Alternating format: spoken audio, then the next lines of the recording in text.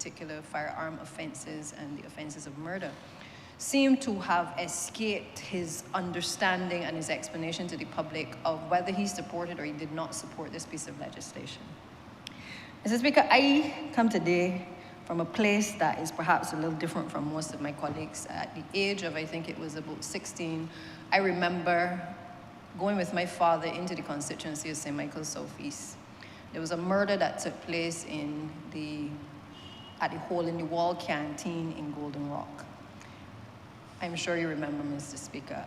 At that very tender age, not that I had not been exposed to things of violence before, but it was then that I understood very clearly the impact that persons falling victim in these situations would have on communities. You know, you turn up on the scene, you're trying to console the deceased family. You're trying to also deal with certainly the perpetrator's family at times. You are trying to keep a community together who obviously is living in fear of whether there are going to be repercussions. And it was very clear to me at that time, Mr. Speaker, and it has continued to be very clear to me that the issue of crime is not something that we can play politics with. I recall in 1996, my colleague in the other place, John King, came up with a song called How Many More? I find myself, as now the representative for St. Michael's Southeast, burying several of the people, not just constituents, because these, I always refer to them as my family, but I say these are the people that I have grown up with, people who I've interacted with, and I find myself attending many, many funerals of young men being slain in my constituency. It pains me, Mr. Speaker, and there are only so many opportunities that you can get to say, I am sorry to a mother that has lost her child, or that you can explain to a community that government is trying its best to do all that it can within its power to be able to bring about law and order.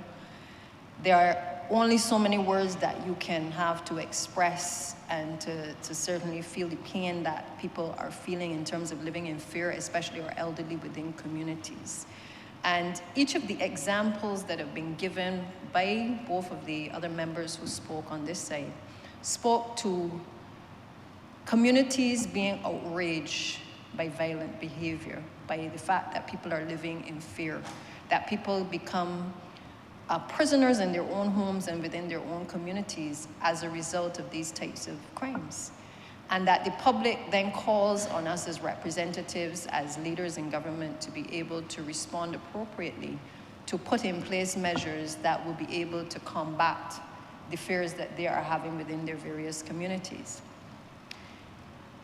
If you take what John King sang in 1996 and you look at what is happening in 2024, and even if you go back to when the last administration was in power, there's nothing new happening under the sun right now. There has always been episodes of violent crimes and also firearm offenses taking place. And I do not know on what lawful authority any leader of the opposition or anybody on the opposition side can come to this chamber and attack this administration, attack legislation where we are trying our best to grapple with these types of offenses and making sure that people are not allowed to get back out on the street after committing these types of crimes. I don't know how they can do so when it was under that administration, Mr. Speaker, that the scanners in the port were not working. Which means that we all know that if the fellas in the block, in the pine, can't be bringing in the guns into this country. They're going to be coming in somewhere by somebody who's able, in a position, to be able to import these things into the country. And if for a period of time under the last administration, scanners were not working, God only knows what was coming into this country, as we are now seeing not only firearms and stuff, but we are seeing all kinds of high-powered ammunition and rifles being used to carry out serious crimes in this country. No administration that was in office that presided over that situation can honestly come here to this chamber and lead a debate to talk about how this piece of legislation that we have brought still needs work to be done on it. I don't know, Mr. Speaker, what I can say to the mother recently who lost her son, raised her son well, had no issues with him before the law courts, made sure that he didn't get into any issues with anybody within the community, sent him off to work, did her best to be able to raise him. And 4 gunmen come through the area in the Pine. And in the presence, in broad daylight, riddled him with bullets and others who were nearby. I don't know how, Mr. Speaker, as a representative of a community that sees these types of acts taking place, where mothers are losing their children senselessly, that I can take a position that I can't support this legislation that is before this House today, sir. Because I, like many others, recognize that we have to do something as an administration. This is not a silver bullet to solving crime, and I want to make it clear. This does not solve the crimes in Barbados from being committed. This is but one pill, one solution to being able to send a very strong message that this administration is very intolerant of the acts of criminal activity taking place across this country. I don't know what to tell the mother of the child. Sir, I came up at Erdeston Primary watching a young man at the corner by Pine Road called the Nut Man, selling nuts. As a young man, I watched his locks grow to the ground, raising his children and making an honest living, sir, and growing his business, and watching him killed by a stray bullet, a bullet not intended for him. And again, another mother holding her belly and bawling, and a family completely disrupted because of the loss of life, sir. It is painful when we reduce these types of debates to, according to the Honourable Member for Christchurch South, an academic discussion. When we reduce it to philosophical underpinnings as if lives do not matter.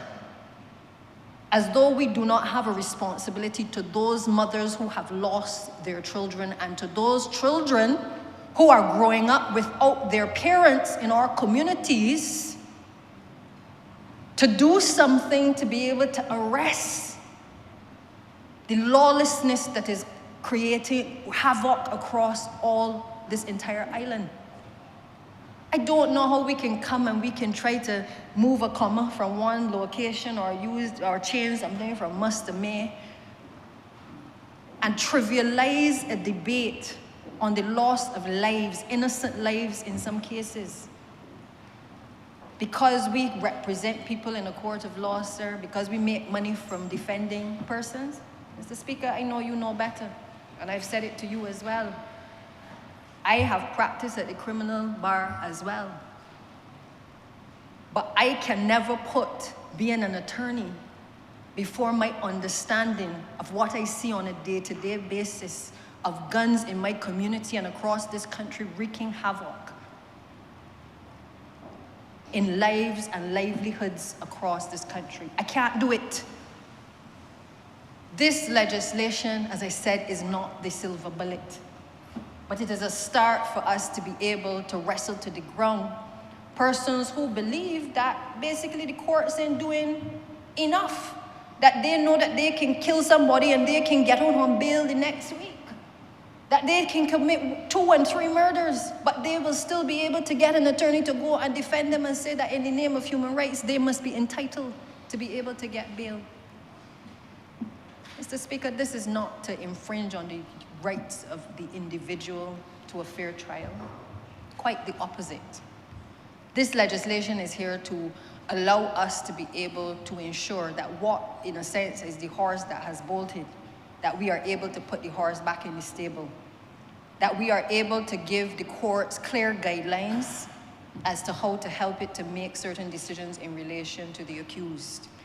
It gives the accused the opportunity through his attorney, if he so wishes, to be able to indicate to the court why he feels he should and should not get bail. But perhaps the most telling thing in this legislation is the fact that the interest of justice must prevail. And the question is, whose justice are we talking about? Because the mother whose child has been killed by the stray bullet must be entitled to some level of justice as well.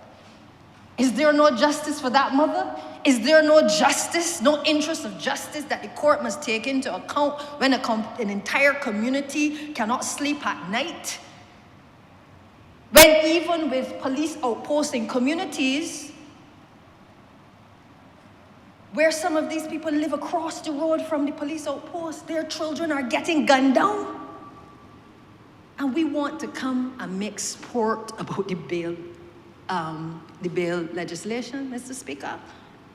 What do you tell those families that are going crazy when the night comes, when they hear a bullet, a gunshot in their communities, thinking that the next bullet may be for them or the children that are left behind, sir? You know, Mr. Speaker, I speak from a place of a lot of hurt, because sometimes I feel that even as a representative, even with all the work that I do within my community, all the young people that I try to save, Mr. Speaker, sometimes we've got to lose a couple. And it's hurt like hell. And if it is that this administration takes a position that we must bring legislation to tighten the laws, then I support this administration doing what is necessary to do it. But I'm not going to stop on this legislation because this is just the first phase. I want to go back a little bit because as former Minister of Education, I can tell you, children don't start to be bad when they come before the courts, when they take up the gun and they shoot somebody. We all see the signs and the symptoms from the time the children are at the youngest age. And we live in a society now where people want to turn a blind eye, where they don't want to see what is unfolding in front of them. They don't want to tell about the children nothing. Mr. Speaker, this debate is deeper than the law. This debate is a reflection of what is happening in our society. And we need to check ourselves and recognize that we are losing our young men. We are losing our future generations of men. And each of us have a responsibility to do all that we can when the issues are raised within the school system, when children are on the radar from the youngest age, to ensure that the interventions are there, that the parents have places to go where they know that they can intervene to make sure that the children get the assistance that is required, Mr. Speaker. That we have enough of the safety officers and the social workers and the psychologists within the schools to be able to allow the interventions to take place. Because you know what, Mr. Speaker, sometimes the parents themselves do not know what they do not know. And sometimes they need the additional help to be able to tell them what they need to do in order to get the support for their children. You will often hear children tell you, or parents tell you, that they know the children bad, the children behaving badly, but they don't know what to do with them. But when they end up killing somebody, all of a sudden, you hear everything coming about how difficult the child was at school, how the child wasn't learning. These are some of the reasons why we have said as a government that we must bring about education transformation. That the reforms that are necessary, where instead of having children falling through the cracks, that we pull them out at the earliest age and make sure that we are able to do the interventions that are necessary. Because the statistics are there. I am no big fan of the statistics because I live it every day. But the statistics are there to show that a number of the children, the young people who are getting involved in crime have attended the same secondary schools. And Mr. Speaker, the statistics are not lying. The children are having challenges with numeracy. They are having challenges with literacy, Mr. Speaker. And that is why we have said that when the last administration could ignore these things, that this administration cannot do so, Mr. Speaker. Because we are now reversing a lot of the things that have been done, which have resulted in a lack of progress for an entire generation. So the scanners was only one part of it. The removal of the testing of our children for the hearing and the sight and the psychological interventions, all of those things happened under the last administration, Mr. Speaker. But they want to come in here and behave as though life started under this Barbados Labour Party administration. I want to make it abundantly clear that education and education reform has a major part to do with what we're talking about today. This is society's problem. This is not the Attorney General's problem. It is not the police problem. People need to start talking about what is happening within their communities. And I see that the Barbados Police Service has now started to, I would say, get up to the time in terms of its post on a Monday for criminals across the country, asking the public to be able to provide information and calling for those persons to come in. They are following what is happening in Trinidad and Jamaica, where again the statistics for murder rates and firearm offenses are out of control. But what I like about it is that the police are actually now thanking the people who come forward and provide information. They are capturing the persons who they need to, but they are thanking the people who are coming forward. And we have to develop a culture where we don't wait until we lose people to speak up and to say that something is wrong, Mr. Speaker. Because we are developing a culture where nobody don't want to talk. Nobody don't want to say nothing. They will say it to you quietly, but they don't want to speak up and say who is carrying the guns within the community. They won't want to speak about the guns that may be hidden within their own households. And I'm saying to this country that we can do better as a society. It is not too late to be able to reverse the hands of time. The Bail Act is only one part of the solution, but it is not the only solution to the problem. We can put as many judges as we want into the court system. And I agree that we may need to put additional staff in to support the judges to get the cases through. But my bigger concern isn't what's happening in the system alone. It is what's happening before these children get to the system. We see it in the juvenile courts. When I used to practice, I did a lot of matters for juveniles because I was always very concerned about what was happening in the early stages and what interventions we could do for young people when they found themselves before the courts of law, Mr. Speaker. And one of the things that always has bothered me is that our young people do not see consequences anymore. They do not take responsibility for the consequences of their actions. And this has a large part to do with the difficulties that we are seeing developing across the country. The influences of music have crept in. Nobody don't want to snitch because stitches is for snitches. And these types of messages are permeating across the country, across the culture, the subcultures that we have, where our young people are hearing these messages and coming to believe that these things are okay. When we were growing up, we were told, you better talk. You better open up your mouth and talk, otherwise everybody can be in trouble. But you know I'm not comfortable with corporal punishment, but I believe that there is still ways to talk to young people to explain to them right from wrong. And y'all know my position on that. I have no difficulty in my community talking to young people. I don't have to hit nobody child. I don't have to encourage no parent to hit nobody child. But you show children love and you listen to the things that children are saying, because you will be amazed at the things that you hear when you listen to what the youngest of children are saying, not only about how they feel, but about the things that are happening within their households. Children are not stupid. Children understand what is happening in terms of our culture, in terms of our drug culture, our gun culture. Even in terms of the music, they understand what is happening. And Mr. Speaker, I come from a background of being involved in entertainment. But you know the difference in terms of me and many other young people? I used to hear the music when I was young. I used to enjoy the songs, what we would call the gun tunes, and all of these other tunes, Mr. Speaker. But I had a different upbringing where I understood that that was music.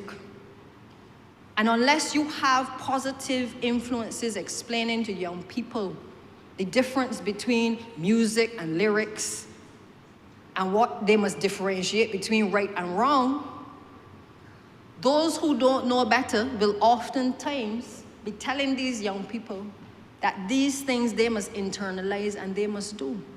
And therefore, we have a responsibility as much as we can. We can't protect them from everything. But there's nothing wrong if you are explaining to children what the lyrics are saying and explaining to them what is right from what is wrong. We have stopped explaining to our youth these differences. And we are often critical of them for what they are doing and what they're getting involved in. And when they come before the courts, but many times you should ask yourself, what have you done in terms of your interventions before they get to the court system? The other issue, Mr. Speaker, is that while we have to focus on what we're doing today and why we have to look at what is happening in terms of the children coming up, we also need to look at the young people who are going to jail. And what are we doing in terms of the rehabilitation of offenders within the criminal justice system, sir? Because I see a trend that is developing. I have a lot of young men who have gone to prison. A lot of them come out of prison after we commit firearm offenses, murder charges. They come out and they're looking for work. And there's limited work opportunities that many of them are able to find themselves gainfully employed in. That's a fact. Many of us in the constituencies, when we try to send people to be able to get employment, we are challenged when they have a criminal record, especially if it is for violent offenses. In many of the programs, we've sent persons who have had records. Again, there is a trend developing where you are never sure whether they're going to get into conflict situations with other people who have records on the job sites. And this is a reality that many of us face when we make the recommendations for persons to be able to seek out employment who have had criminal convictions. It therefore means, Mr. Speaker, that we have to do a little bit more, I believe, in being able to reform and rehabilitate persons when they go to prison. We need more programs than what we certainly have now to be able to help people to transition when they do come out of prison. Because they're coming back into society. They've got to come back into communities. They have to come back into households. And therefore, we cannot see this legislation in terms of having persons now having to prove why they should have bail, and in many cases, they probably may not get the bail. When they go to prison, whenever they come back out, the reality is, unless we are seeking to reform and to rehabilitate them while they are there, or to offer some level of support to help them to transition, they will continue to be a problem within our society and to wreak havoc in our communities, Mr. Speaker. These are the real issues that this country is facing.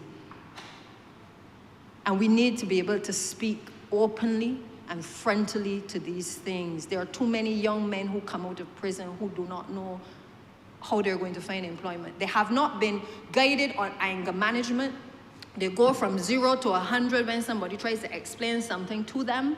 Mr. Speaker, you know it, you've represented them. And I'm sure you've had your own difficulties trying to explain to them the process of the law and what the judge is doing. I deal with it every day. And that's why I say that the problem is not just us tightening legislation. We have to look at what we do before, but we also have to look at reform and rehabilitation of our offenders in a serious way. Otherwise, we will simply be locking up people's children as opposed to rehabilitating them and being able to allow them to live and work and be productive citizens. These are the concerns that I carry on my shoulder every day. I feel like it is a burden, trying to find things for our young people who have criminal records to be able to do, Mr. Speaker. You try, but you have if the programs are not there to allow them to equip themselves with the necessary skills to be able to live productive lives, all you can do is send them for the job. And therefore, we have to get serious about these things.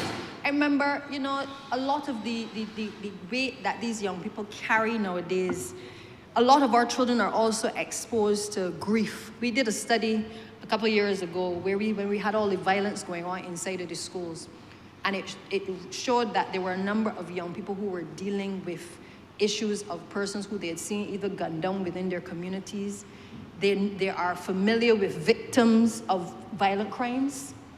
And in turn, they never get the opportunity to deal with the emotion that takes them over as a result of losing loved ones. Because we also have a phenomenon in very close-knit communities where the children and the adults are in the same place when somebody gets killed and discussing all of these issues as though, you know, they are big adults. We have a serious phenomenon where people do not anymore separate what should be conversations for little children and what should be conversations for big hardback adults. And I appeal to parents, you know, this is not about blame. I appeal to parents that if you don't know what to do, you need to put up your hand and find somebody who can assist in helping you with your children and helping you to be better parents. This is not about blaming anybody for raising children that come before the criminal justice system, Mr. Speaker. Because with all of the best intentions, sometimes children just sometimes end up deviant. That's just a fact of life. But we can't disregard the statistics of what we are seeing either.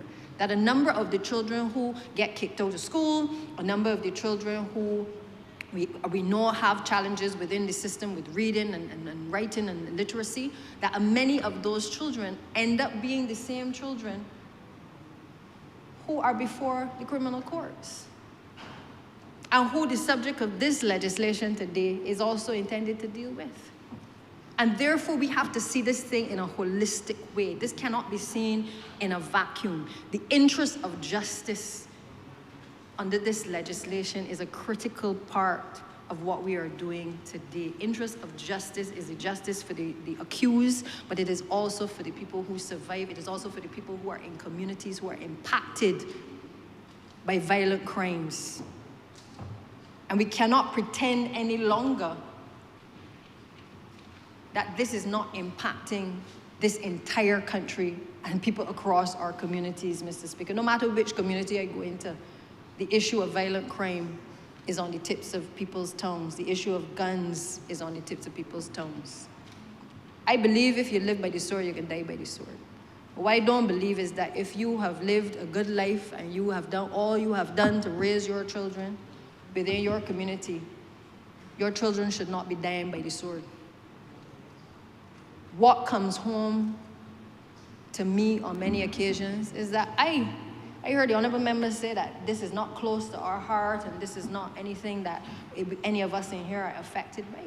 But I know that he is not a man that goes into the communities the way I do.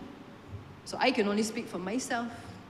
I get nervous, Mr. Speaker, about the fact that I journey into my communities in a very free way. I always have. I've grown up in them. So I feel as though I am at home. I can park my car anywhere in St. Michael's Southeast and get up and walk and go and open somebody's door and go in. But in each of the places where there has been gun violence in recent times are all places that this minister, that this representative does go. All areas where I stand up, I go in line by the parks, I go in line outside people's houses, I go in the same people's houses. And you know what gets chilling? Is that I don't want it to be a politician that get killed for people to wake up and realize that we gotta take action. I don't want it to be any of us who loses a child by gun violence that all of a sudden makes everybody realize that we gotta do something and act quickly. Because we are losing the lives of innocent people, the people that we represent. And it therefore means that if we're losing the lives of the people we represent, if you're a good representative, at any point it could be your life. Because a lot of these young people do not care who is in the vicinity of the bullet. They do not care. You could have raised them or not raised them. You could have looked out for them when they were young. It don't matter. When they come with the gun into a community, they're shooting at whoever is there. And there are just too many unintended victims that are the result of these types of acts, Mr. Speaker. I support this legislation. I support the fact that the legislation gives the guidance to not only the accused, but certainly gives clarity and certainly gives the judges the opportunity to give reasons for their decision. That is important. I am not minded to agree with the Honourable Member for Christchurch South that this is apartheid law. You know, I sat here and I laughed because, I mean, it is such a desperate attempt to get a headline. And it is unfortunate coming from somebody of such standing that you would trivialize the attempts by this administration to look to other jurisdictions where they have had to deal with violent crimes and deal with rising statistics amongst young people falling victim to senseless killings, to be able to introduce legislation that can not only balance the rights of the accused, but also give some comfort to societies and communities that you're doing something to bring some sense of normalcy back to life as we used to know it. This is not an apartheid law, and I want to make that abundantly clear. Those who understand what Nelson Mandela went through and what, when he came out of prison, he made the point that South Africa could never be a place anymore where you have discrimination of persons. And South Africa, I believe, was even one of the first places to make sure that, you know, people were not discriminated on the basis of homosexuality and gender, because they understood what those things do. They have strived to try to bring balance to a society that created an imbalance where people could not, because of the color of their skin, be entitled to certain basic human rights. And the Honourable Leader of the Opposition wants to trivialize the reference to the South African legislation as though we just pick it up from somewhere on the streets and pull it together and said, here, to the people of Barbados. Mr. Speaker, it is disgusting. And I really, you know, the true, you know, he talked about gangs and anti-gang legislation. Mr. Speaker, I'll speak a little bit about that quickly. Because I have listened to the solutions offered up by the Honourable Leader of the Opposition. And they're not much different from what the previous administration used to recommend, you know. You know, people accuse the Prime Minister, they accuse myself and others on this side of mixing with all kinds of people. Well, I'm gonna mix with them till the day I dead. Because it is the only way to save a generation of people from themselves sometimes. To be there, to be leadership within communities where there is no leadership, sir. And I will never stop being true to myself or encouraging any of my colleagues to be true to themselves in being able to lift up people from where they are and show them positive role models within communities. I will never stop doing it. But he is speaking of a tone where, you know, you go after people, or you go after people who associate with people who are involved in criminal activity. Forgetting that even within his own bosom, he got some of the same people doing the same thing. So I don't quite understand. The former leadership of the Democratic Labour Party mixed with everybody.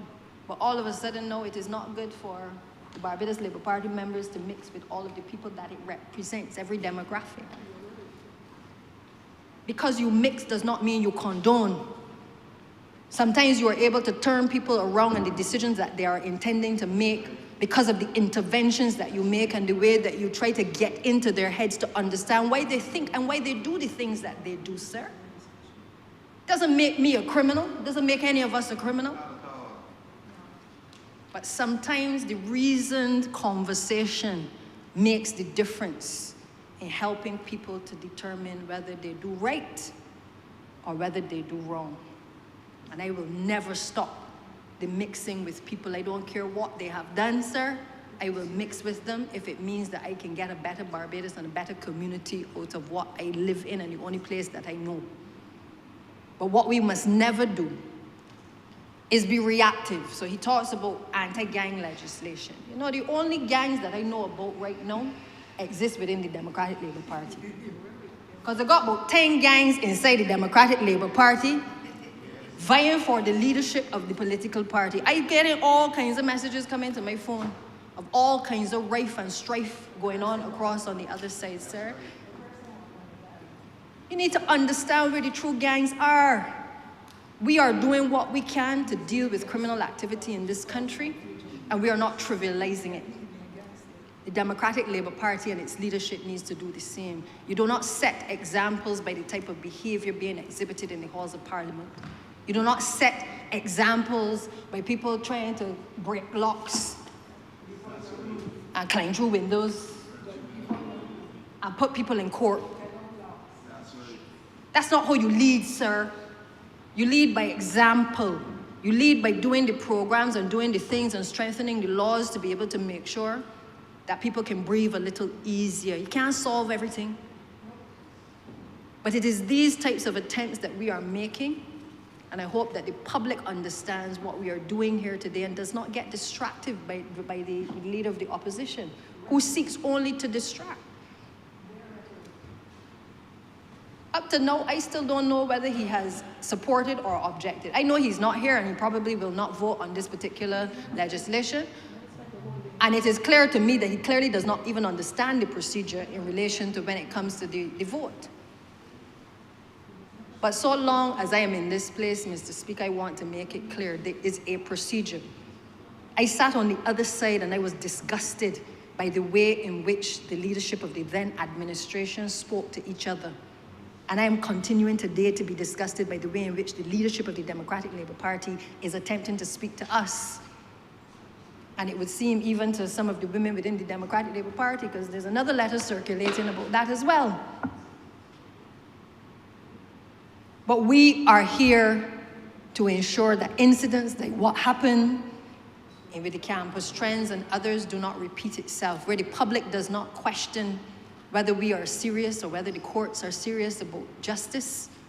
Justice must be seen to be done. And I don't want to experience another crop over where 2 feet away from where we are linemen, Prime Minister, all of us are linemen. Somebody gets gunned down. Crop over day, a day that is supposed to be enjoyment and revelry and a celebration of our emancipation and the cutting of canes. And people trying to kill each other, sir. I don't want to live in that Barbados. And I don't want to be living in a Barbados where I feel that we cannot make a difference by being able to bring on to strengthen legislation. If the matter gets struck down, again, at least this administration has shown that it is prepared to do something in the interim to combat crime. You heard the Honourable Attorney General, people will bring constitutional motions from time to time. That is their right. But this government has a right as well to protect the people of this country and to make sure that we put the interventions in place and the laws in place that people may think twice about what they are going to do, sir. That is what this legislation is about. And I therefore urge, unlike the Honourable Leader of the Opposition, that people read the legislation and understand it. Because it must not be that it is easy to get bail in this country. If you believe you're entitled to bail, you must be able to show why you should get bail. It is that simple. And it should not be a situation where this now turns that we are going after the accused. As I said from the outset, there are victims and communities that are equally suffering that we need to appreciate and understand that justice has to be done in relation to those individuals as well. You can't bring back anybody when they're gone, but you can certainly correct the hands of time in terms of what has transpired prior to this legislation being passed. I hope that in the other place, Mr. Speaker, as I close, that what I've heard over the last few days in terms of notice being given in relation to this legislation does not become a major issue. I hope that people are reasoned in the positions that they take in relation to this legislation. For those who don't represent communities, you may not understand what each of us who represent ordinary people are facing and what we are seeing.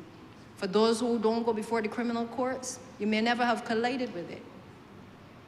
But I ask you to trust us that in bringing this legislation in such an urgent way, Prime Minister only spoke about this a few weeks ago, the Attorney General and the drafters have worked through the night to be able to get this legislation before this chamber. The notice that was given is not particularly unusual. We've told the other side, both written to the leader of the opposition, informed him what we intended to do today in all its stages. The Honourable leader in the other place did the exact same thing.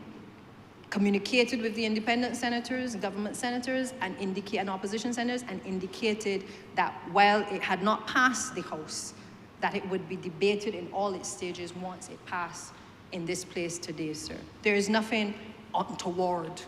There may be newcomers to the House of Parliament, but I can tell them when I sat in the other place, you must always be prepared to debate legislation on the order paper. And when the courtesy is given to you as a member of the opposition to be told that a bill is to be debated, you just need to go and read it and put your views on the table.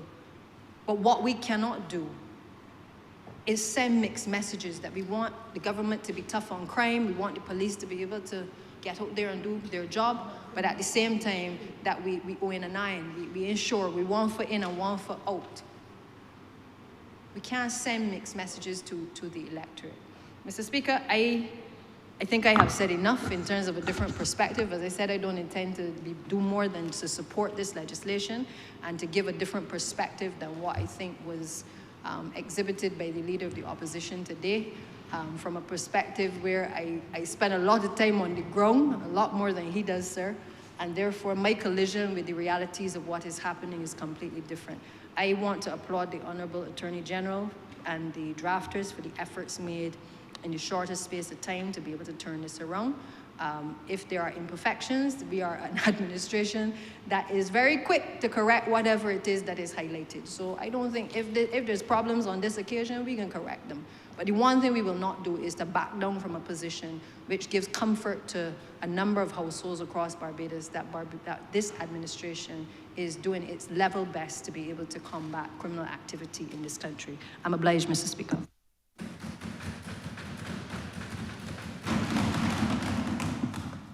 Honourable for St. Peter. Thank you very much, Mr. Speaker. I rise to add my voice to the debate on this bill before the Honourable Chamber, the bail bill. This morning's proceedings I found initially interesting, then disturbing.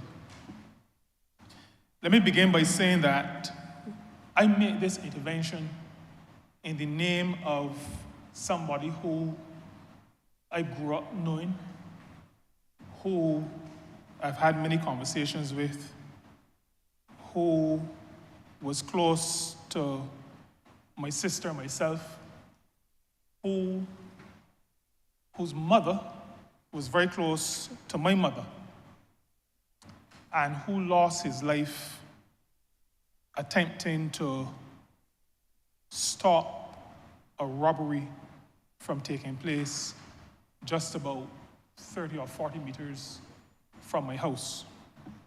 I made this intervention in the name of Newton Lewis. Every citizen, Mr. Speaker, has the right to be able to live in a safe environment. Every citizen, every resident, not just every citizen, but every resident of a country must be able to go about his or her business, believing that when they leave home, they'll get back home safely, believing that they're not going to be victim of a stray bullet. And I'll say to you that on the night, that Saturday night, etched to my mind, I heard the gunshots, and then I heard the screaming. On that Saturday night, the place where I grew up had a bullet hole through the glass.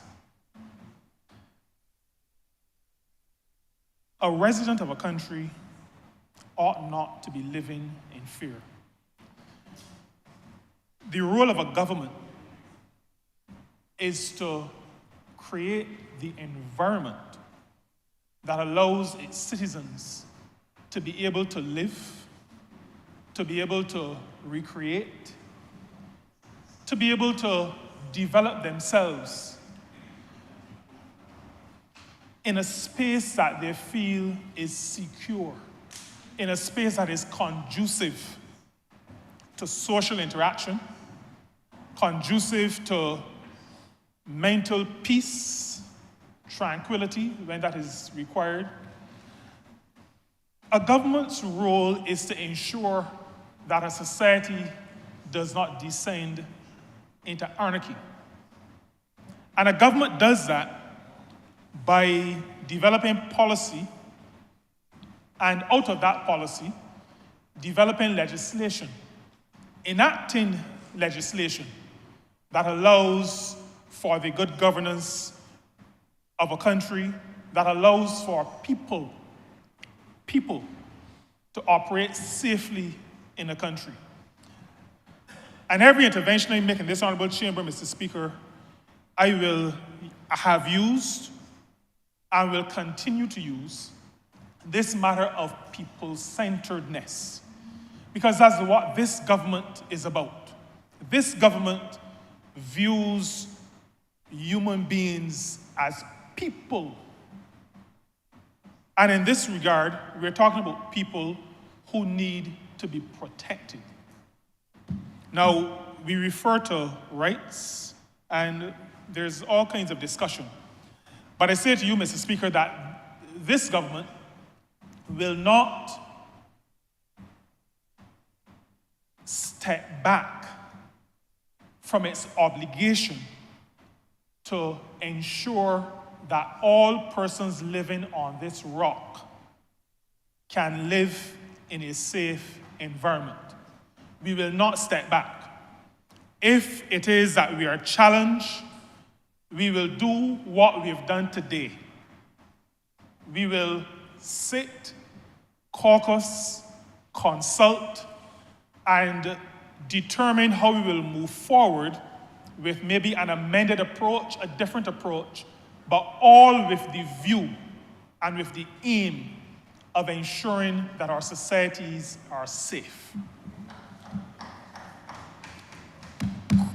Crime has many, many impacts on people and on societies. Their physical impacts. Newton lost his life. People lose limbs. People lose some of their senses. And by senses, I'm talking about the 5 senses. I'm not referring to what some people believe has happened to the now leader, honorable leader of the opposition. I'm talking about the 5 senses. It causes physical impacts. There is also, Mr. Speaker, these psychological impacts.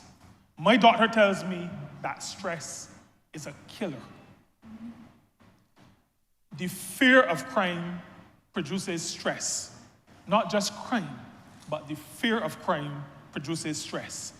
This government understands that. That is why we are here today. That is why we are debating this bill in this honorable chamber today. And that is why we're going to go through it in all of its stages today. Because we understand that crime and the fear of crime produces a stress that negatively and in a lot of cases severely impacts members of the population. We are also aware, Mr. Speaker, that there are social impacts. So I'm not going to trivialize the conversation by talking about people driving the long way. But there are social implications. Some people don't feel like going into certain places because of the fear of crime. People not congregating in the same way because of the fear of crime. These are real, and Mr. Speaker, these are recognized by us in government. We interact with people. We sometimes ourselves may suffer some of these impacts. We are aware. That is why we are here. That is why we're debating this bill today. And that is why we'll go through it in all of its stages today, because we are concerned about the people of this country. There are also, Mr. Speaker, and I think the Honourable Member for St. Joseph touched on this, there are economic impacts of crime, and there are economic impacts of the fear of crime. These are not to be overlooked. They're not to be minimized. Investors include in their deliberation about where to put their funds. One of the considerations that they use is how stable a society is. If there's criminal activity, well, in all societies, there's criminal activity. I often remind good people. I think I had to share this with my father. My father, Mr. Speaker, did not believe in television. He thought it was the source of much evil. But even more than that, he thought it was the creator of a lot of laziness among people. But I had to share with him, when I had passed the age of getting the lashes that he would administer, that Cain did not watch any TV. He certainly had never seen anybody commit a crime. There was nothing on Instagram when he did his dastardly deed. I believe, Mr. Speaker, that, like the Bible says, the heart is deceitful above all things and desperately wicked. You don't have to learn wickedness. It happens almost naturally. But some people go to the extreme. And I say to you that those who want to invest take crime into consideration, even though there's crime everywhere. Those who want to travel to our country, and we exist in a country that is dependent on tourism. The Honourable Member for St. Michael West Central will tell you that tourism pays the bills. People also make decisions on traveling based on crime, perceptions of crime, or fear of crime. Even though where some of our visitors come from, there's a rampant crime. But we understand that a person who leaves home to go on holiday sometimes is leaving home to get away from the situation that they're spending the next maybe 50 weeks, or 49 weeks, or 51 weeks in. And so these things we understand impact. Mr. Speaker, because we are clear as to how crime, perceptions of crime, and the fear of crime impact, this Barbados Labour Party, in government and in opposition, has always been careful about how we speak publicly about crime. We do not, have not, and will not use crime to scaremonger, because we recognize that that may be good for a headline, but that headline goes back in a diplomatic pouch to a capital somewhere in the world. And that headline and the story that comes with it could end up with a travel advisory. And so, Mr. Speaker, I say to you, and I want to encourage George Street, in all of its confusion and contortion, not to use crime as a political tool, the implications are too significant for our country.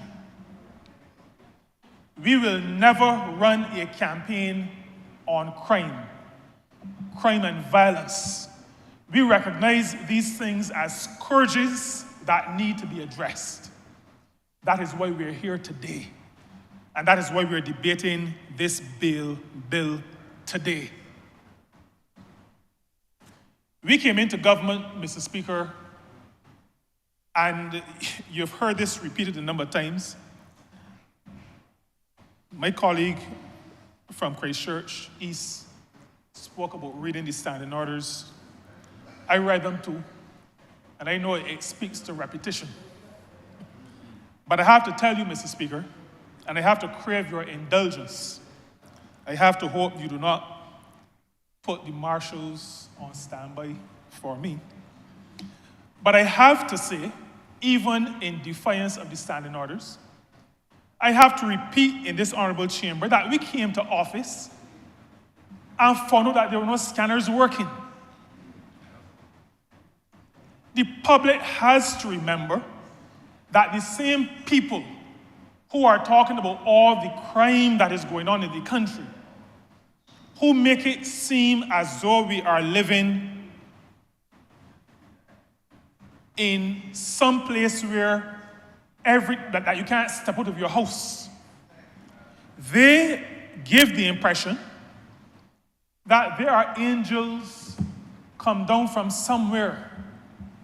They left government not just in economic shambles, because they did. They left government not just owing Barbadians millions and millions of dollars. We call it adverse financing.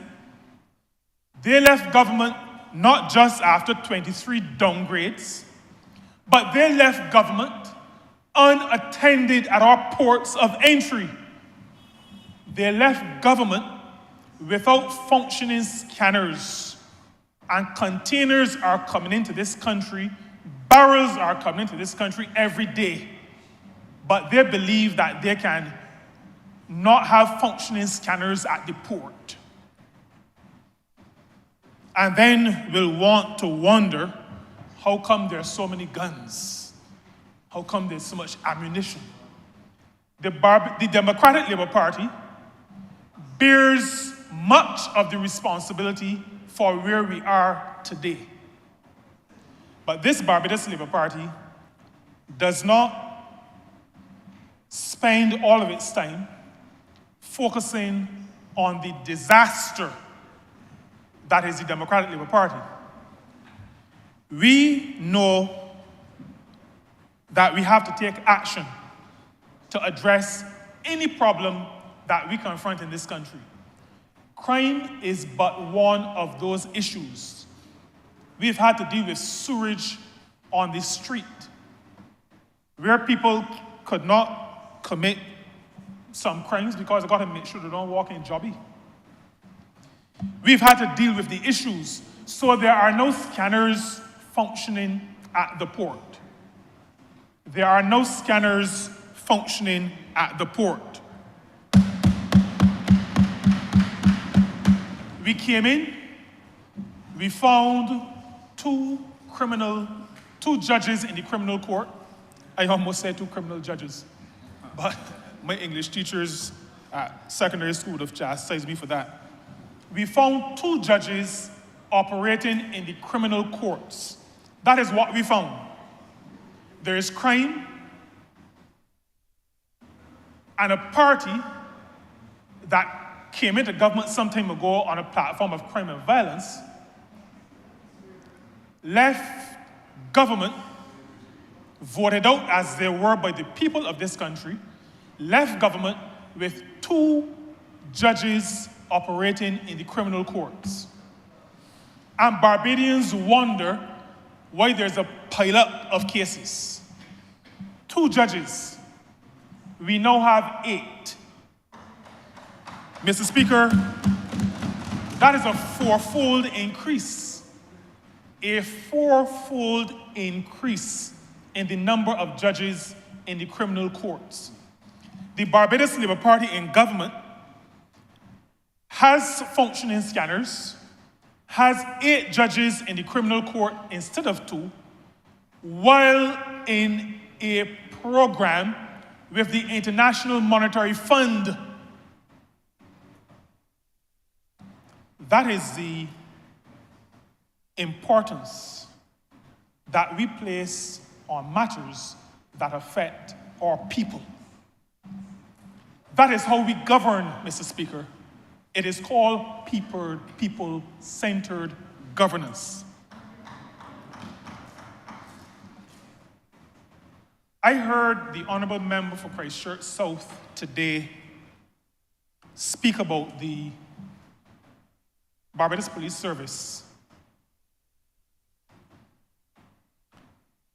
I think it is a horrible thing to try to use what is happening in Barbados today to get the votes of decent, patriotic, committed members of the Barbados Police Service. I don't think decent people go in that direction. I have to say to you, Mr. Speaker, that we came into office and found a demoralized then Royal Barbados Police Force. We came into office, Mr. Speaker, after the last government appointed someone who felt aggrieved while in the service, while in the force, appointed that person to be in a position to make decisions that affected the leadership of the Royal Barbados Police Force. Now, Mr. Speaker, if that is not terrible governance, then I do not know what is. But the Royal Barbados Police Force at that time suffered the consequences of having an aggrieved person now in a position to be able to make or annul decisions made by the leadership of the Royal Barbados Police Force. That is what we came into office to find.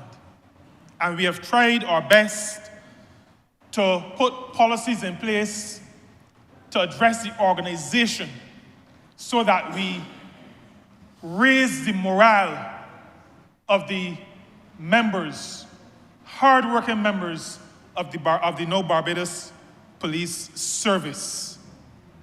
We believe that the officers who have committed themselves to reassure and to serve and to protect need our support. And Mr. Speaker, this government has been giving them our support. I said on Brass Stats just maybe 3 weeks ago that one of those interventions has been to address the matter of affordable housing for persons, including members of the Barbados Police Service. That is not the panacea, but that is just one example of what this government has been doing for members of the Barbados Police Service.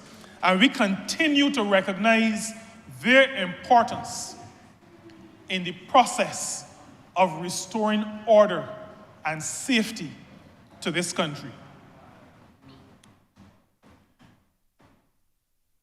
We came into office and found, I mentioned 23 downgrades, a contracting economy, and I will say to you, Mr. Speaker, what you already know as a trained and certified social worker,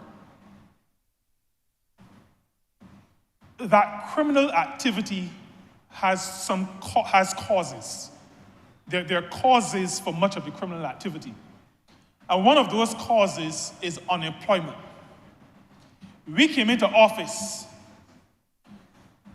after a government that ran us almost into the ground had suffered 23 downgrades, where businesses were moving their headquarters, where unemployment was rising, where the leader of the country said that in spite of those downgrades, nobody can downgrade Barbados.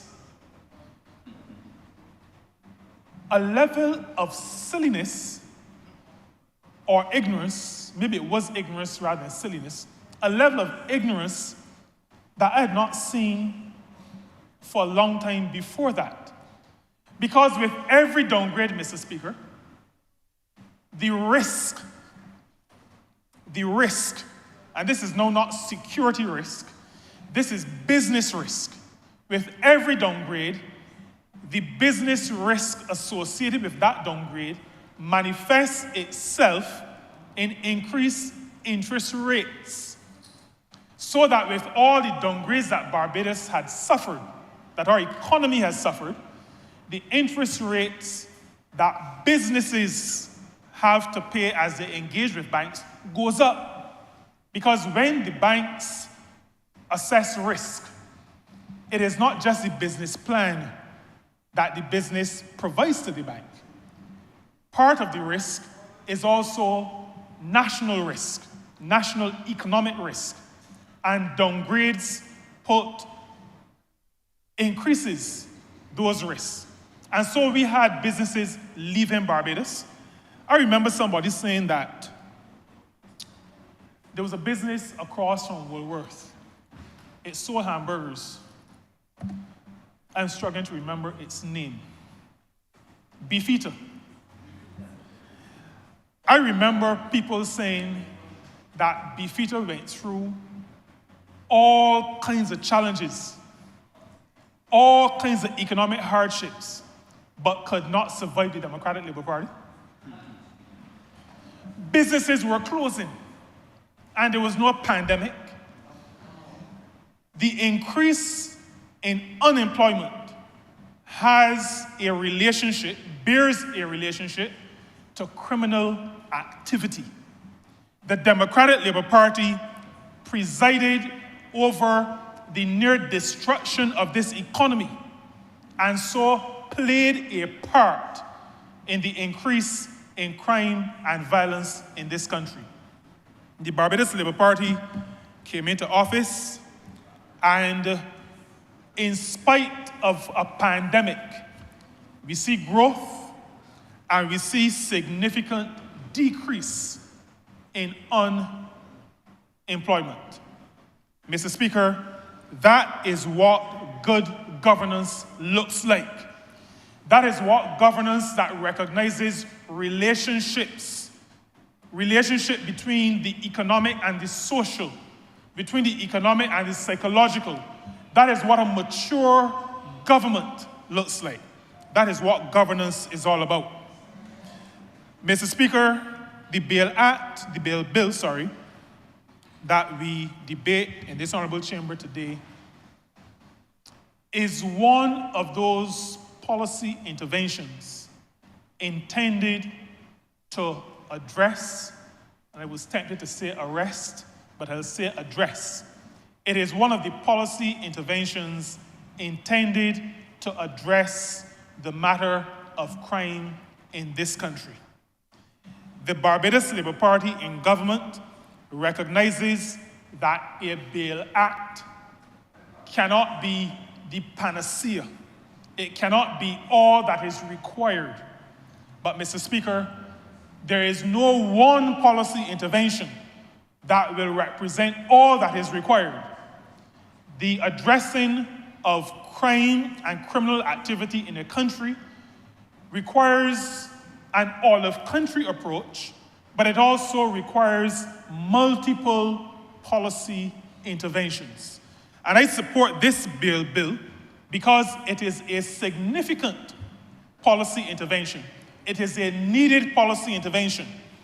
I will not repeat all that you have heard already about those who commit crime, very serious crime, go out on bail, and commit another one, and I don't want to rehash that. This Barbados Labour Party in its approach to interventions to address the development of our society. And addressing crime is one component of addressing the development of a society. We recognize and are putting policies in place to address, for example, parental training. We recognize that that is important. The Honourable Member for St. Michael Southeast spoke to homes and households and the environment within which children are growing up. The Honourable Member for St. Philip West will likely tell you that what she has heard from teachers, I guess I hear it because I have spent almost all of my life in a house that had teachers in it. And many of them will tell you that you will get children to a certain point, and then there is school vacation, there's vacation, and when the children return to school, you wonder what happened over the 2 or 3 or 8 weeks. It seems as though all of it has been reversed. There is need for strengthening in the homes, the strengthening the capacity of parents. And while that may not ordinarily be seen as something that a government should get involved with, I'm not sure if intuitively it feels as though government should get involved with that. But this Barbados Labour Party government is not going to shy away from any intervention that we believe will help, both at the level of criminal activity, but also in developing our society more generally. We will get involved with any and every intervention that will assist. The matter of building capacity of third sector organizations. Third sector organizations have a role in this addressing of the issue. Many of them are already involved in addressing issues of building social capital and addressing matters that relate to violence and relate to criminal activity. We have been building that capacity. We've had many workshops since we've come to office, building these organizations, workshops on governance, seminars on proposal writing, on how to keep their accounts. And so we are building that capacity for third sector organizations. We recognize that third sector organizations are critical partners if we are going to be successful in addressing the matter of criminal activity and the resulting fear of crime. We've also been involved in building communities. We've been working to have communities come together to establish more groups. We have been encouraging older persons who've gone through the process, to come back to communities, to represent the seniors, to mentor young people, to be involved in cricket clubs like they used to be. All of these are things, Mr. Speaker, that we've been doing, both from the policy level, but also from our direct intervention as we speak to our constituents. We've had a number of youth interventions. I remember the Honourable Member for Christchurch West Central and the Building Blocks program. I've always remembered that, and those kinds of interventions are critical. And I also remember when he was the Minister of Youth, the Barbados Youth Advanced Corps, because we recognized that the youth service needed to be an evolution, because society was changing, and the Barbados Youth Advanced Corps was developed. All of us were pleased as punch, as they say, when we saw them on Independence Day. The discipline, Mr. Speaker, the discipline that we saw, the uniformity, you could see and sense the impact of this program on the young people of this country. That is what this Barbados Labour Party in government has been doing. We've established the the Job Start Plus program. And that Job Start Plus, we've engaged and we have now trained, exposed hundreds of young people between 16 and 24 to World of Work training.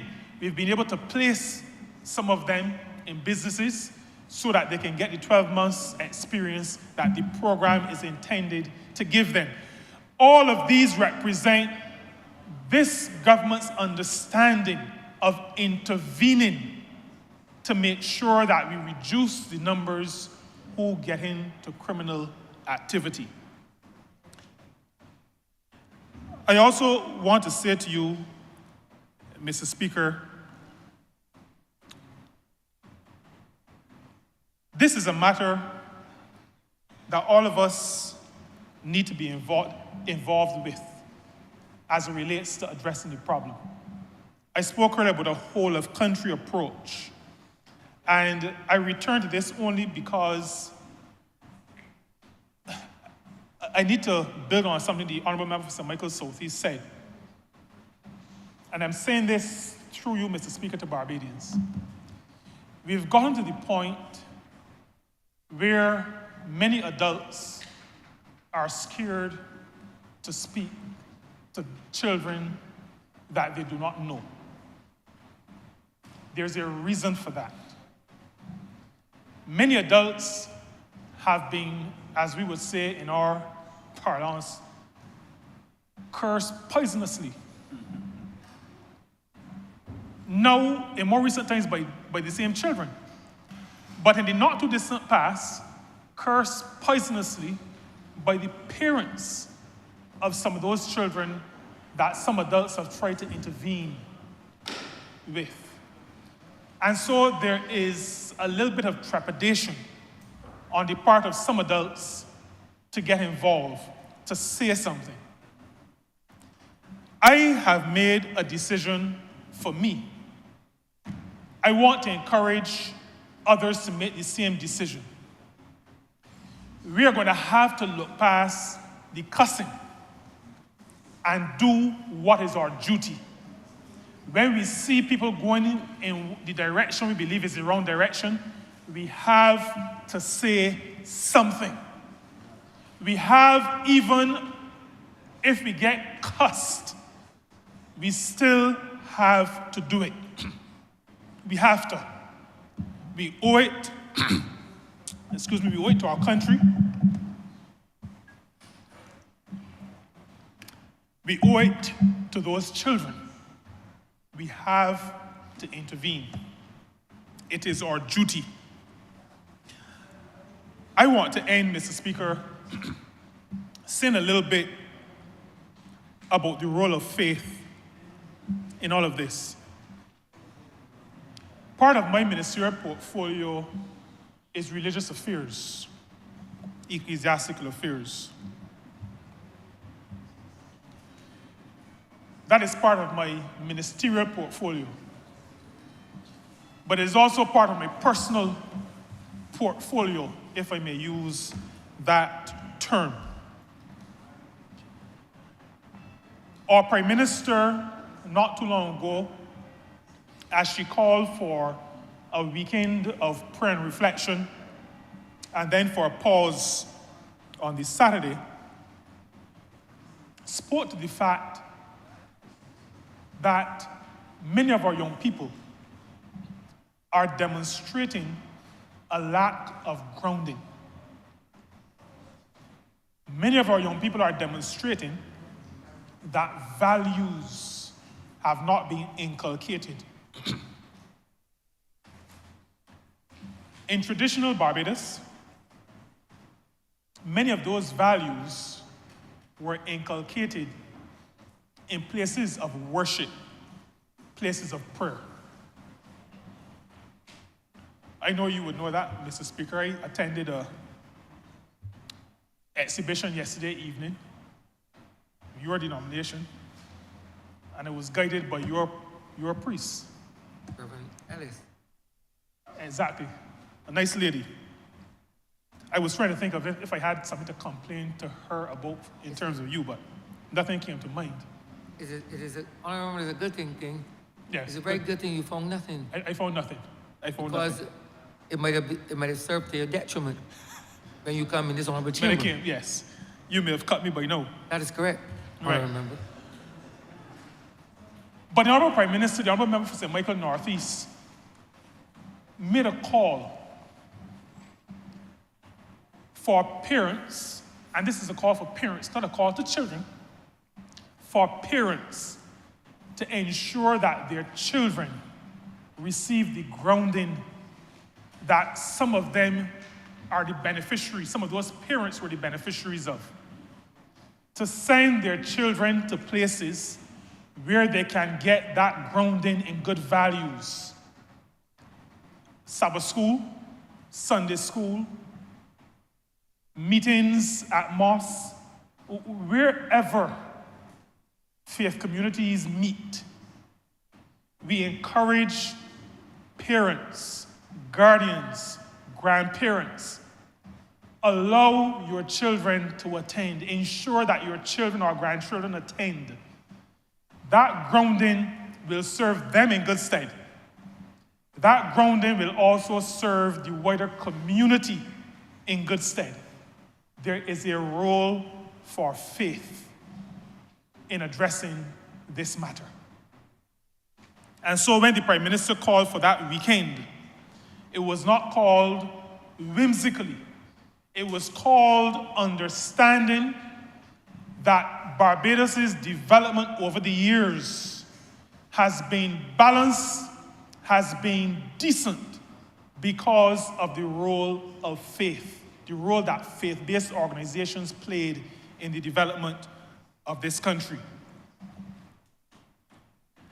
I will use this opportunity to call on the Ministry of Youth to consider partnering with faith-based organizations in relation to what happens during the summer vacation. We have inherited and continued, even though in a different form, these summer camps. I believe that there is room, much room, for a partnership between the Ministry of Youth and those who are responsible for camps and places of faith with respect to what is traditionally called Vacation Bible School. And I believe that small subventions, small amounts, given to those organizations to support the provision of snacks or workbooks would in my view, in my maybe biased view, I believe it will reap a greater reward than some of the summer camps. And I'm calling on the Ministry of Youth to partner with faith-based organizations to make sure that we can have vacation Bible schools that are not just for 1 week or 2 weeks, but that can last 6 or 7 or 8 weeks. Our children need grounding, and faith-based organizations are perfectly positioned to offer that grounding, that establishment of values. I also, the faith-based organizations have also volunteered, and I'm really calling because this is now taking too long. We want the Ministry of Education to accept the offer by leaders of faith-based organizations to assist with counseling. Our children need it. We do not have enough counselors in our schools to address all the needs. Our children have significant needs. Mr. Speaker, maybe a couple of years ago, had a conversation with my older daughter. Now she and her boyfriend have a NGO, Let's Unpack It, that speaks to mental health in terms of young people. And I said to her, maybe not really understanding maybe what I was saying. I said to her, well, when I was at school, I don't know that we had all these issues. But you know, she sat me down and talked me through a whole lot of stuff that caused me to understand that young people today are facing significant issues. And then she shares statistics that speak to suicides and suicidal ideation and a whole raft of things that suggest that our young people are, if they're not in crisis, are close to crisis. When we get offers of assistance, we have to do whatever is necessary. All these safeguards need to be put in place, but we need to put ourselves in a position where we can take advantage of the offer. The offer from faith-based organizations to assist in schools, as far as I'm aware, remains. Those leaders, those who are suitably qualified, and once they're vetted, are ready to assist. This country and our school system needs them. Mr. Speaker, Newton Lewis was a resident of Rose Hill. Newton Lewis was a member of the Barbados Police Service. He was a station sergeant. He was also a person of faith who actually led out in his congregation, sometimes in the whim. He died tragically, as I said at the beginning of my intervention. I've made this intervention in his name because, Mr. Speaker, Newton Lewis's life and his death attempting to foil criminal activity must not be in vain. I'm obliged to you.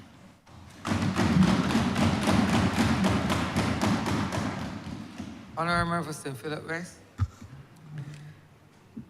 Thank you very much, Mr. Speaker. Now, Mr. Speaker, while bail, which is the crux of the matter being debated with this bail bill, while it relates directly to a person charged with a crime, particular type of crime using weapons, while this bill relates to that particular type of situation, the truth is that the matter of crime, it affects us all. It affects us in our homes. It affects us in our communities. It affects us at work. And sir, yes, it does affect us at school. And even, Mr. Speaker, when we are not the direct victim of a crime, or we're not in proximity to it. Proximity, sir, mean it didn't happen in our backyard. It didn't happen to someone close to us or someone we knew personally. Regardless, sir, it affects us all. It plays with our heads, sir.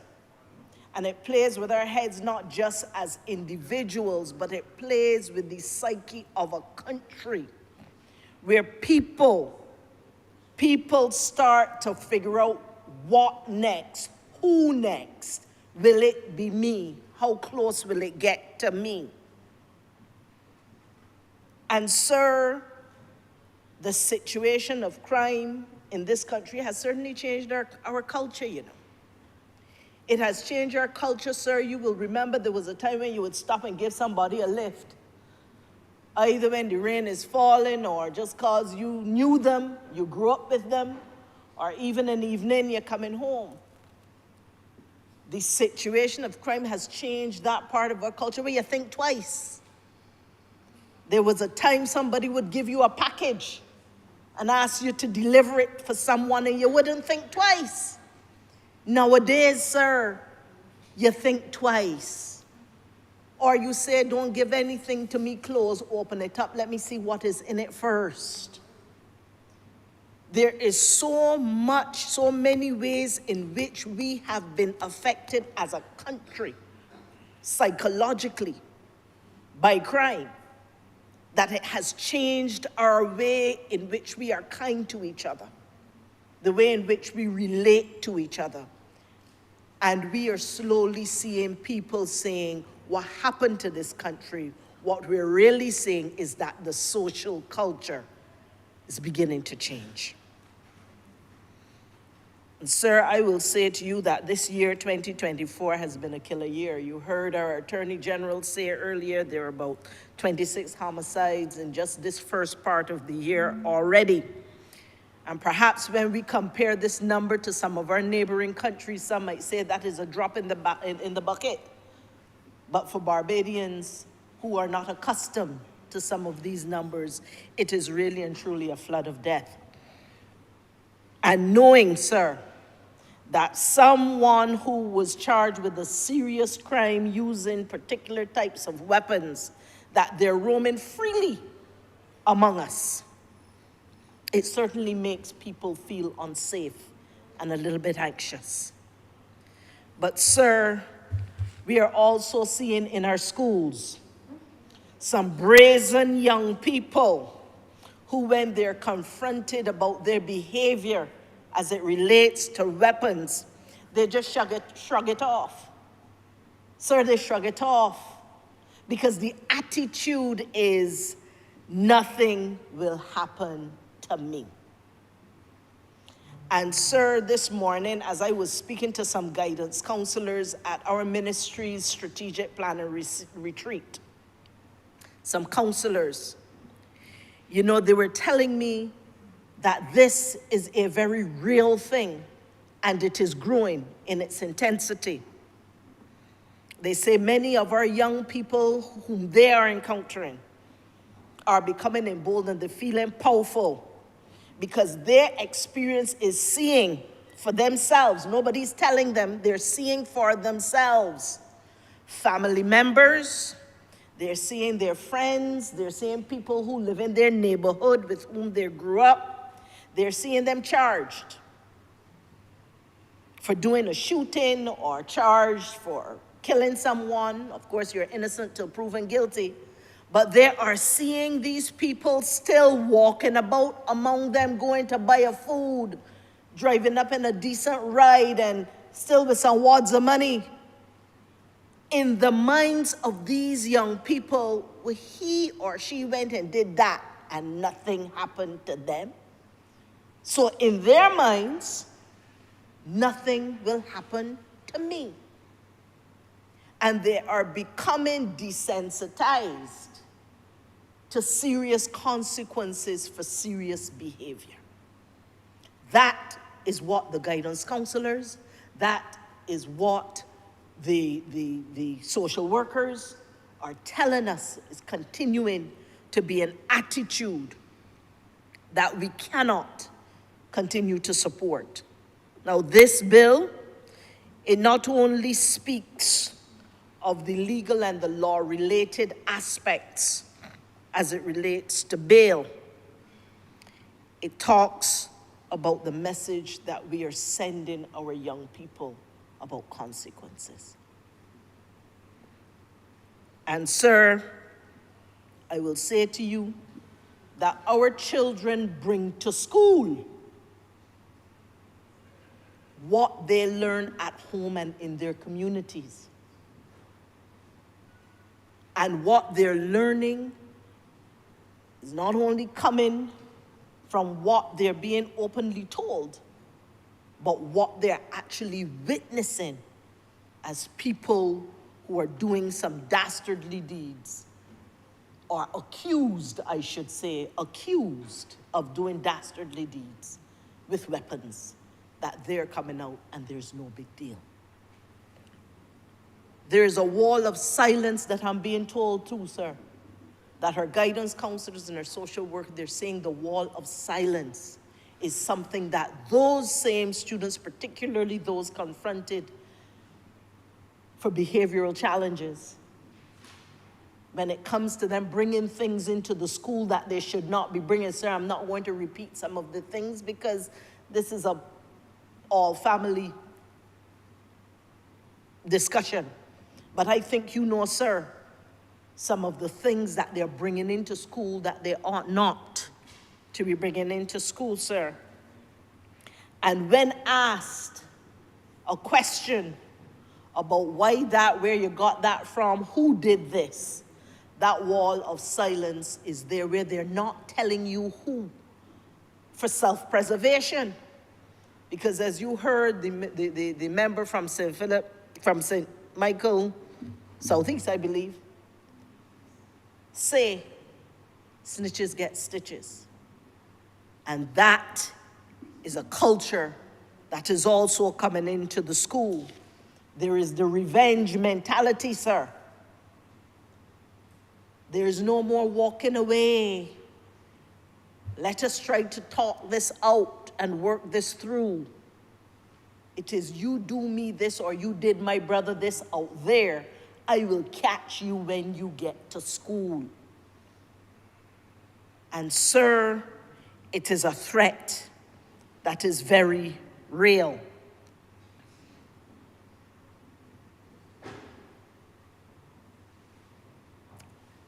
And sir,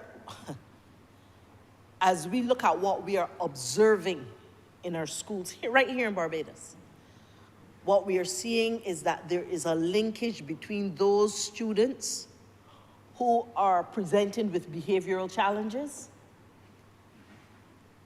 They are also, in many cases, the same students who are presenting with academic challenges. I wouldn't say one is a causal relationship, but I would say that they're definitely connected and correlated. And there are studies, sir, that speak to the fact that individuals with a higher quality of education are less likely to engage in criminal activity, which of course then lead to their having a need for bail. And that those same students, individuals with that higher quality of education, are more likely to secure stable employment and contribute positively to the society. So when our young people who are deprived of what they would consider to be a quality education and what we would consider to be a quality education, when they are deprived of that opportunity, we should not be surprised that they become more susceptible to negative influences for criminal behavior, as they, of course, try to find means to cope with their circumstances and fill the void of lack of opportunity that is there when there's lack of education. May I say, Mr. Speaker, that the impact of education we have found is not just on the individual level, but all kinds of research have shown us that it also impacts at a community level. That when the level of education and the quality of that education is higher in certain communities, the crime rates in those communities tend to be lesser. And so Barbados, sir, in investing in education transformation, it is also a matter of not just us uplifting individuals and the futures of our communities. It is also part, has to be part of a strategy for us to reduce the risk of criminal behavior. Sir, there is, you heard other members speak about the role of education in terms of helping us to manage the crime situation. Sir, I say that for too long we have allowed our education system to focus more on qualifications than on the quality of the person.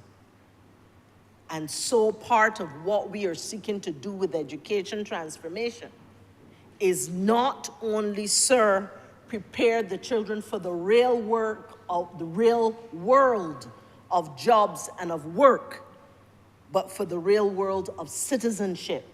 That is, how do you behave as a contributing member of society? But also that we also prepare them for their social and emotional well-being, meaning that they're able to manage conflict, they know how to walk away or to negotiate their way out of a situation, that they can rise above the revenge culture that is developing. And our ministry has certainly sought to say that before they get to the point where they meet the justice system, we want to ensure that we are building up the resources in the schools through our Student Support Services unit with additional school counselors, additional social workers, and we have certainly sought to do so. And I want to thank the member from St. Peter who has introduced us to a number of persons from the faith-based community who are willing to work alongside these increased numbers of counselors and social workers to provide the additional support, because we cannot have enough support for this increasing incidence of behavioral challenges that we are seeing in schools. And sir, I want through you to share that one of the things we were to do as a ministry was to make sure that we have agreed on the criteria for qualifying people to come into the school system to support us as counselors. Because we cannot just let in every and anybody who said, I am a counselor, but we have now settled on what that criteria to qualify them to do that should be. And so, through you, the member from St. Peter should be hearing from us very shortly with regards to how do we move forward in that vein. And I think that as we do so, as we increase the level of support to our students in schools and to our teachers too, because we're finding that teachers who have had encounters with persons who are affiliated with some of those who may have received bail for various activities related to crime and accused of killing others, that when teachers have had to interact, they too have been scared. And so some of the counseling has not only been for the students, but for the teachers. We, as a ministry, have also been working with our welfare department, our child care department, and others to do what we can to provide additional support. We have been training our teachers in positive behavioral management. And this in 2023, and again this year in 2024, a number of students have been referred to the special program that we have for students who have presented with behavioral challenges. And our guidance counselors have said we need to work specifically with those. And so there are, this year, many of them going through a special program. Sir, so often we hear about the boys.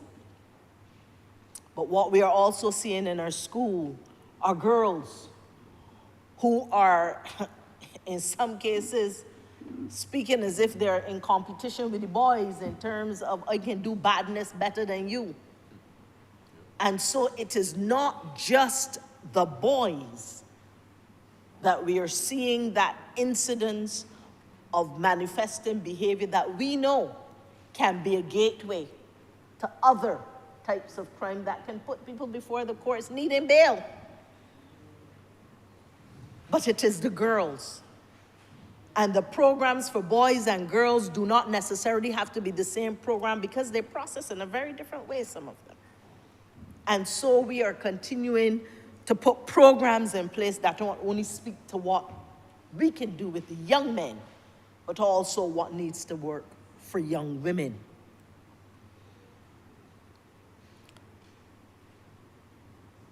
Mr. Speaker, we can all look and say what is happening with crime in this country, and we can point to government and the courts and the police and any number of others who need to be a part of the solution that we need for criminal activity in this country.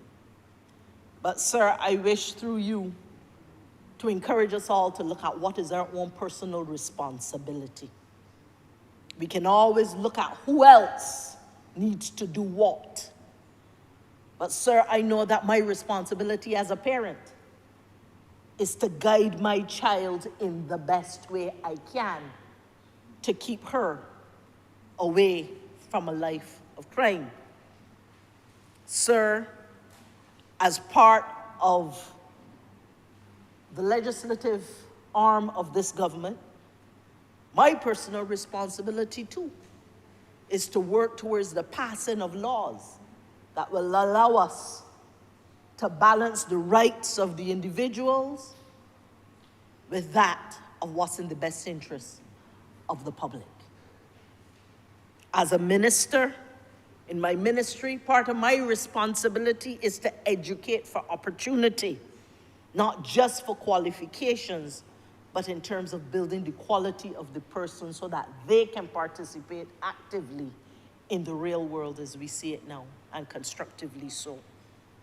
And as a Bajan, my personal responsibility, I see, sir, is that of if I see someone who I can say, come, that I have a responsibility to mentor and carry them along and show them a different way.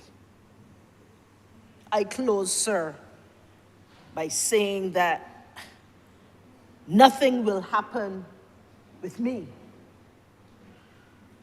Cannot be only that in the minds of some of these young people who say nothing will happen with me because I see all these people coming out on bail after doing so many things, so I can do that too.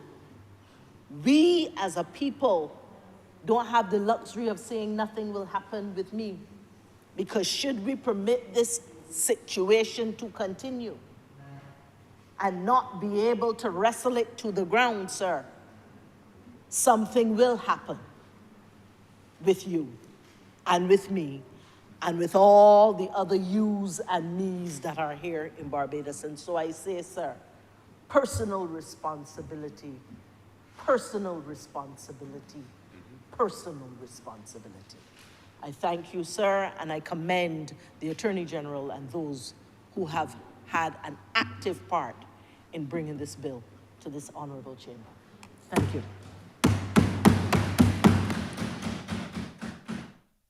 Honourable St. James South. Thank you very much, Mr. Speaker, and I am pleased to be able to join this debate to share some thoughts concerning what it is we need to do in order to wrestle to the ground this issue of crime. I also rise to give full support to this bill because I see it as part of the legislation that we're seeking to use to reset our legal framework for our republic in order to reduce the subculture of crime, which is being enacted with impunity. And sir, it has had an impact on our populations. I come from a constituency that tends to be older, seniors who live on their own. And so it is scary for them when there is a loophole that can allow people who've committed crime to be back on the street and therefore open to committing more crimes. But for me, one of the more challenging and scarier aspects is the fact that there's some holes in our social framework, there's some holes in our legal framework that we need to plug if we're going to properly address this issue. And so today, I am so pleased to be able to join hands with colleagues in support of the Attorney General and in support of this bill that will allow us to plug at least one of those holes today. Now, the history of our penal system, sir, is that it never was focused on helping to make the individual better. It really was about keeping that individual away from the society. It didn't matter what really happened to the person who committed the crime. And so eventually our penal system became a part of a manufacturing operation that helped to produce hardened criminals. These hardened criminals would return to the society and they would incubate new criminals. And so we found ourselves in a situation where we have to come with programs and interventions and laws that will help us to bring this to a halt. We cannot treat our penal system as just a place, a waste bin, where we put maladjusted persons. So we sweep them from the scene. They're never to be rehabilitated and never to be included in the vibrant life of this republic. And so, if we are going to bring change, it is necessary for us, just as we are modernizing our health system, modernizing our education system, we have to modernize our penal system and ensure that we are doing what is necessary for our legal system to help it to do what it needs to do, create opportunity for security and safety in the society, that people can get on with their lives. Now, one of the things I think that would be important for us if we are going to be able to change what is going on in our penal system is to appreciate the fact that when we send someone to prison, we cannot afford to do as we did in the past, to lag when it comes to building strong rehabilitation programs that would allow them to become more useful members of the society. By failing to do good rehabilitation, we render them unable to contribute meaningfully to their families, to their society, and to live a life that is able to bring them into some kind of life satisfaction. As a society, we've tended to be fairly punitive, and therefore we have tended to have this need to punish people forever. And what that does, when we create a situation where when a person comes out from prison, they cannot get reintegrated, what we do is engender a sense of desperation, which will help feed that recidivism. And that is not smart on our part. And why is it not smart? When we hold people in a holding pen forever, punishing them for that crime, we fail to acknowledge all the other impacts that emerge because of this person having committed a crime and being put in prison. I've heard stories of children whose parent, particularly their father, was sent to prison for a crime he committed. And the child started presenting in the school self-harming because the child could not cope with the challenge of having a parent being in jail and not being able to cope with all that that meant. And so the child was self-harming. On another occasion, there were children who, living that life, being in a family where crime and criminal behavior is normal, that children then feel that this is a part of how we behave in the society, and as was so ably shared by the Honourable Member for St. Philip West. Children then feel that this is what they are allowed to do.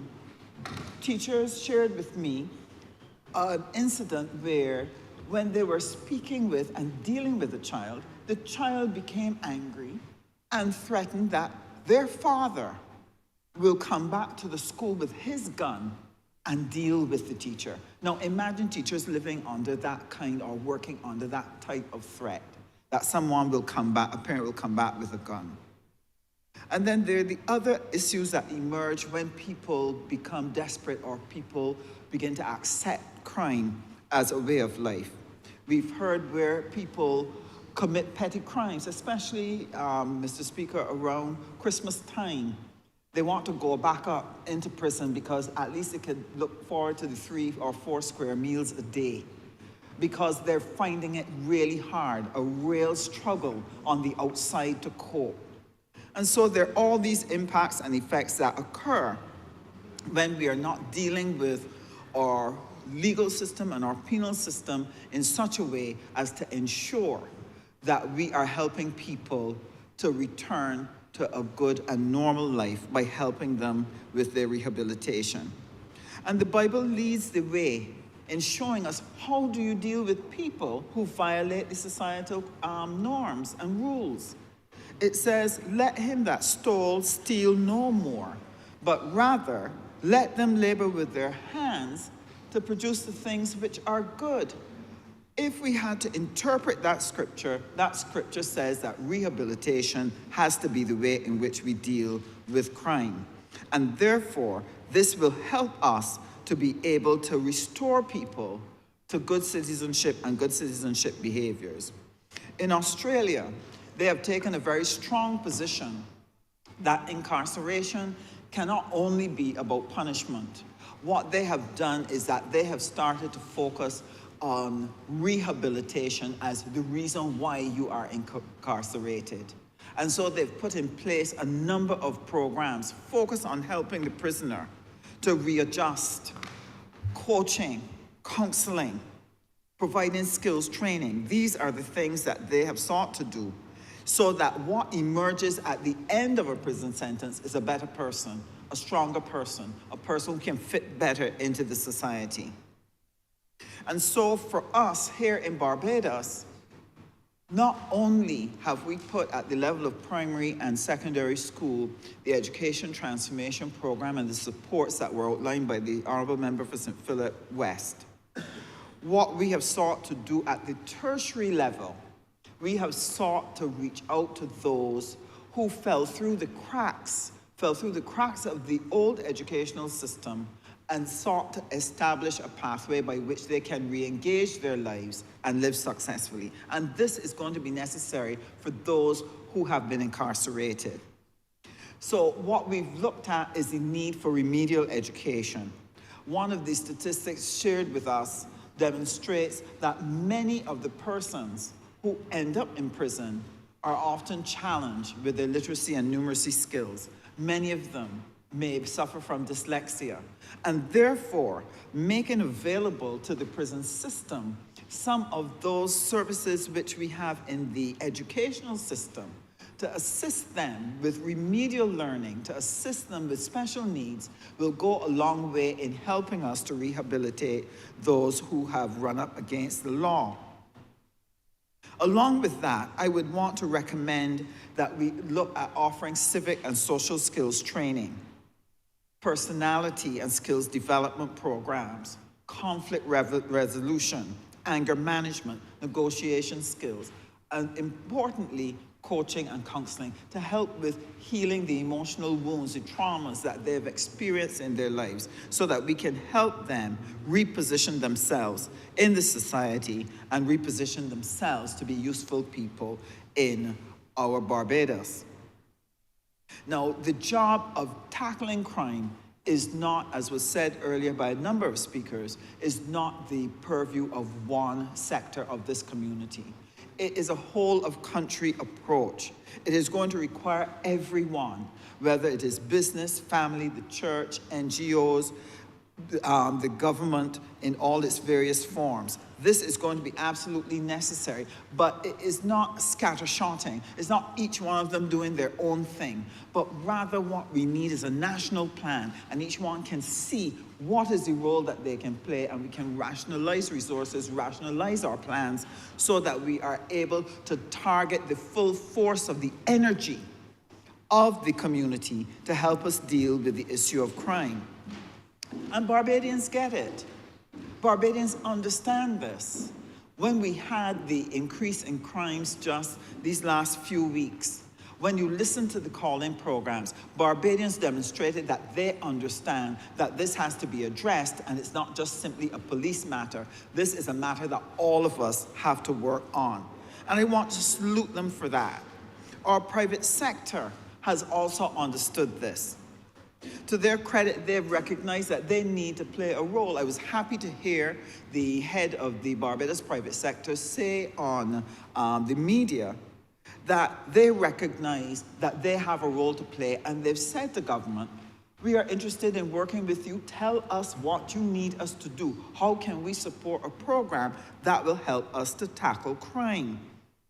And I was pleased to hear this, because two of the suggestions that were put was, do you need us to help with jobs? Do you need us to help with internships? Do you help us need with sponsorships? They listed a number of things. And I was pleased about that, because in the tertiary system, one of the challenges we have in giving people practical experience and shaping them to make them fit to work in enterprises, to get a job and then keep the job, Our problem has been getting opportunities for apprenticeship and internships that would allow them to be mentored in a work situation and that would allow them to become successful in a career. And this is going to be important. I want to encourage them to have those conversations with government, that we can look at what it is we need to do in order to be able to provide a pathway for people to be successful. The reason why I felt that it was important for the private sector to recognize the importance of playing their role is because crime affects them, and it affects them in a number of ways. When people retreat to their homes and don't go out and avoid mixing, then there's no spending, so consumption drops. When you have travel advisories, it impacts our tourism earnings. It impacts our investment attractiveness. But the continued growth of crime and the attitudes that fuel crime will contaminate your labor force. Eventually, your workplace will become difficult to manage as people with attitudes that do not conform to the values of our society then begin to manifest in the workplace. And that has already started to happen. And supervisors and managers have expressed concern, well, what quality of person are you putting out that we now have, we're dipping from a pool that is experiencing some level of contamination. And so this requires that we all work together, and I want to salute the private sector for so doing.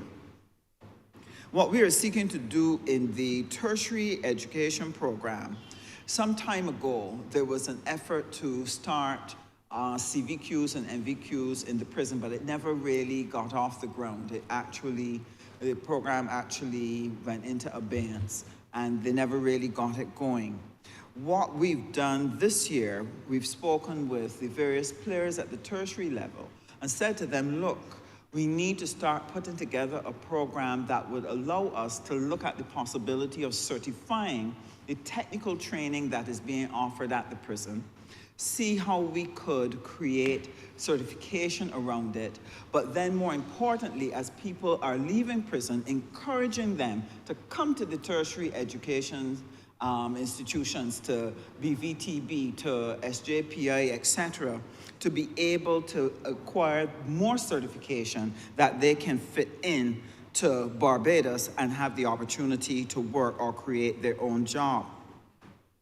And one of the things that I want to highlight that I think is an excellent example of what can be done in terms of rehabilitation.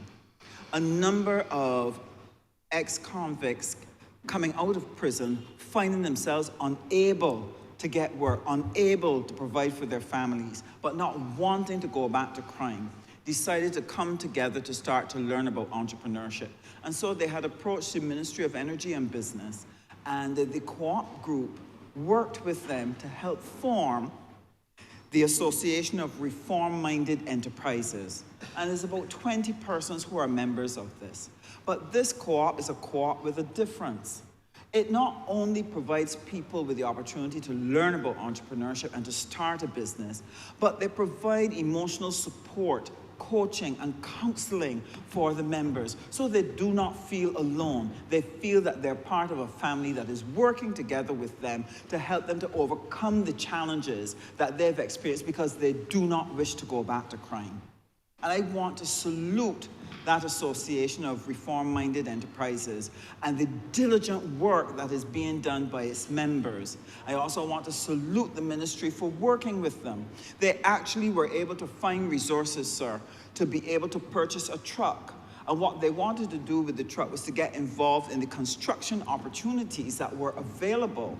And so they've been able to get some.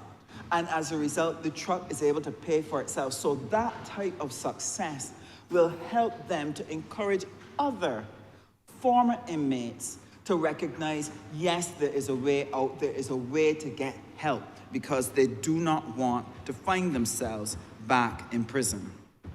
And so this is important. I really want to salute them. Now, we said that all the players have to find a role to play in terms of handling and managing crime. And I shared about the private sector. But we also have a role to play for people to volunteer. And I believe the Honourable Member for St. Peter shared what was being done in terms of the NGOs and encouraging them to work in communities. In the Ministry of Education, we have the Give Back program.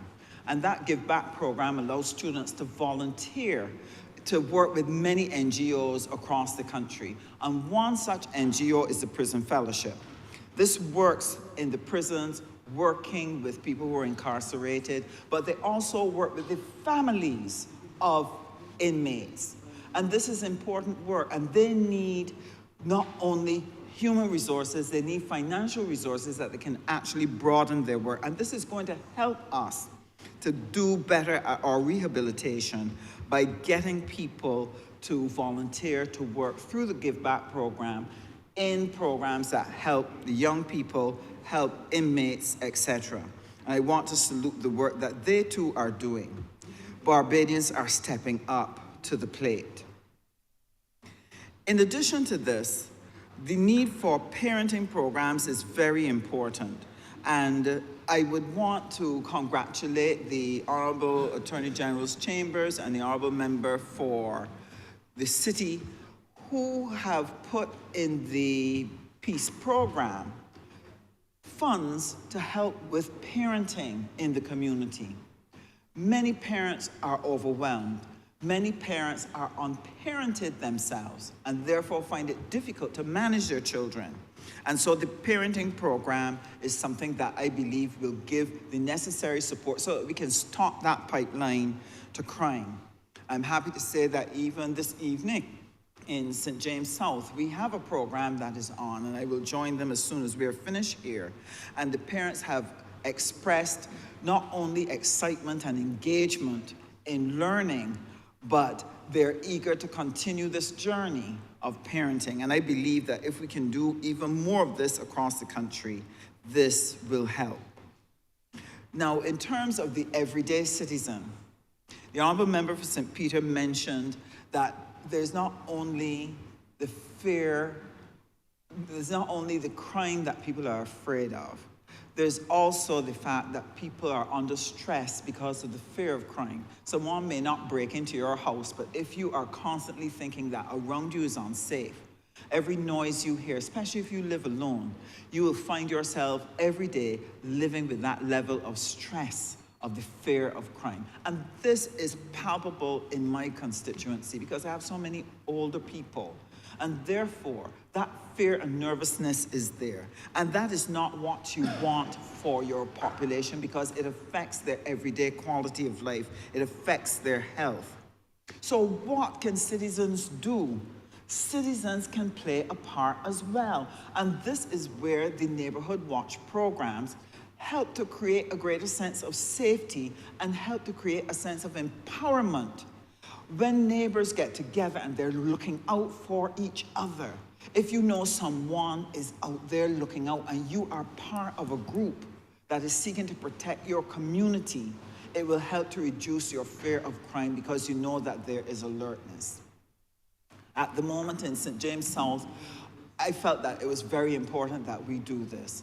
And we have 23 such groups already formed. By the time we're finished, we'll probably be at 35. But already, I am beginning to see the social impact of neighbors getting to know each other, sharing, looking out for crime, communicating with the police, and making sure that around them is safe and helping all of them to feel safer. And what I want to do is to encourage more people to join and become members because this is part of how you help contribute to this fight in terms of crime. Now, sir, creating a bail act that balances the needs of the individual who has committed a crime or is alleged to have committed a crime and the needs of citizens is not an easy thing.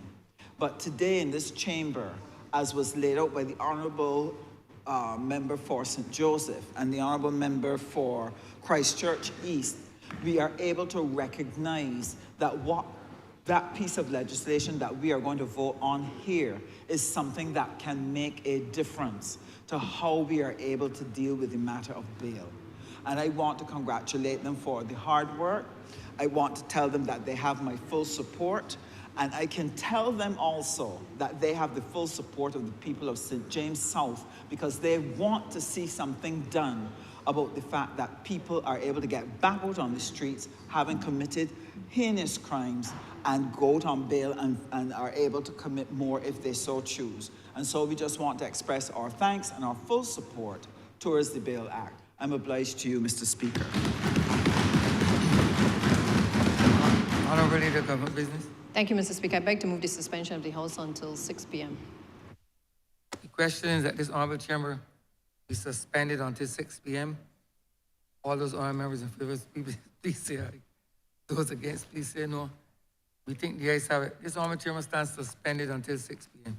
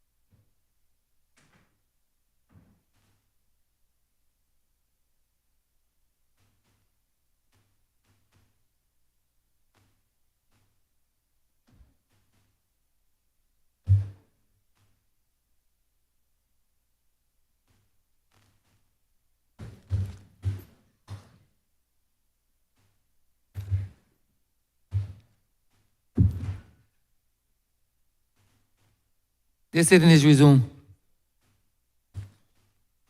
Honourable Prime Minister. Thank you very much, Mr. Speaker, sir. Mr. Speaker, I returned from the CARICOM Heads of Government meeting about 3 hours ago, and I came home early from the meeting before it finished so that I could acquit myself of my responsibility to this country and to this Parliament with respect to the legislation that is currently before us. Sir, we determined as a government a few weeks ago that we were not in a position to continue to wait for the judgment of the Court of Appeal in circumstances where we believe, sir, that the judgment may still favor our position with respect to the amendments brought to the Bail Act in 2020, I believe, 2019 it was, and for which the High Court judge ruled that there had been insufficient evidence before her because of a failure of the attorney for the Solicitor General's chambers placing affidavits in spite of being requested so to do on numerous occasions. This is not a matter that gave me any joy whatsoever as Prime Minister of this nation. And in the circumstances, we felt that the lacuna that currently existed with the Section 5(1) of the current Bail Act, because it is still the law of the country until such time as this new Bail Act is proclaimed and leads to the revocation and repeal of that legislation.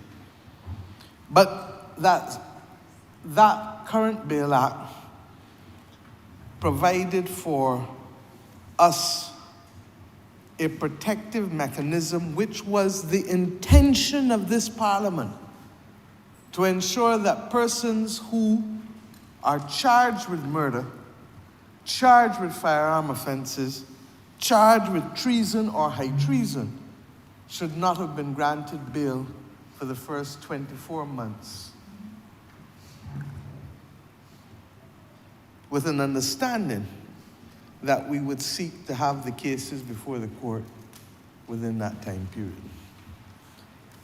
That process, as I just said, was interrupted.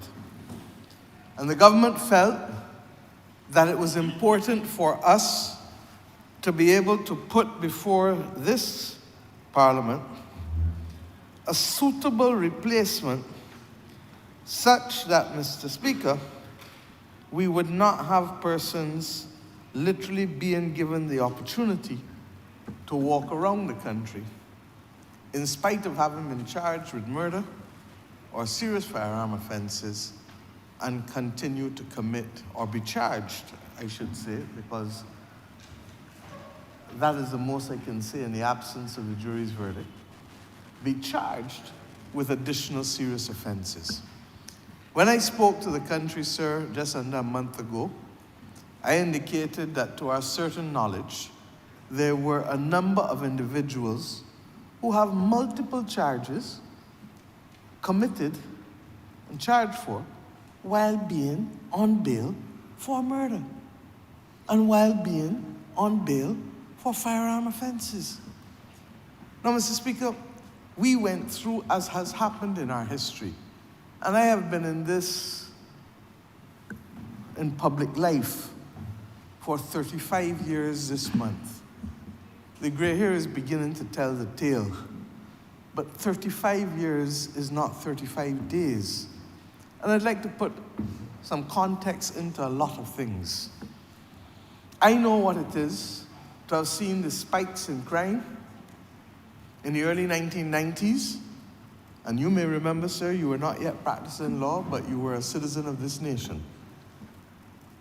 And there was a spike of robberies and some murders and burglaries in the early 1990s that led to an increase in the sentences being given by our judges. Prior to that, sir, basically you didn't really even see, even for manslaughter case, a sentence longer than 7 years. manslaughter. But that was in the days of Oliver and Roberts and all of them, and you got into the 20-year sentences and the 25-year sentences, and for a number of people, they were taken out of circulation, and we went back into a lull for quite a while. Mr. Speaker, just before I became Attorney General in this country, we had a spike again. And I remember that in the early days of my assuming the office, one of the things that the then Commissioner of Police, Commissioner Grantley Watson, came to discuss with me would have been a framework that he intended to put in place, including the cancellation of leave for all police officers when we had a spike once again of robberies and murders. Indeed, sir, I remember that period in terms of the context of the Liat Quick Pat robbery, which happened somewhere near to the precincts of this Parliament. Mr. Speaker, I have seen under the last administration when we had spikes again, culminating once again with things that offended the sensibility of Barbadians, particularly when we had the shootings on the highway for the Grand Kadooment. Mr. Speaker, one of the early and most difficult acts of this government was when we were sitting in cabinet and the Honourable Attorney General came back in a couple years later now again to report that there had been a shooting in Sheraton Mall, something that no right-thinking Barbadian would have ever contemplated to be part and parcel of what we would expect to see in this nation. Mr. Speaker, sir, we had a lull again. And then in the late 2022, we had a spike again in a series of murders. And the one that I remember once again sticking out in my head was the shooting through the ZR in Eagle Hall, Fort Cross, a morning time. Mr. Speaker, in the month of June, we had a spike again. And in that spike, unlike the previous ones, we had both those who clearly were suffering from anger and anxiety, because half of them had nothing at all to do with other than disputes or some kind of mental related circumstances, and the other half related, regrettably, to firearm offenses in a way that we find completely unacceptable in this country, with one of them in particular reflecting a use of assault weapons that have no place in civilized society and belong, Mr. Speaker, in theaters of war. Mr. Speaker, to the best of my knowledge, we in the Americas, from Alaska to Chile, have no current war going on. Regrettably, other countries and continents do, but we do not have war going on. And I say so because there is no place in any civilized society, and certainly this country of ours, for assault weapons to be used, to be in possession, to even be in a museum. If you want to know what it looks like, watch it in a movie. But there is no place for it. And why, sir? From time immemorial, people will get into conflict. People will lose their temper. People will act out of passion. The French term it in their own way, recognizing that passionate crime is part of civilization. And as I said, certainly up until the early 1990s, even when that happened in Barbados, we did not see necessarily long sentences, because the presence and prevalence of firearms was not generally part and parcel of the environment. And certainly the number of crimes that were committed with a firearm were in the minority as opposed to the majority. I started practicing law 36 years ago. And in those days, in the early days, you might hear of a pipe gun. How many people remember that? A pipe gun was, I come into that one after, but the pipe gun was one that was being manufactured. I remember the first one came out of the parish of St. George that I remember knowing about. And the magistrate, and when we saw it there, I mean, I was fascinated by the ingenuity at the time, but understood clearly that we were walking on dangerous ground. And Mr. Speaker, as Attorney General, I made the point very often that left to me, if I could deal with Barbados as a Greenfield society, mere motley, I ain't talking about the government or anybody, I would ban all guns, because I don't really see the need for them in a civilized society. But the horse has bolted from that stable long time.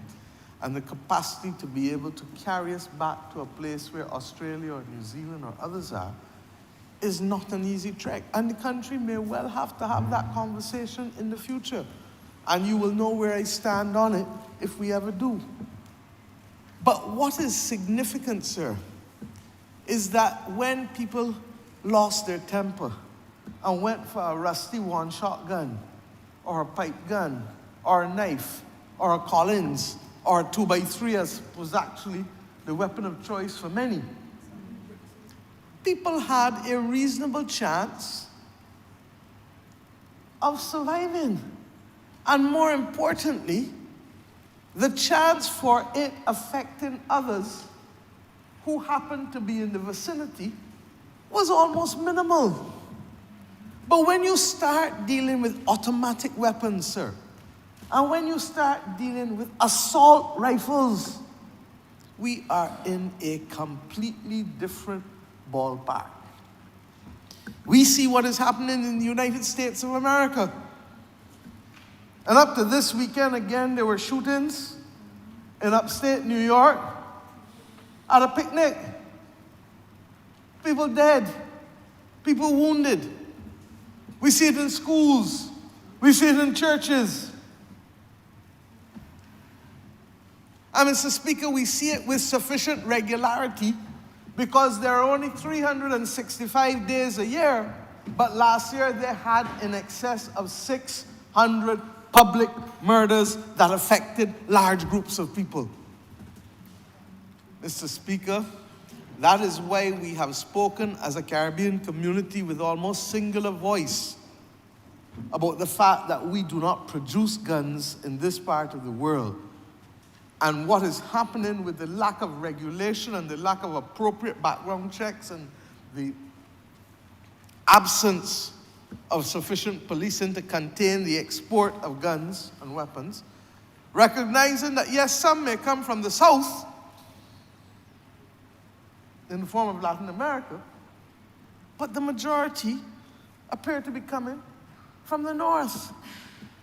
And Mr. Speaker, we have now had sufficient experience with this, not necessarily in Barbados alone, but in the Caribbean. The fact, Mr. Speaker, that the top 10 countries for homicides contains 6 per 100,000.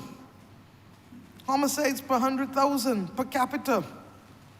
6 of them, 1, 2, 3, 4, top 4 in 2022 from the Caribbean. Number 5 from Central America, and number 6 and 7 from the Caribbean community. Mr. Speaker, I'm not going to call out their names because it is not in my place to be able to bring dishonor or difficulty to those countries, but we know what we are facing.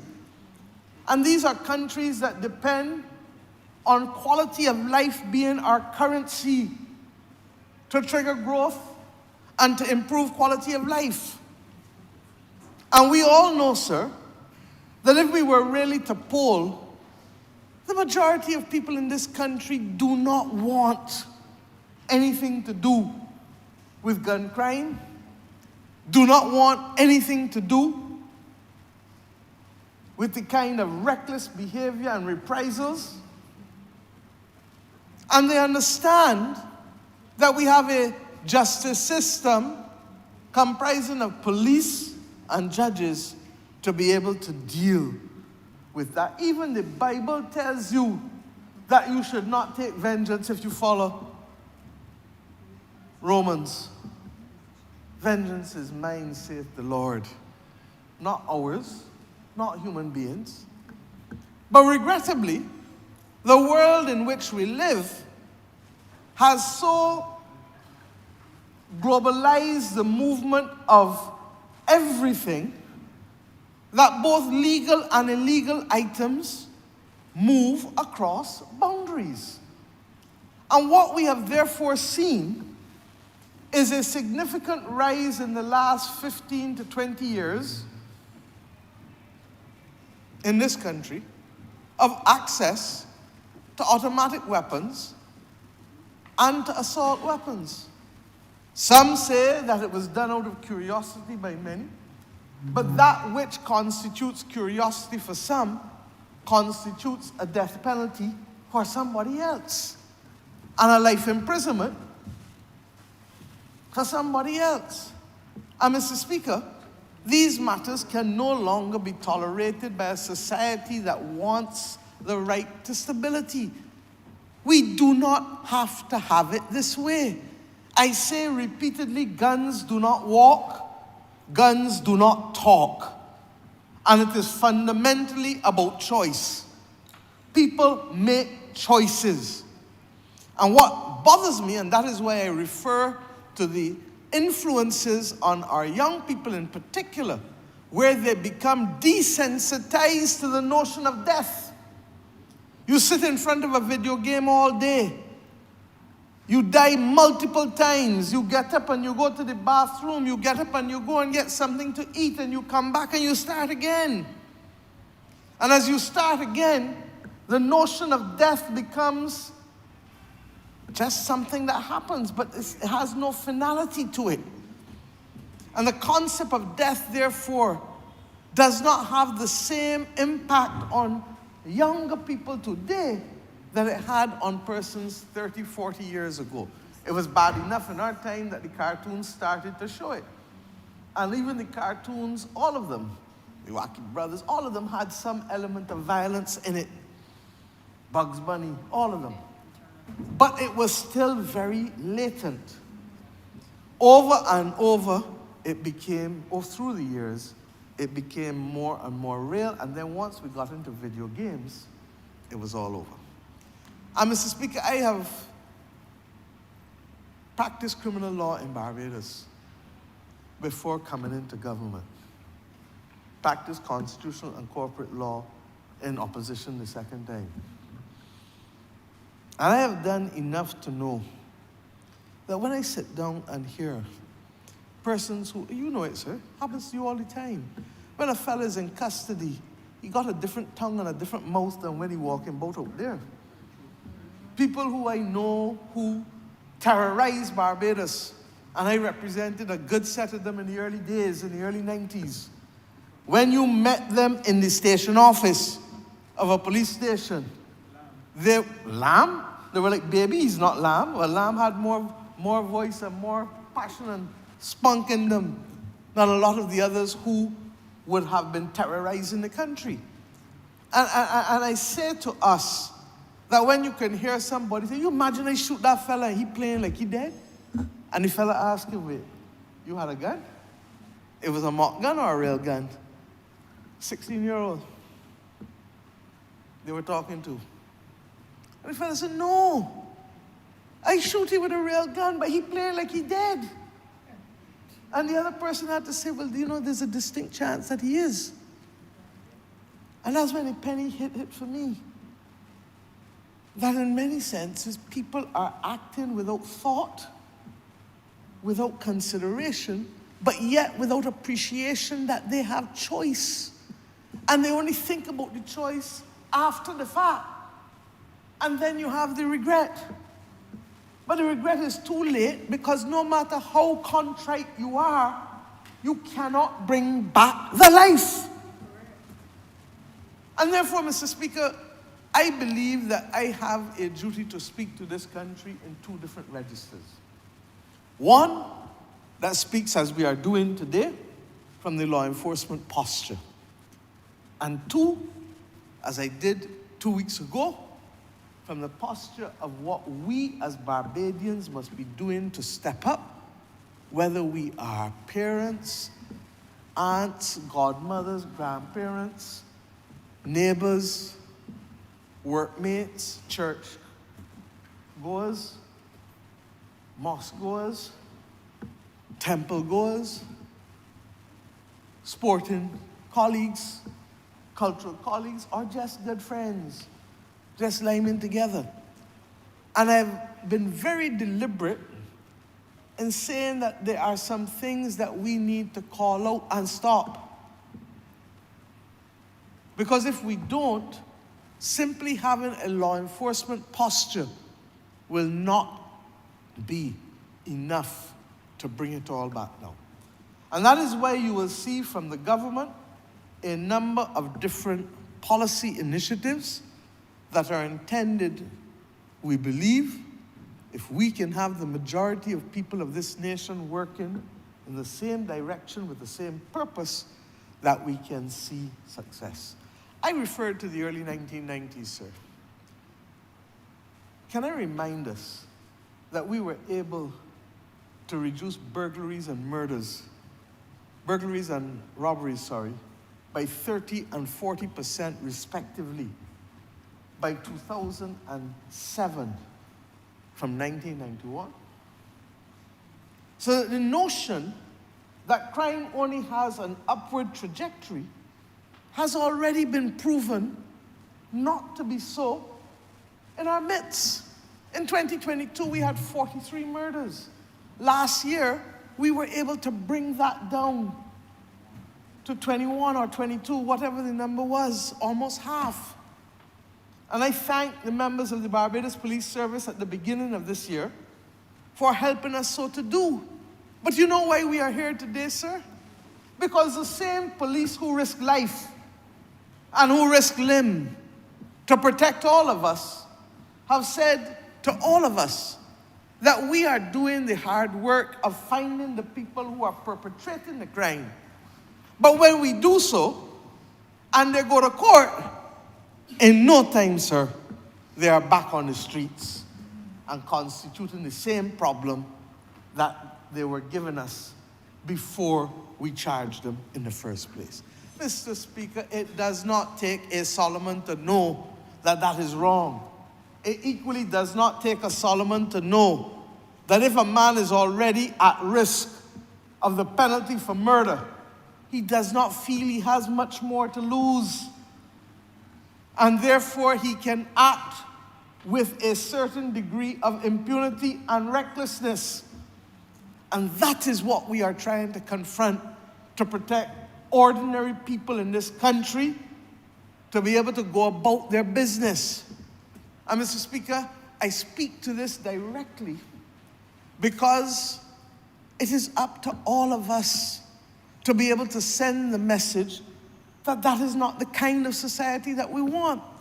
And typically, part and parcel of the post-traumatic stress disorder of slavery and colonialism is that we have not yet sometimes fully accepted that as we have become firm craftsmen of fate in our own society after independence, that it is up to us to maintain the responsibility of law and order and the standards, and that it is not simply a case of protecting somebody who is apparently vulnerable in your eyes at all costs to the exclusion of the stability and order of the entire society. And what this legislation does is that it reminds us, Mr. Speaker, that there is the interest of justice to be served. And that the interest of justice is not only about the interests of the liberty of the defendant or the innocence of the defendant, but it is also about the broader societal issues, Mr. Speaker, that effectively affect the quality of life, how we live, what causes us to panic, what causes us not to go somewhere, what causes us to remove ourselves from certain circumstances. All of these things help constitute the environment within which the interests of justice must be appropriately balanced against the interests of that particular individual. You may hear someone say, oh, no, no, no. And when you hear the discussion, everything is about the right of the defendant.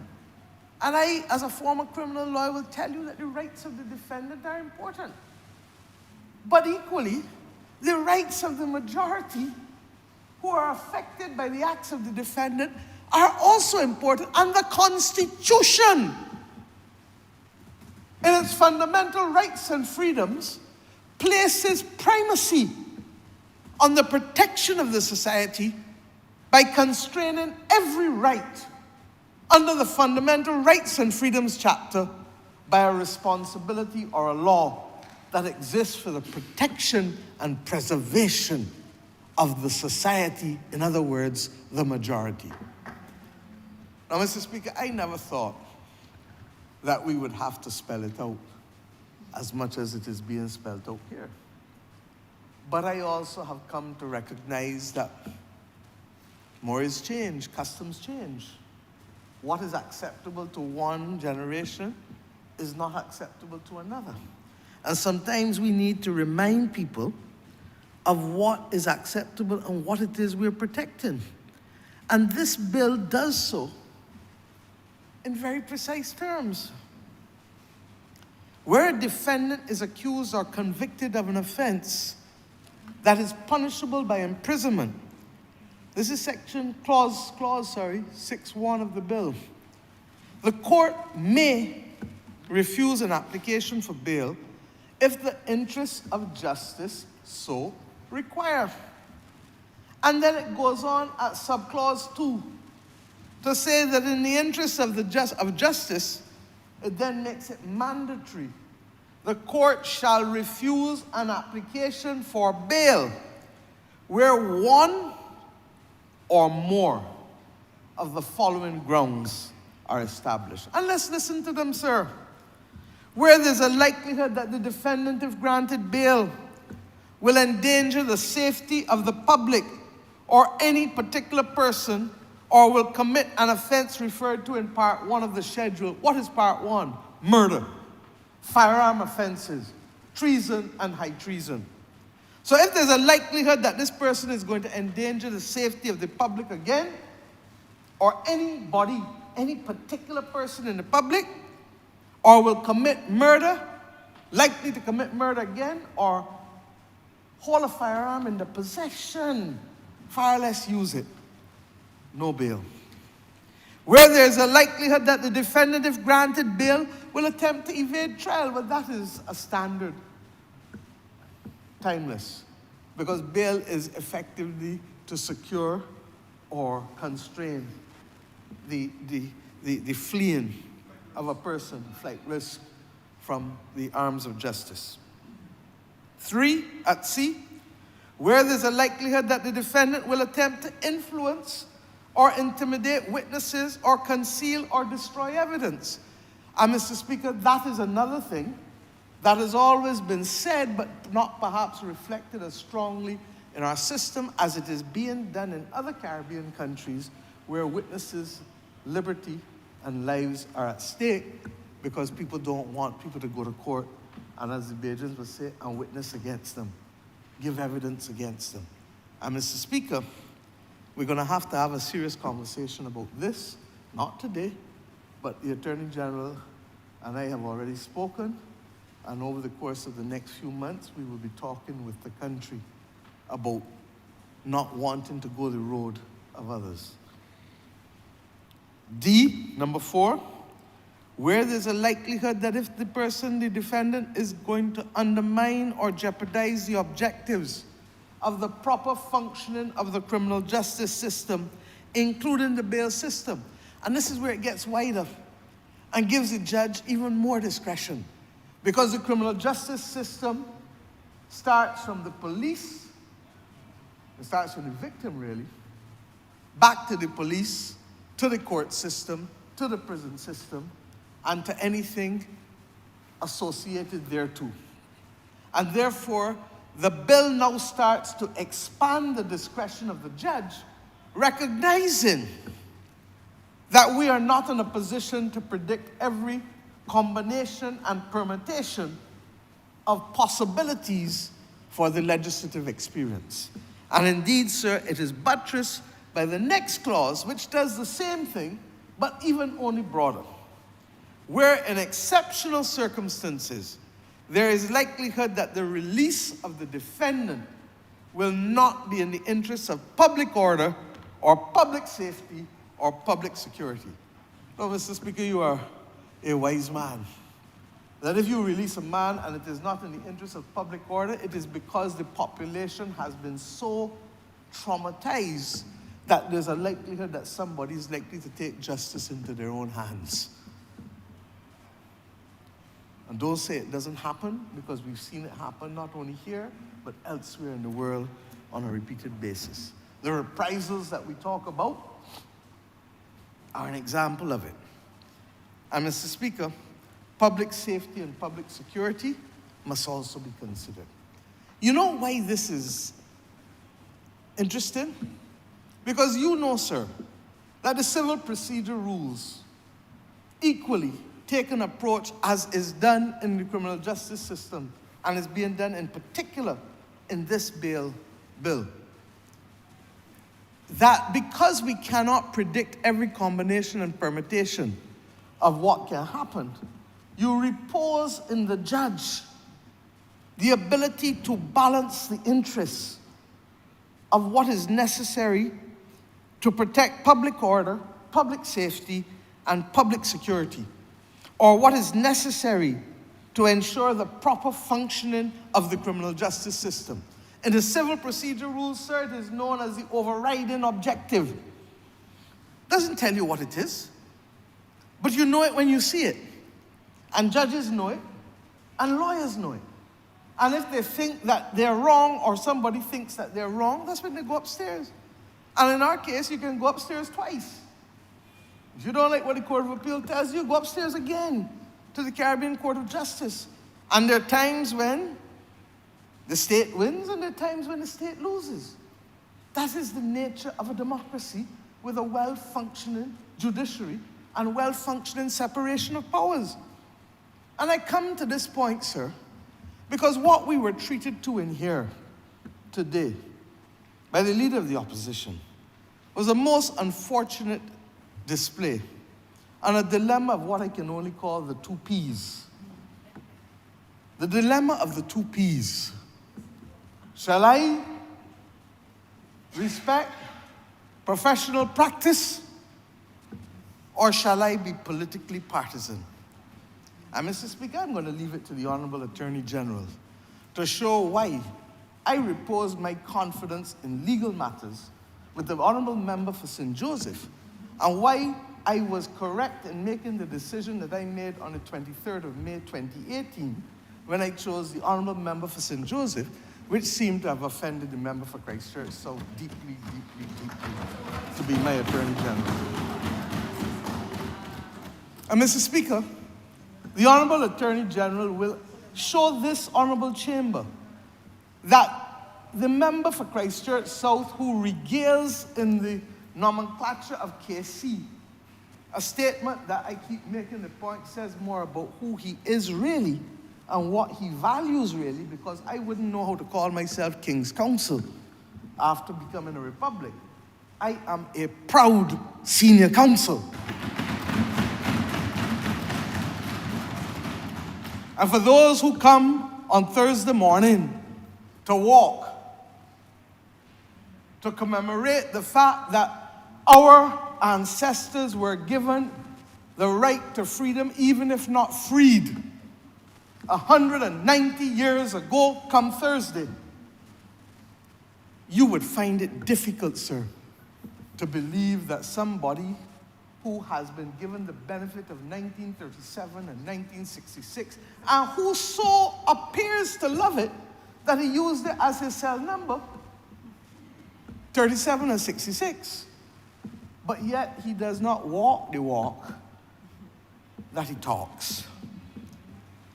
And therefore, sir, I am not surprised that he found himself coming down in the dilemma of the two P's on being politically partisan, because I know that as a senior counsel, I will not refer to him as King's Counsel, I will not be an accomplice to his denigration of his own self as an independent Barbadian. That a person who is a senior counsel could so forget the law and forget what he himself has argued, as you will hear, to come in here and talk what he talked today. Mr. Speaker, those who don't know better can put up with that. But those of us who know that it cannot be as simple as depriving and removing from the judge all discretion, such that the separation of powers is in fact effectively breached. And sir, he should be reminded of that on a daily basis, because he knows that he has to respect the separation of powers, or ought so to do on a daily basis. More than any of us, certainly more than me. On a daily basis. So that for him to come into this honorable chamber and to suggest, having called for the strengthening of the legislation dealing with bail in Barbados, urgently, and Mr. Speaker, I was woman enough to ignore the fact that he called for it the day before, and I was woman enough to stand up to the plate and say, yes, we shall join you and we shall do it. But he is not man enough in here to come and agree to what he knows is the only solution that the courts will accept. The days of mandatory death penalties, in spite of all that we did to fight it, were brought to an end because of the removal of the discretion of the judge in these matters. And even with the penalties that we have for firearms, the Honourable Attorney General will tell you that while there is a presumption that the sentence shall be for a first offense 10 years to 20, and for a second or higher offense 20 to life, there is the possibility of an exception. Mr. Speaker, when I first came to practice law, you could get away with not giving them that discretion. But not anymore, sir. In the same way that when I first studied law, I became a lawyer, sir, 36 years ago. There was no precept that said that lack of proportionality was a breach of human rights. But in the last 35 years, the jurisprudence has evolved to say that where there is disproportional conduct, it can constitute a breach of human rights. Now, sir, if I doubted that he was being politically partisan, his throwaway comment about apartheid South Africa laws gave away his hand. Because, Mr. Speaker, this legislation that we use as a premise from South Africa to deal with bail has been the subject of multiple testing in their constitutional court, not for 5 years, not for 10 years, not for 15 years, not for 20, not even for 25, sir, but upwards to near 30. And Mr. Speaker, we all know when Nelson Mandela became president of South Africa 30 years ago. We equally know that South Africa passed what has come to be regarded in the Commonwealth, and indeed in the entire global society, as one of the most progressive constitutions that is far more liberal in awarding rights to individuals than to the state. More liberal than the 1966 Constitution of Barbados. More liberal than the Jamaican Constitution. The Belizean Constitution. And if you want to talk constitutional law, I'm happy to do it, sir, because I forget what I know. The Belizean Constitution was premised more on the European Convention on Human Rights and came at a later stage because Belize became an independent country much later than Barbados. And therefore, they had even a more restrictive approach to the Savings Clause. In Barbados, we passed a constitution that said that so long as this was a law before 1966, that it is saved even if it was the most heinous law because of the Savings Clause. And Belize said, no, you have 5 years, I believe it was, to get these laws in order. If not, they are immediately struck down. South Africa went further than all the rest of us. So that when you have the South African court continue to reassert that the approach to the granting of bail according to the legal precepts that they have in their legislation and that we have adopted in ours, then I have greater comfort that this is likely to withstand serious challenge. And Mr. Speaker, I want to say that separate from those 5 limbs that I read, do you know that this bill gives the court even further guidance and restricts their discretion, but does not remove it with respect to what they may consider for each of those 5 limbs? In the first one, sir, related to whether the person is likely to endanger the safety of the public, there are 8 separate considerations. Any resentment that the defendant is alleged to harbor against somebody, any disposition to violence on the part of the defendant as is evident from the defendant's past conduct. In other words, are there somebody that accustomed pulling a gun or beating or being charged with it? Any disposition of the defendant to commit an offense referred to in Part 1 as is evident from their past conduct. In other words, do they have a firearms conviction or charge? Do they have a previous murder, manslaughter conviction? The prevalence of a particular type of offense, kidnapping, anything so that this is a body that accustomed treating in a certain way. Any evidence that they, Mr. Speaker, of a threat of violence, not actual violence, threat of violence to somebody else. So that people hear him say, man, don't mind you, I can kill you. That's a threat. I can take this Collins, I can soak it in some garlic. That's a threat. All these things. Mr. Speaker, the degree of violence towards others, so that the court is asked to look for 8 more things.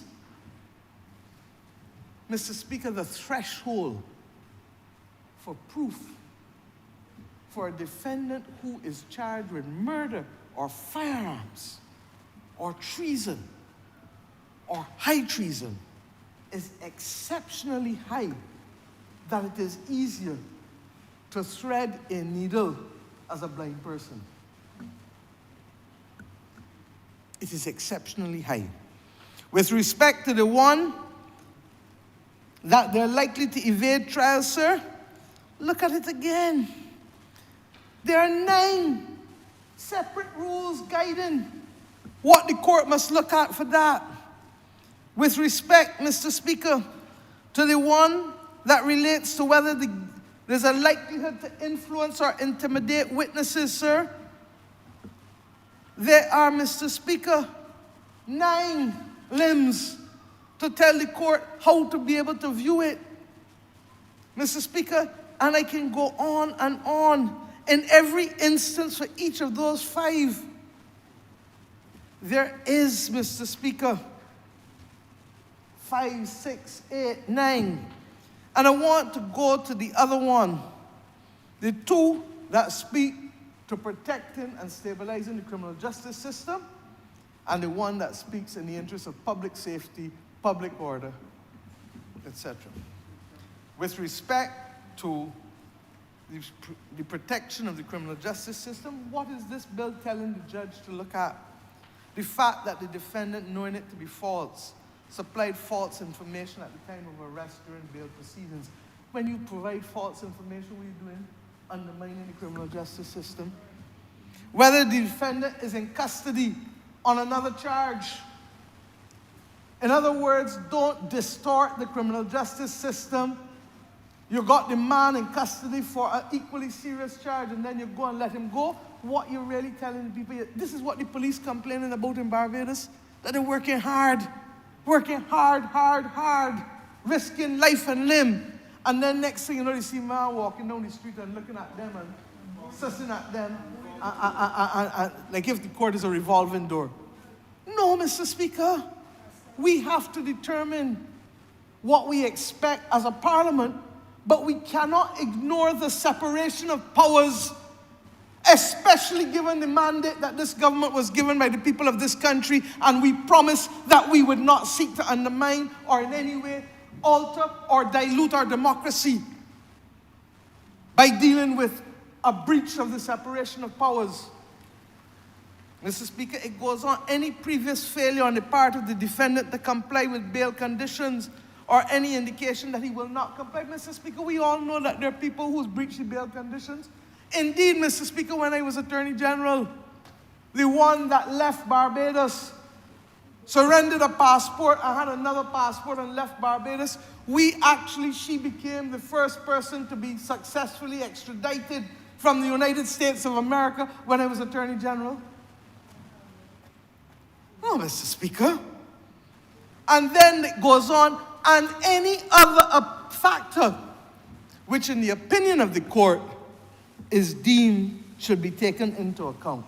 Mr. Speaker, this therefore allows the judge the ability to act conscious of the intent of Parliament, but not depriving them of their right of agency to conduct what is really an inquisitorial process with respect to bail. And as it relates, sir, to the section that deals with, and I'm going into this bill in this level of detail, sir, and I'll tell you why in a few minutes. As it relates to the public safety and public order, the court is given guidance at subclause 6.7. Whether the nature of the offense or circumstances under which the offense was committed is likely to induce a sense of shock or outrage in the community. Mr. Speaker, I told you the outrage I felt when the bullets killed somebody in Sheraton Mall next to a blind man who to this day continues to talk about how he felt when those bullets went off. Mr. Speaker, shooting people in a ZR van on a Saturday or Friday morning with innocent bystanders going to do what? To buy food for the family, to go in town to buy a pair of shoes for the child or the grandchild, to do their ordinary business, Mr. Speaker. B, whether the shock or outrage of the community might lead to public disorder if the defendant is released. And we have already said this, that there are some offenses that lead to public disorder. It may not be this one, but look at the Olympics here recently. There's a man who was convicted of rape who is representing a particular country. And from the time he stepped out to play the volleyball, the entire crowd booed the man. Rape of a minor. And we all know that there have been cases in this country that have incensed us. And as we read what happens in other Caribbean countries, in spite of the fact that it is over and away, the burn and the rub, and we heard of some this weekend, because we spent over 3.5 hours in caucus dealing with this difficult and vexatious issue of violence. Remember, for St. James Central will tell you that some of the cases that we heard of in the last 24 hours will chill your skin as to what is happening in the Caribbean community, sir. Because we live in the same world as everybody else where these things are happening.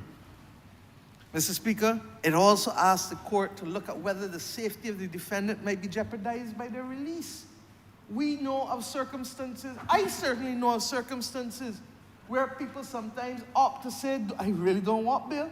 I can tell you when the prison burnt, there was a particular man who was taken out. They asked him whether he would lead. I will never forget it, the Sunday morning, because in any group of persons, and that's why the word gang is so sometimes deceptive, because gang implies an organized structure, but more often than not, the structure is very loose, so people can come in and out of relationships and associations. But on that particular morning, at Sunday night, Monday morning, 3 o'clock, somebody was killed. The person who was supposed to have been carrying the sway in the population as they were waiting to go down to Harrison's Point while Harrison's Point was being built. And this particular person, a young, bright fella, but was in there on a particularly serious charge, I'm not telling you what. And when they turned to him and asked him if he was prepared to accept the responsibility for leadership, the man said, no, but not me. And he asked if he could see the Commissioner of Police and begged the Commissioner of Police to transfer him right away to a secure facility rather than to assume leadership of a group, because he knew that by being leader, he would immediately become a target to be taken down in only a matter of time. So that a person's liberty and life can be jeopardized for many types of reasons, and the court recognizes this, will recognize this according to the law. Whether the sense of peace and security among members of the public will be undermined or jeopardized. Is this somebody who is a sociopath? Is this a person who is going to walk out and threaten people, threaten women, threaten old ladies, harass them, threaten witnesses? Whether the release of the defendant will undermine or jeopardize the public confidence in the criminal justice system. Mr. Speaker, we are taking out new territory in this legislation, because this legislation is recognizing not only the acts of the defendant or the acts against the defendant, but it is recognizing that a civilized society must have public confidence in the criminal justice system. Because if people do not have public confidence in the criminal justice system, they will take the law into their own hands. At worst and at best, they will act apathetically and cynically and not cooperate with the people who they need to cooperate with in order for the system to work function. So this is a serious matter, and that is why I'm so disappointed in the member for Christchurch South for treating this in as cavalier a manner as he has done, and for hiding behind a Republican constitution that he knows will come. But if we were to bring a new constitution in here, Mr. Speaker, and don't consult with the Barbadian public on the terms of the new constitution, almost 200 pages of it, what would the party that he leads seek to tell the rest of us? You're a dictator. He's associated with the ones that walk through town every 2 weeks with pictures hollering dictator, as if they know what a dictator is. They might know how to spell it, but that's where it ends. They don't see no dictatorship in this country. But he would want to hide and tell the very people that he is crying false stares for in here that the public is so worried, the public is so concerned. But you want the public to wait another year, 18 months, to get a new constitution passed before Parliament, before they get protection against people who are walking about on multiple charges. I have nothing to lose, therefore, with respect to committing more charges. Mr. Speaker, we're either serious or we're not serious people. And that is why I say I am deeply, deeply disappointed.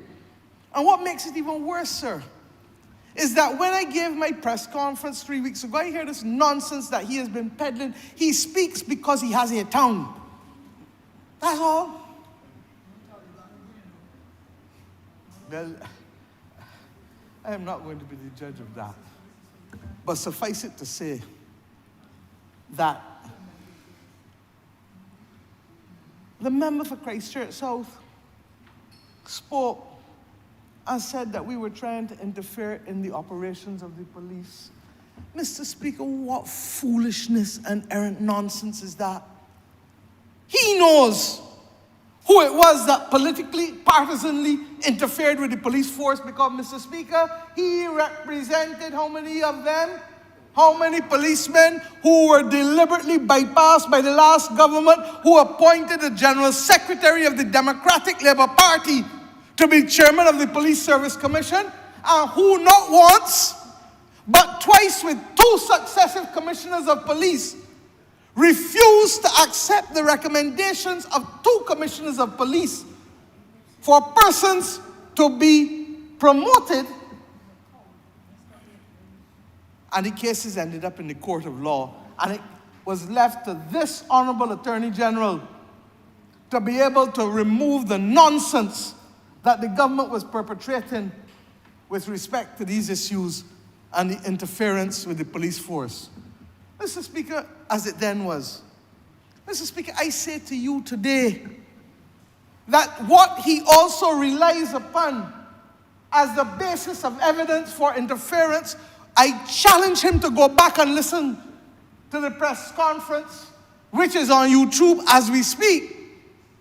And I said then that the National Security Council had received recommendations. The Honourable Attorney General would tell you from the International Police, it's called IPAS, what it stands for, again, International Police Advisory Service, an international entity for police services, police forces across the world.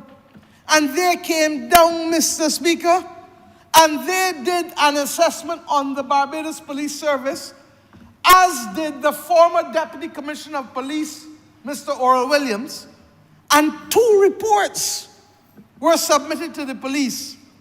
And in the particular report of IPAS, they recommended, sir, that a unit dealing with serious and organized crime be established. And they recommended, sir, that in addition to that, that we also use the members of the Barbados Police Band as part and parcel of the Community Policing Initiative. And when, therefore, that was brought to the National Security Council, we willingly agreed.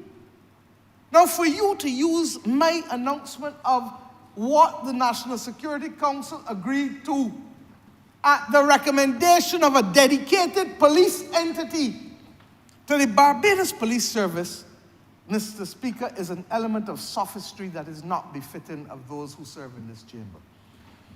I say to you, sir, that we are under any illusion. The Commissioner of Police operates is responsible to the superintendents of the force and is accountable to the President. And prior to the President, it was the Governor General. Our responsibility is to provide the police with the resources, the money, the posts, the equipment, the legislation, the rules, and the cooperation of all other members of the executive. Now, I can say without fear of distinction that even in an IMF program, this government has not said once to the police that they cannot get what they're asking for. Not once have we refused them. And therefore, sir, to continue, and far from that, in the budget of this year, because of the strain that we knew that the police, particularly the detectives, are working under in CID. And because of the low morale, because of the release of these men walking about the street that they work hard to find and charge, we agreed, Mr. Speaker, to create a special allowance for them because we were running into trouble with the fact that many of them could not draw flexi appropriately and were receiving, with all the other allowances, sometimes less than what a man in uniform, not investigating crime, was receiving. Our country cannot have a functioning police service without criminal investigators. The police, yes, keep order, but they investigate crime. And therefore, Mr. Speaker, for him to hide behind these facts is truly not befitting of him, even as he faces the desperation of trying to settle his party, because you have a case being settled in court and the confusion continuing at George Street went up to last night, in spite of a senior counsel who regales also, it must be a Democratic Labour Party thing, that they only call themselves KC, King's Counsel.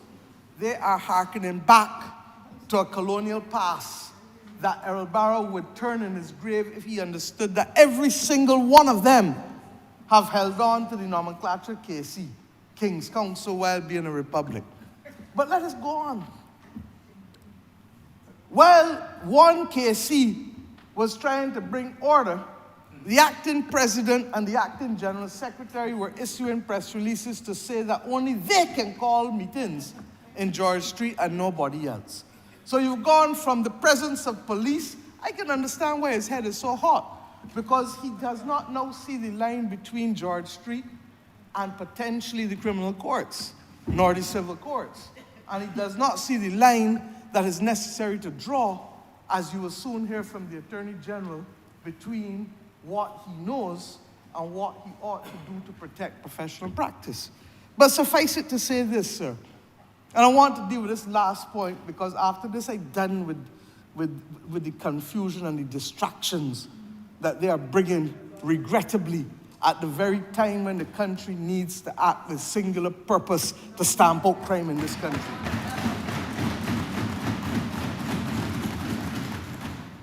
And you know, sir, this government took democracy to a new level. And I believe the Honourable Attorney General may have spoken about it in his opening speech. This is the government that determined that we were not prepared to bring a strategy, either for legislation or policy or funding, without briefing members of the opposition, members of the independent Senate, members of the social partnership. I remember we went across there in the West Wing, sir, and we gave a confidential security briefing so that people understood what God we were serving and why this same set of legislation and other things that we did in 2019 were so critical. And Mr. Speaker, we did it and will continue to do it again. And should the Honourable Leader of the Opposition avail himself, he will get that security briefing yet again. Because this is not about Barbados Labour Party or Democratic Labour Party. This is about Barbados. And for those who say about the guns that were coming in, let us talk the facts. The member for St. Michael West Central needs to tell the country, as he is now the minister responsible, but the member for St. Michael South can do it because he corrected it. That when we came to office, the scanners were not working in the Bridgetown port and the airport. And in the middle of an IMF program, we had to find tens of millions of dollars to put security systems and scanners right again in our ports of entry. And we had to put systems to deal with the couriers, because you think they only come through the airport and the seaport. There were attempts to break them down break down the guns as parts. and send them through the couriers and the post office. And this government has taken all of the decisions to spend the money to strengthen the scanning and the security systems. But it didn't start with us. I well remember the front page with the former Attorney General, who is now liking to take pot shots at the current one, the former member for St. Philip South, on the front page with the then Commissioner of Police, telling you that the ports were the problem for the entry of guns. Now, Mr. Speaker, what happened to those guns? Do you think those guns degenerate like garbage up a mangrove? One or two might get rusty, but only if people allow them to get rusty. Those guns are still in this country when we had open shores and open doors.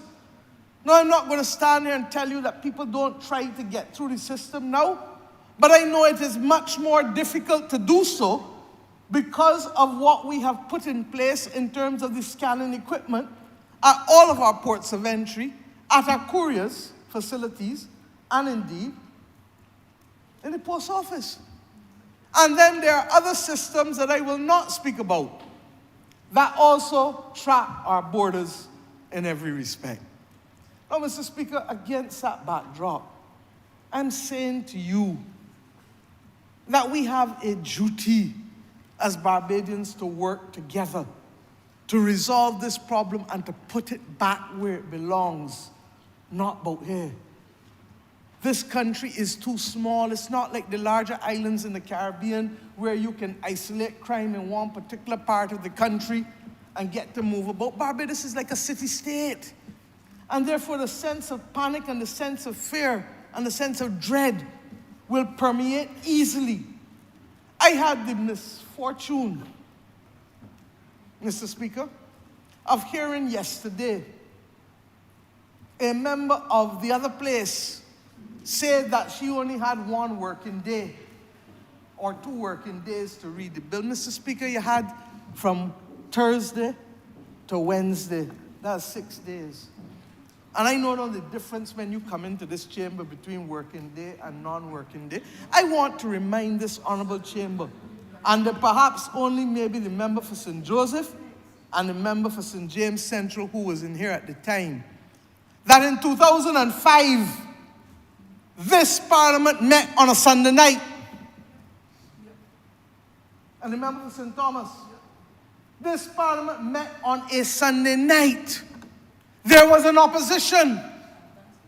It was the opposition Democratic Labour Party. They understood their duty to the country. They came to Parliament. They did not have the measures that we were talking about for any long period, certainly not for 6 days.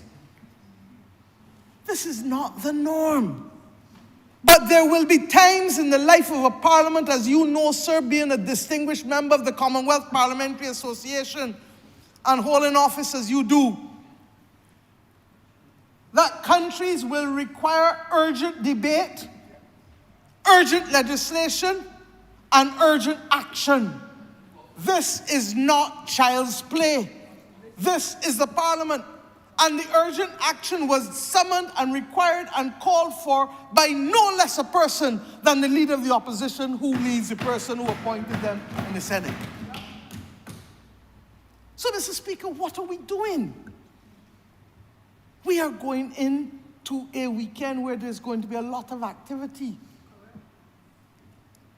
And we want the country to know that we are taking all reasonable actions to protect the interests of public order, public safety, individual safety, and overall the criminal justice system.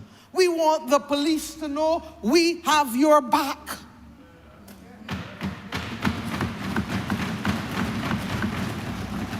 We share the concern that other heads of government share and heads of state in the region, as we discussed, that you cannot be spending all this time and risking life and limb to capture people and have them walk through the court door like if it is a revolving door. Mr. Speaker, these things are wrong and will not reap success for us to have a stable, fair, just, and promising society for our people. And I say to you tonight, sir, that this government is not perfect, but it will do what it has to do to protect the people of this country, the way of life of this country, and indeed the public order and safety of this country, as we are sworn to do, sir, and that is why this bill is before this honorable chamber. And Mr. Speaker, this bill also gives the court the power to cancel and revoke bail. Look at it.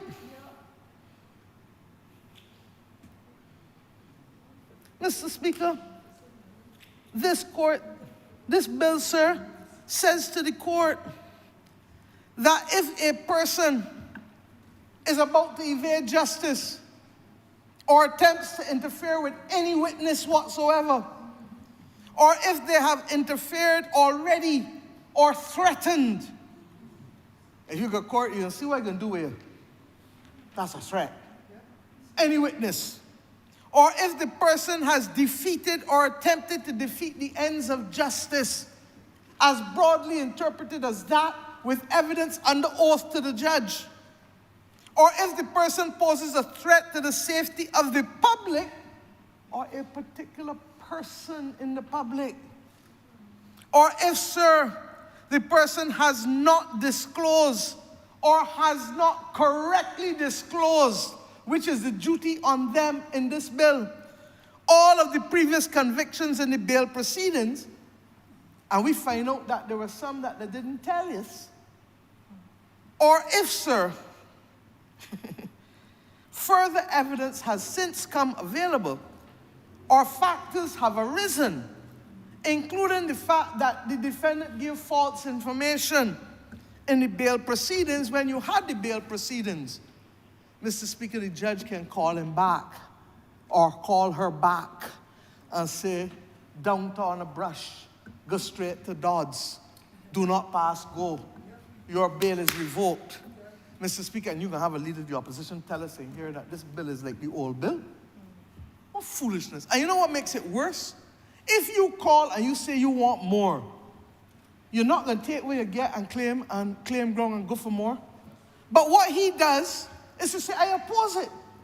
So he wants to stay in what he considers the worst possible position when the government is bringing a significant improvement, we believe the right one for the justice of the country that meets the separation of powers and the constitutionality of the issue. He says, no, he wants more. He wants a raw thing. No bail for murder. Well, I would have liked it too, except that the jurisprudence has evolved. Not me. The jurisprudence, sir. But I would like to sit down next to a shop with him and agree and gaff and talk. And agree to the old time days. I could tell him about the fact that nobody used to get bail when I was practicing criminal law. But the jurisprudence has evolved. And for him to get in here knowing better as a senior counsel, knowing that the jurisprudence has evolved, as you will soon find out, knowing that we have had as a country a battle for over 20 years with mandatory death penalties and mandatory sentences and all kinds. You remember that you used to be able to sentence a person who was insane to the Queen's pleasure? All them things get taken away, but you know that, Mr. Speaker. And I can tell you all the courthouse lawyers in the court, all the courtyard lawyers know it too. All the courtyard lawyers know the law tight, and tall. And they will tell you that you can't do them things no more. But you will come in here to make people believe that the government is not doing enough. But yet, when the government is doing 300% more than you got today, instead of supporting it, you say you want more. But you're going, no, I want to support this. So you want reversal. You want back.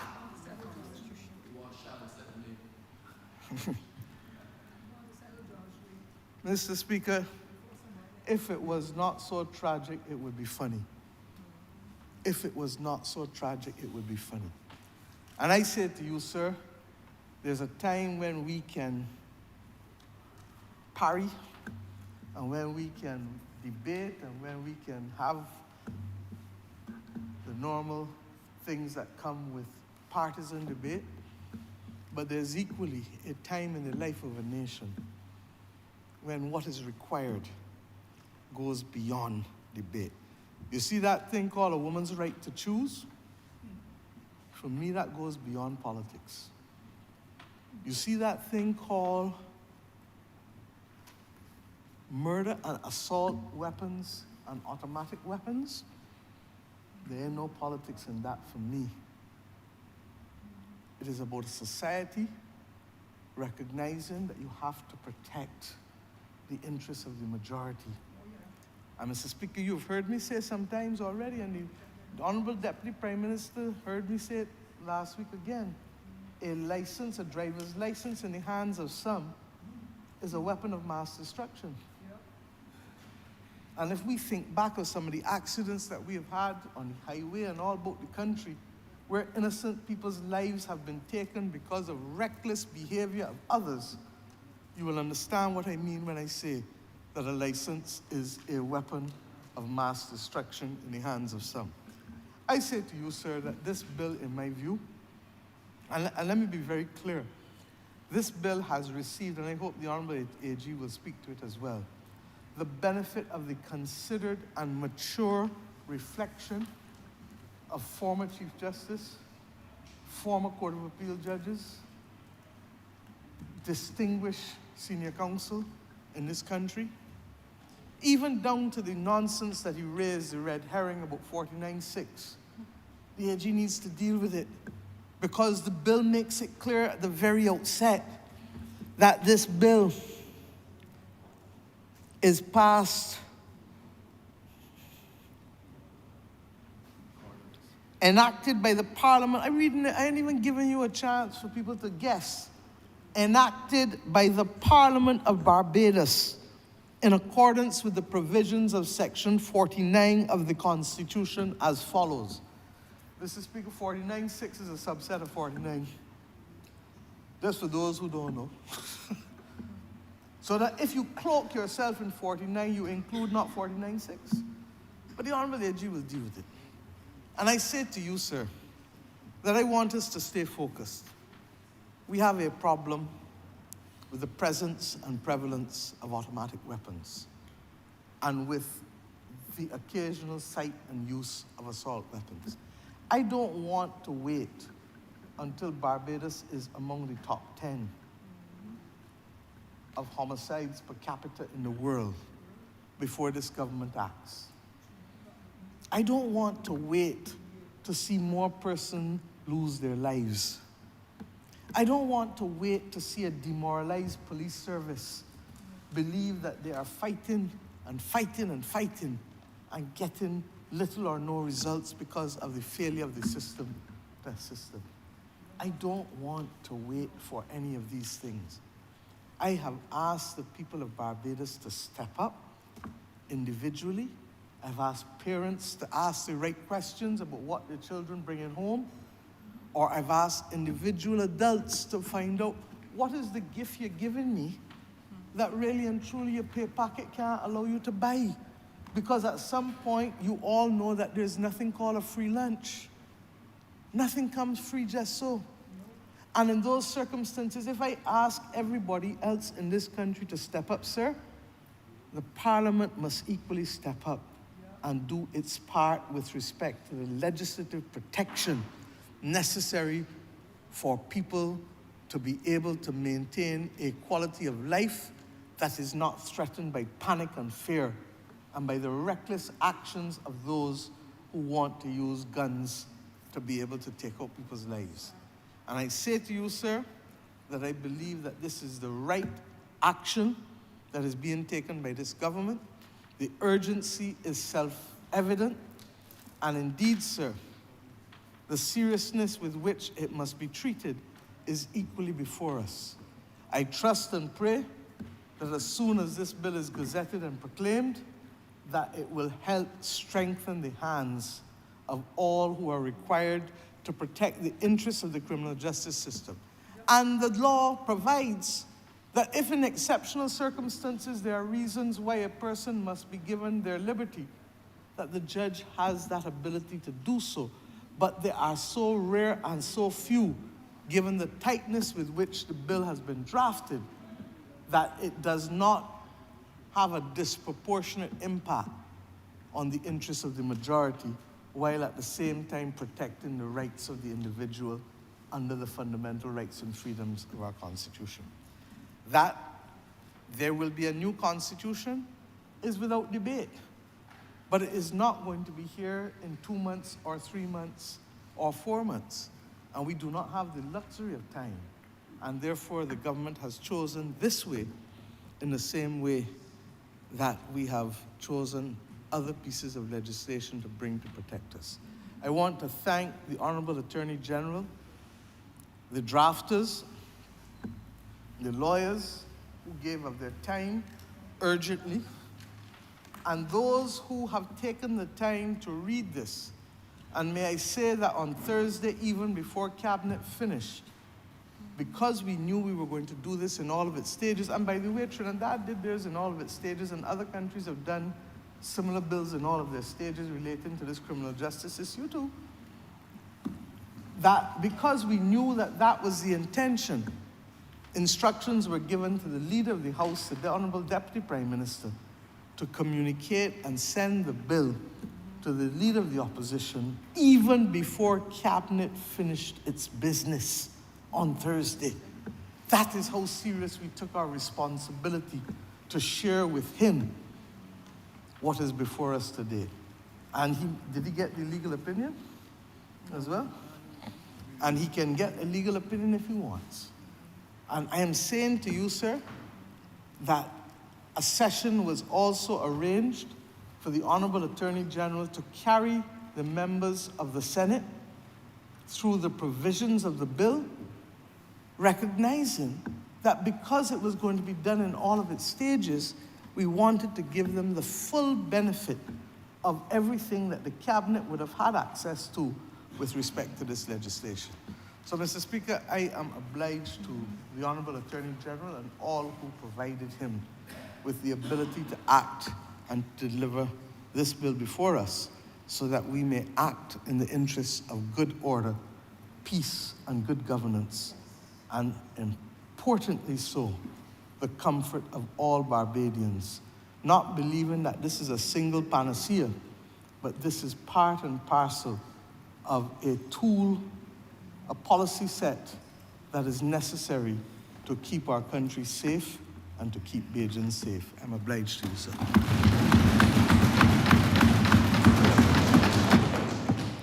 Honourable Member for St. Joseph. Mr. Speaker, I will begin by thanking all of the members on this side, and especially the Honourable Prime Minister for contributing so significantly in this debate.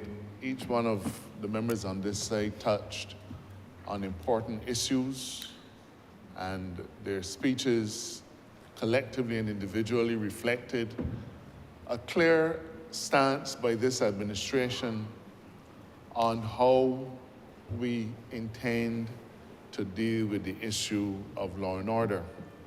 I think that today's debate, certainly from our contributions, have helped to enrich the parliamentary history of Barbados and demonstrates the seriousness with which we approach the issue of governance.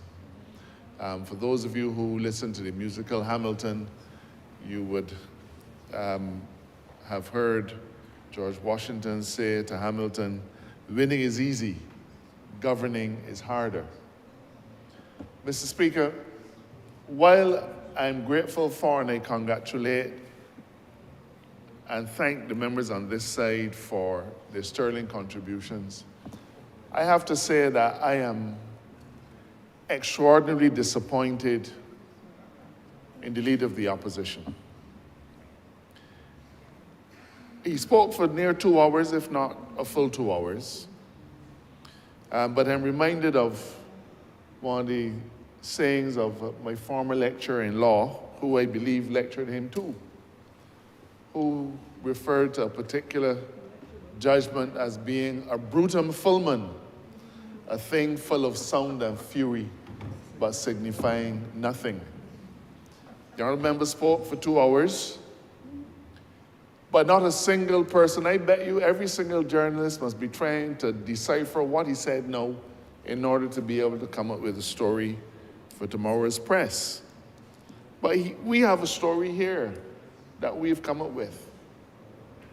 You see, it is inconceivable, Mr. Speaker, for a responsible leader of the opposition to say to the country that in relation to the crime situation, Barbados is on a precipice and not support this bill. Barbados is on a precipice, but we should first bring a Republican constitution and then address it. Barbados is on a precipice, but this government should shove the country over by parting ways with the fundamentals of justice and the rule of law. Barbados is on a precipice, but the honourable member could not see his way clear. Having called for amendments to the Bail Act, he could not see his way clear to say to the country, while I am not happy with how far we've gone, I still feel that I am duty-bound in the interests of my constituents to help to pull Barbados back. But I'm not surprised. I'm not surprised. The emptiness with which he called for an amendment to the Bail Act 3 weeks ago has now been laid bare to the country. The honourable member never had any interest in any amendment to the Bail Act. That much is clear. And he doubled down today by saying too, we need to have anti-gang legislation. We need to have a gun court. Everything, every catchphrase he has thrown up and called for those things as well, no doubt hoping that we will swallow that particular bait so that he could come in again and say, but we ain't gone far enough, I'm not accepting this, and so on.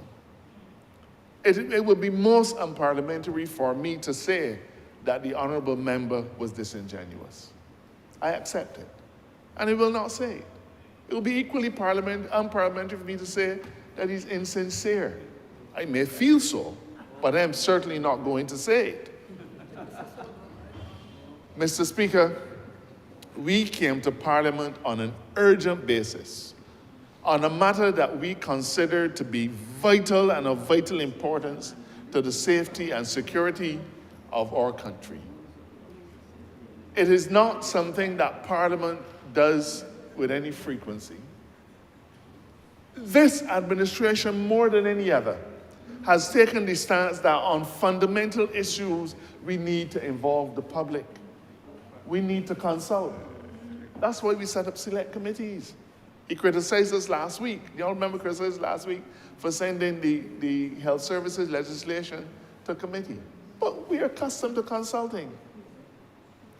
We have departed from that stance in this particular issue, not because we don't value the views of the people, but because we consider that this is too important to delay it any further. In fact, part of the reason why we are here is because we have heard the views of the people in relation to the situation where bail is granted so freely to individuals. And the people knew where our heart was from 2019. From the very beginning, they understood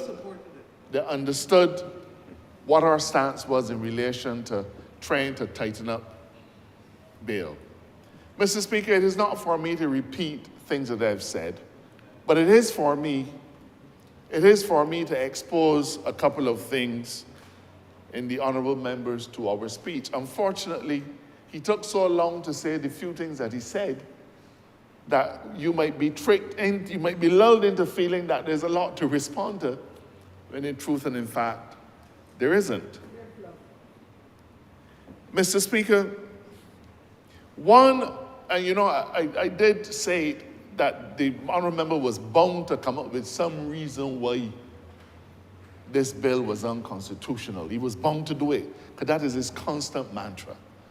And today he dug deep and came up with a piece of legal fiction alleging that the bill was not properly drafted, it was not properly before Parliament, because we have not followed Section 49 of the Constitution. In his view, he felt that there should be something else that we ought to have said, and he referred to the Tenantries Freehold Purchase Act and a whole set of other things. I am ashamed that a member of, well, the Prime Minister and I, we say that we are senior counsel. Leader of the opposition still sees himself as one of His Majesty's counsel. That is a matter for him. But I am ashamed that the honourable member came to this chamber, as he does every week, without analysing the law, and spouts off a few glib things full of inaccuracies, demonstrating that he has no clear grasp of constitutional law, but because it comes from his voice, from his lips, the public of Barbados are expected to accept it as gospel. Mr. Speaker, Section 49 of the Constitution is no mystery. Section 49 of our Constitution deals with how you amend the provisions relating to fundamental rights. And those provisions, the language of Section 49, it says alteration. And the language of Section 49 not only says alteration, but it says, it gives rise to a concept of something called a non-textual amendment. In other words, you can amend clause X, clause Y by doing this, changing those words and so on. Or you can also, by the effect of what you are passing, create a potential alteration of the Constitution. And the Honourable Leader of the Opposition sought to argue that we needed to put in some special words as could be found in the Tenantries Freehold Purchase Act and so on, clearly demonstrating that, you know, he pulled up the Tenantries Freehold Purchase Act, and on the first page of the Act, it has a footnote telling you, reciting that it was amended in accordance with Section 49. If the honourable member had trouble to look up the history of the Tenantries Freehold Purchase Act, if he troubled to read it himself, he would have recognized that in that particular instance, there were two specific provisions that the Tenantries Freehold Purchase Act sought to amend. Not by any implication, not by any modification, but sought specifically to amend. And the framers of that legislation felt that in that instance, it was appropriate to say what those specific sections were. And that's what they did then. But if he troubled to look at any of the other laws, the many laws that we've passed pursuant to Section 49, it should immediately strike him that there is no settled formulation. But somehow or another, he got it in his head that we needed to follow the path taken back in the 80s, as was done under the Tenantries Freehold Purchase Act. Now, let me tell you what Section 49 says. Section 49, 49.6. 49.6 says, no act of Parliament shall be construed as altering this Constitution unless it is stated in the Act that it is an act for that purpose. This is what we call bald language. There ain't nothing about this that requires any massaging or any dissecting or interpretation. No act shall be construed as altering this Constitution unless what? It is stated in the Act that it is an act for that purpose. It isn't required, Mr. Speaker, to go into any greater detail than what is required under 49.6. All that you need to say in the Act is that it is being passed in accordance with Section 49, which makes it quite clear that it is an act being passed for that purpose. This is a formulation that we've used time and time and time again if the Honourable Member troubled to exercise his brain, he would see that this is the formulation. There's no subtle formulation. We simply have to state, as is stated after the long title, that the Act is being passed in accordance with Section 49. Section 49 is therefore fully satisfied. Mr. Speaker, the Honourable Member has said that this bill has not gone far enough. If it were not for the courtesy that myself and others show this chamber, I believe that we would have laughed out loudly. The Honourable Member posited that what this government ought to have done was in effect to destroy the concept of the rule of law in order to deal with the question of bail. The Honourable Member said, we, meaning this administration, ought to have come to Parliament today and said a person charged with murder cannot get bail. Plain and simple. Plain and simple. He would have driven a horse, what is it they say, a carriage and 4 horses through the fundamentals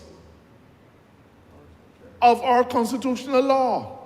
You cannot, on the one hand, contain that the Constitution is the supreme law of the land, contain, as he has, that constitutional rights are paramount, contain week after week after week, this is not constitutional, that is not constitutional, but then tell us in this chamber that we are supposed to abandon the very principles on which our Constitution stands.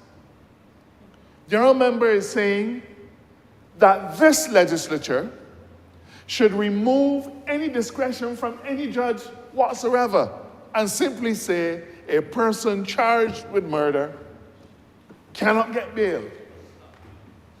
Full stop. No ifs, ands, or buts. No judicial discretion. We as a parliament should determine that a man charged with murder cannot get bail, and that is to be the end of the story. Mr. Speaker, I am horrified.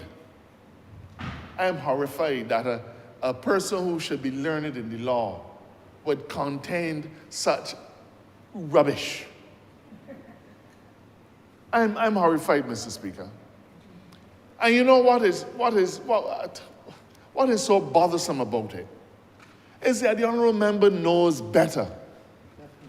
Because he has, in the course of his professional career, argued stridently for the maintenance and the sanctity of the doctrine of separation of powers. And for the members of the public, the doctrine of separation of powers means that the judiciary has to be able to do its work without any fetters being imposed on it by the legislature. It has been discussed, dealt with in the highest courts of the land. It has been dealt with and reaffirmed time and time again by the Privy Council when the Privy Council was our highest court of appeal. It has been ruled upon time and time again by the Caribbean Court of Justice, which is now our highest court of appeal. It is settled law that a judge must, in the carrying out of his judicial functions, have a discretion to act as justice requires from time to time. But the Honourable Member wants to say, down with that. We as a parliament are now taking on the role of the judiciary. You know what's embarrassing about that? The Honourable Member flew a kite in here and said that this administration is getting involved in policing. We are getting involved in how the police functions. You know, Mr. Speaker, all that the Prime Minister did was to make an announcement of an entity, of a department in the police service that the police service wanted to establish, that was recommended. That's all that the Prime Minister did. She announced something that the police had said we are going to do, and that got the benefit of the approval of the National Security Council, which the Prime Minister chairs. Now, the Honourable Leader of the Opposition is saying that that is interfering with the police. Somehow it didn't occur to him that if we should say a person charged with murder can't get bail, that would be an interference with the judiciary. He couldn't see that. But he could see the Prime Minister making an announcement that that is an interference with the police. But Parliament should be able to interfere with the rule of law as it sees fit. I told you, though, sir, that he knows better. He knows better. And if the Honourable Member is so confident about what he's saying to the Chamber today, I have to ask him how he explains his stance in the Court of Appeal in 2014 when he was involved as the lead counsel in a case called Alexander. Alexander, Mr. Speaker, I believe you know it very well. Alexander is a case which had to do with a statutory minimum penalty for a firearm. A statutory minimum penalty for a firearm. The legislature had said if a person is charged a second time with a firearm, his penalty shall be no less than 15 years. The legislature said it. Isn't there a parallel, Mr. Speaker, between what the Honourable Member is saying now, that the legislature said that a person charged with murder can't get bail? Shall not get bail. But, Mr. Speaker, with your leave, sir, but I believe that decisions of the court are exempt from the rule which says that we can't quote in Parliament. Mr. Thorne QC,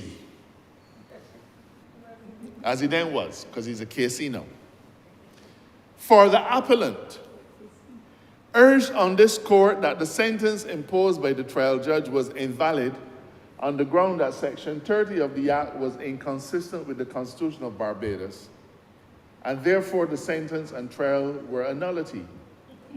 He cited in support the observations of Lord Diplock in the Locus Classicus Hines and the Queen that implicit in a Westminster model constitution is the idea that judicial power is to continue to be vested in persons appointed to hold judicial office in the manner and on the terms laid down in the chapter dealing with the judicature. Mr. Thorne QC also contended that Section 30 fettered a judge's discretion to consider and impose a non-custodial sentence or a sentence shorter than the mandatory minima imposed in Section 30. Mr. Thorne QC also contended that Section 30 fettered a judge's discretion to consider and impose a non-custodial sentence or a sentence shorter than the mandatory minima imposed in Section 30. He referred to Bovell and Bain and Marie, noting the need for discretion to afford judges the flexibility to impose a sentence commensurate with the offense. He argued that sentencing is the exclusive province of the judiciary and that there should be no trespass, the way he speaks in here, that kind of language, and that there should be no trespass on that province by the legislature or the executive. Section 30 infringes the separation of powers that underlay the philosophy, structure, and organization of Barbados's constitutional arrangements, which permitted Parliament to set a maximum penalty for imprisonment, but prescribing the minimum. He urged the court to sever Section 30 from the Act. Now, Mr. Speaker, the Honourable Leader of the Opposition argued in the Court of Appeal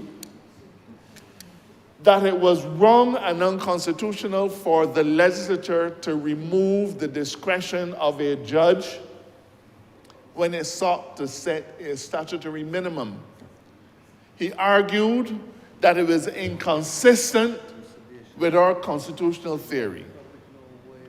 Today, Mr. Speaker, the honourable member has reversed his well-considered and reasoned opinion, and in fact, he won the case. He won the case, you know. So I didn't say he lost it, he won it. The court agreed with every single one of his arguments. It shows that in everything he does not like to win. But he It won is- here and he left, he would lose. No argument so. Mr. Speaker, it shows that the honourable member comes into this chamber not functioning from a point of principle, but making arguments convenient to the occasion. Because I have no doubt, Mr. Speaker, that somebody out there is going to say, man, he was right, man, we should pass a law. We should pass a law. The honourable member needs to be honest, and he needs to be true to his training. He needs to be true to his training. You cannot, on the one hand, say that you support the constitution on which our country is built, while saying that this parliament should ignore those constitutional precepts. The honourable member sought to disguise it by saying that we should bring a Republican constitution, and in that Republican constitution we can do away with the concept of bail, and therefore to do so, to do what he asked would not be running afoul of anything. But the honourable member also has to remember that Barbados has long been a treaty to a large number of international human rights conventions. And any constitution that we pass that seeks to do away with fundamental norms is not likely to stand the test of time either. And the real problem, Mr. Speaker, is when you open that Pandora's box, where do you stop? Will the leader of the opposition say that we should pass a law saying that when we take up people's land, we don't have to pay them compensation? Is that what is next? Arguments of convenience, but absent any rational thought. Mr. Speaker, it is entirely open to the leader of the opposition to reject this initiative. I don't know what his senators will say, but I have to assume that when the leader of the opposition speaks, he speaks on behalf of all of the members of the opposition and all of the organs of the opposition party.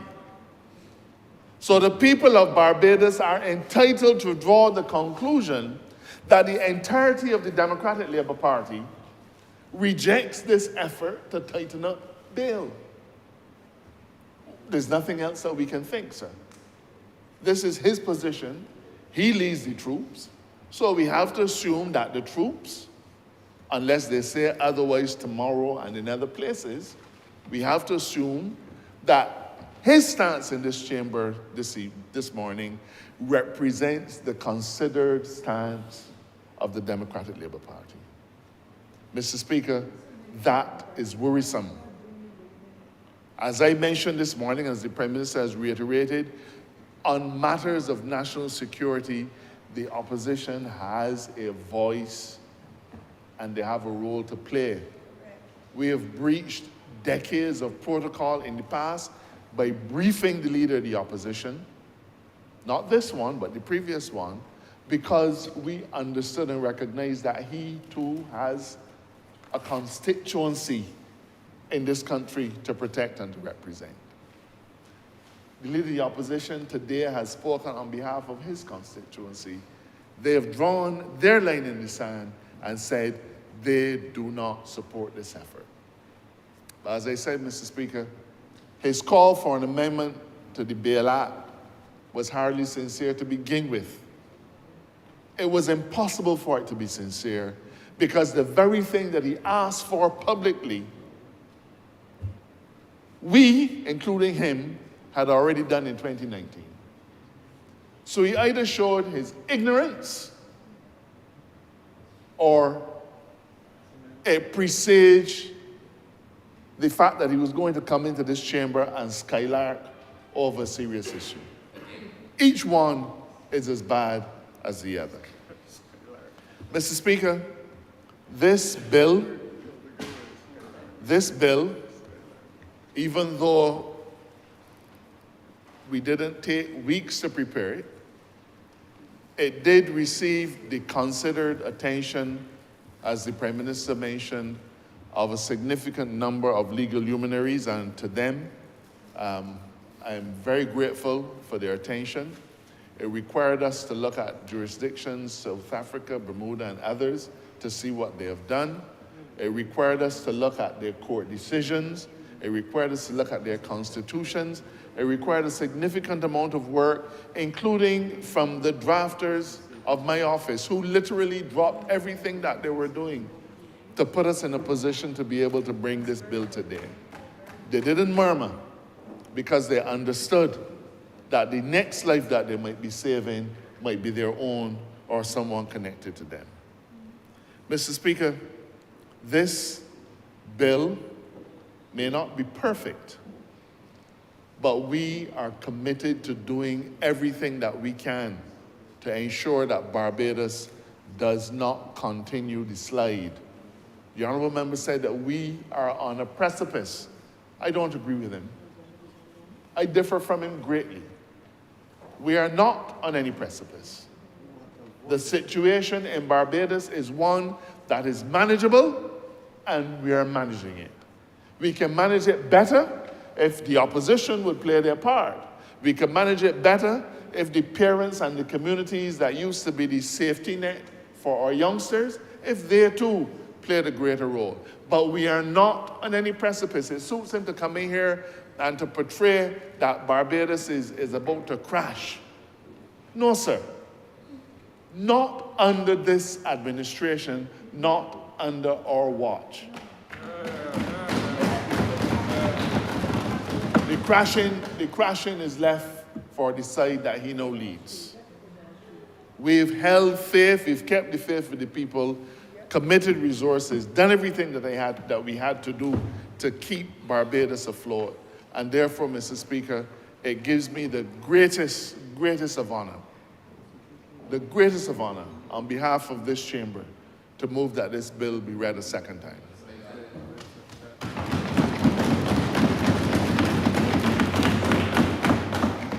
The question is that this bill be read a second time. All those honourable members in favor, please say aye. Those against, please say no. Me think the ayes have it. Mr. Speaker, I beg to move that this House do not resolve itself into committee for further consideration of the bill. Question is that I do not leave the chair and the House resolve itself into committee for further consideration of this bill. All those honourable members in favor, please say aye. Those against, please say no. Me think the ayes have it.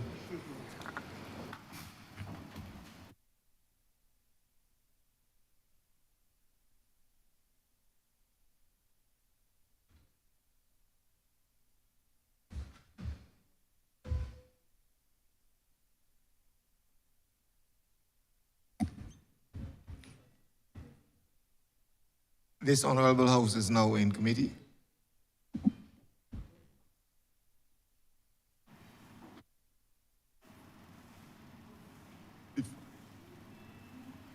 My file, my desk.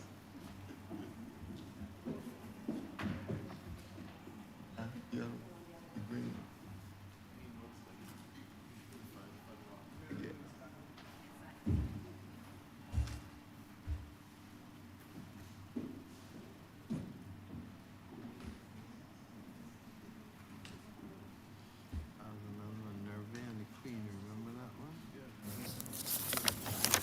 Mr. Chairman, may we take the bill in parts?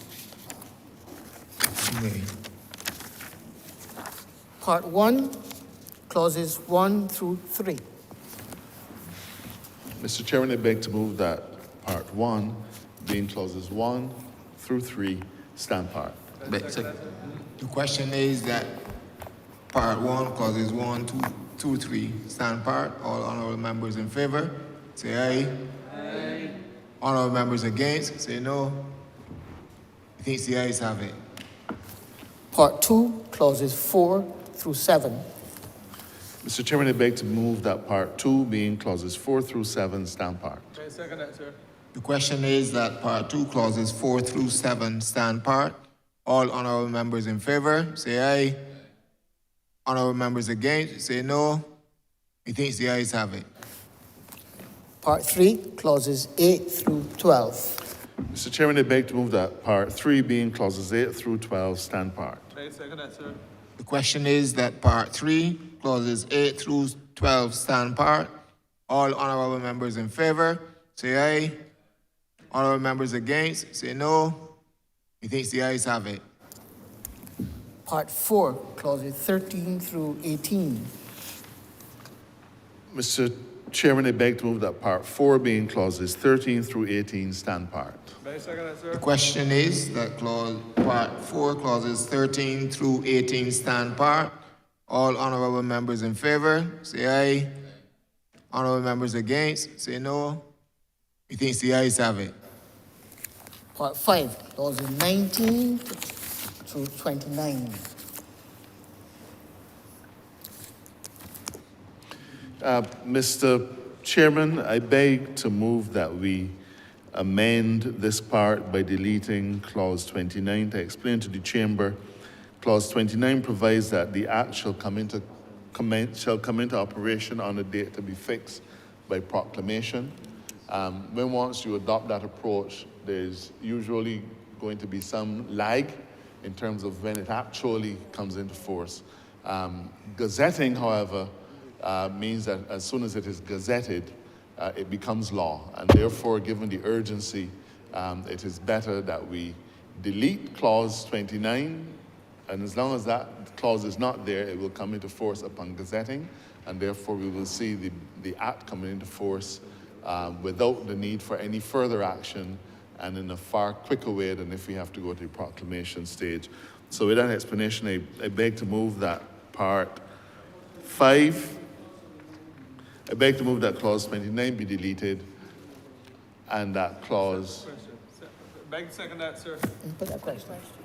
The question is that clause 29 be deleted. All honorable members in favor, say aye. Honorable members against, say no. Methinks the ayes have it. 5 is amended, no pass. I beg to move, Mr. Chairman, that Part 5 as amended, now being clauses 19 through 28, stand part. I second that, sir. The question is that Part 5, clauses 19 to 28 as amended stand part. All honorable members in favor, say aye. Honorable members against, say no. Methinks the ayes have it. Schedule. Beg to move that the schedule be the schedule to the bill. Beg to second. The question is that the schedule be the schedule to the bill. All honorable members in favor, say aye. Honorable members against, say no. Methinks the ayes have it. Report. Mr. Chairman, I beg to move that you do not report his under the Speaker the passing of one bill with an amendment in committee. The question is that I do not report to His Honor the Speaker the passing of one bill with amendment in committee. All honorable members in favor, say aye. Honorable members against, say no. Methinks the ayes have it.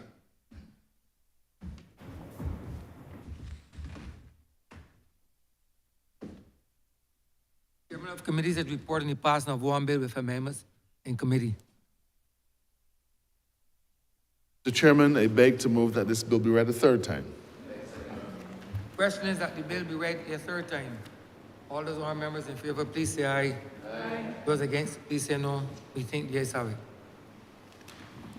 Mr. Chairman, I beg to move that this bill do now pass and be cited as the Bail Act of 2024.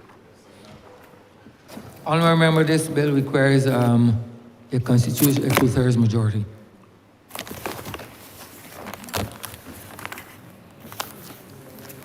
Your hearing?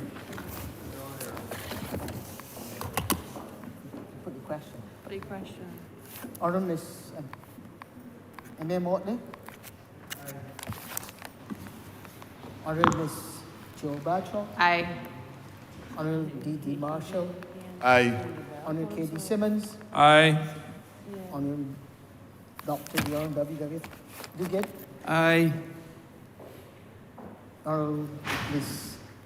Sandra Husbands, Aye. Honorable Wilfred Fred Abrams, Aye. Honorable Indar A. Ware, Aye. Honorable Adrian R. Ford, Aye. Honorable Colin E. Jordan, Aye. Honorable K.D.M. Humphrey, Aye. Honorable G.P.I. Goodin Edgell, Aye.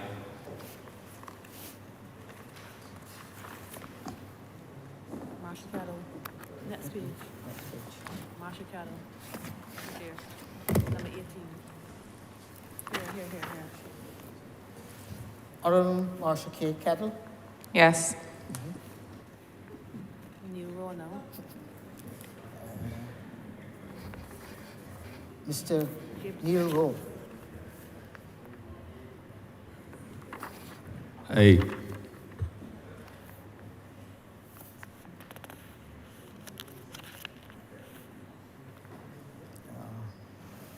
Gibbs. They got Gibbs more. Gibbs. Mr. Christopher Gibbs, Aye. More. Ms. Tony Moore, Aye. Ford. Her Honor Cynthia Ford, Aye. Mr. Peter Phillips, Aye. McConnell. Honorable Ms. K. McConney, Aye. Honorable Ms. Davison Ishmael, Aye. Springer. Dr.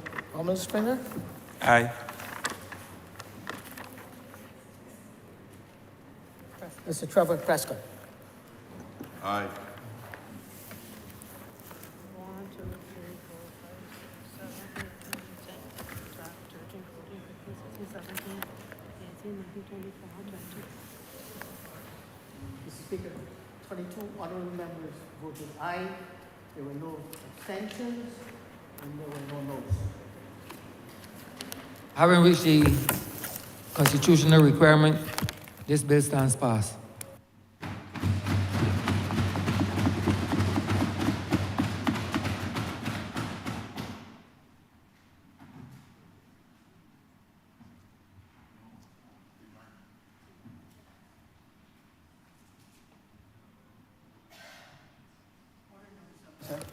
Wait.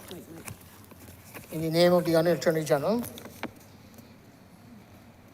to move the second reading of the Criminal Justice Plea Negotiations and Agreement Bill 2024. Honorable Member St. Joseph.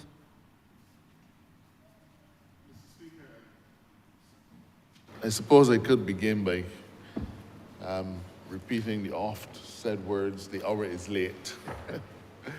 But notwithstanding the hour being a little advanced, I want to take this opportunity to introduce to this chamber and to ask for support of a bill called the Criminal Justice Plea Negotiation and Agreement Act 2024. I hardly imagine, Mr. Speaker, that there's any person in this chamber who has not watched criminal pictures on TV and heard the term used in those pictures, plea bargain.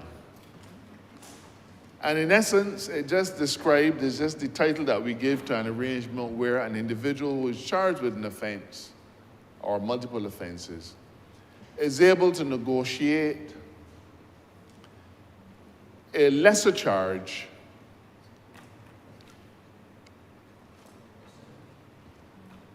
and that lesser charge is accompanied by a plea of guilty, and then it is put to the court for the court's approval. Mr. Speaker, we have begun in earnest the exercise of reforming the criminal justice system. It may have been referred to earlier in this chamber, earlier today in this chamber, but for the record, I think it is important to say that last year, the Office of the Attorney General hosted a two-day criminal justice symposium at which we looked in depth at the challenges that are attendant with the criminal justice system and tried to come up by way of a consensus with some solutions that might help us to deal with those challenges. One of our principal challenges, sir, has been the time it takes for matters to go from arrest through trial and either conviction or acquittal. Now, Mr. Speaker, by bringing this act to Parliament, we are not breaking new ground, because all across the region, and perhaps I should say certainly in Trinidad and in Jamaica, Bahamas and Belize, there are examples of plea bargaining legislation that are used to remove the need for a full criminal trial and move matters through the system quickly and reduce the amount of manpower resources that are required to see a matter through. Now, Mr. Speaker, plea bargaining already happens in Barbados in an informal way. I believe that you, in your private capacity, will have been involved in instances where you will say, look, you've charged my client with this, he's willing to plead guilty of a lesser offense, and if the prosecution agrees, you do that. But the fact is that there are no rules that are attendant with those informal arrangements. Nobody is bound to do anything. You can strike such a bargain with a prosecutor, and when you get to court, the prosecutor saying no, the court saying no, everybody saying no, and you've wasted your time and your effort. A properly functioning plea bargaining system must have clear rules which are fair to both the accused and to the state, and the arrangements must be transparent. I have sat in various fora and listened to the experience in Jamaica, in Trinidad, in Belize, where all of their DPPs and defense lawyers have spoken glowingly about the effectiveness of plea bargain legislation. It cuts down on the need for expensive trials. Certainly the accused will get to save in legal fees. But the time it takes for the police to prepare a trial, witnesses to attend trial to give evidence, sometimes a trial lasting many days, juries to appear to decide on guilt or innocence, judges to do summations and so on. A criminal trial does not happen in an hour or 45 minutes the way it happens on television. In fact, it is a long and arduous process.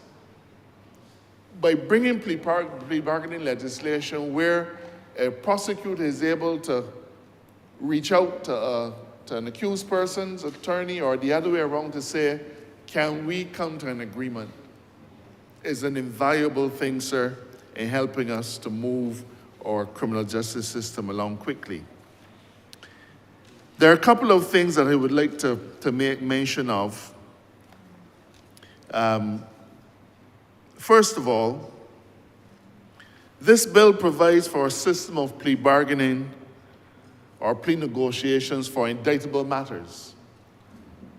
However, it doesn't mean that plea bargaining is not available before the indictment is preferred.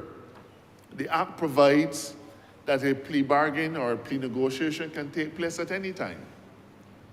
This is not yet part of our law, and therefore we can't say what we expect will happen.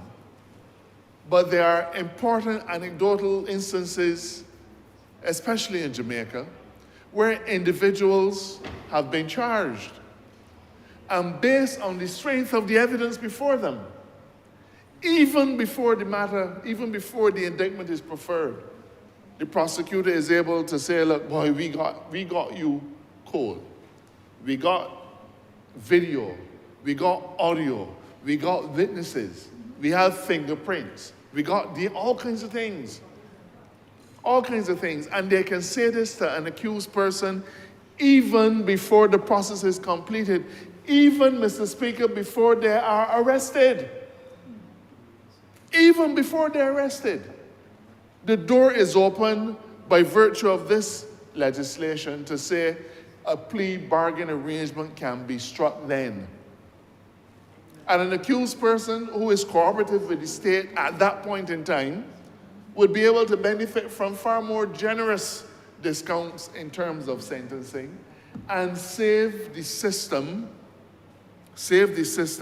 from the energy and effort in terms of a trial. So a plea bargain is available to an accused person not just immediately before the trial starts, as most people would imagine.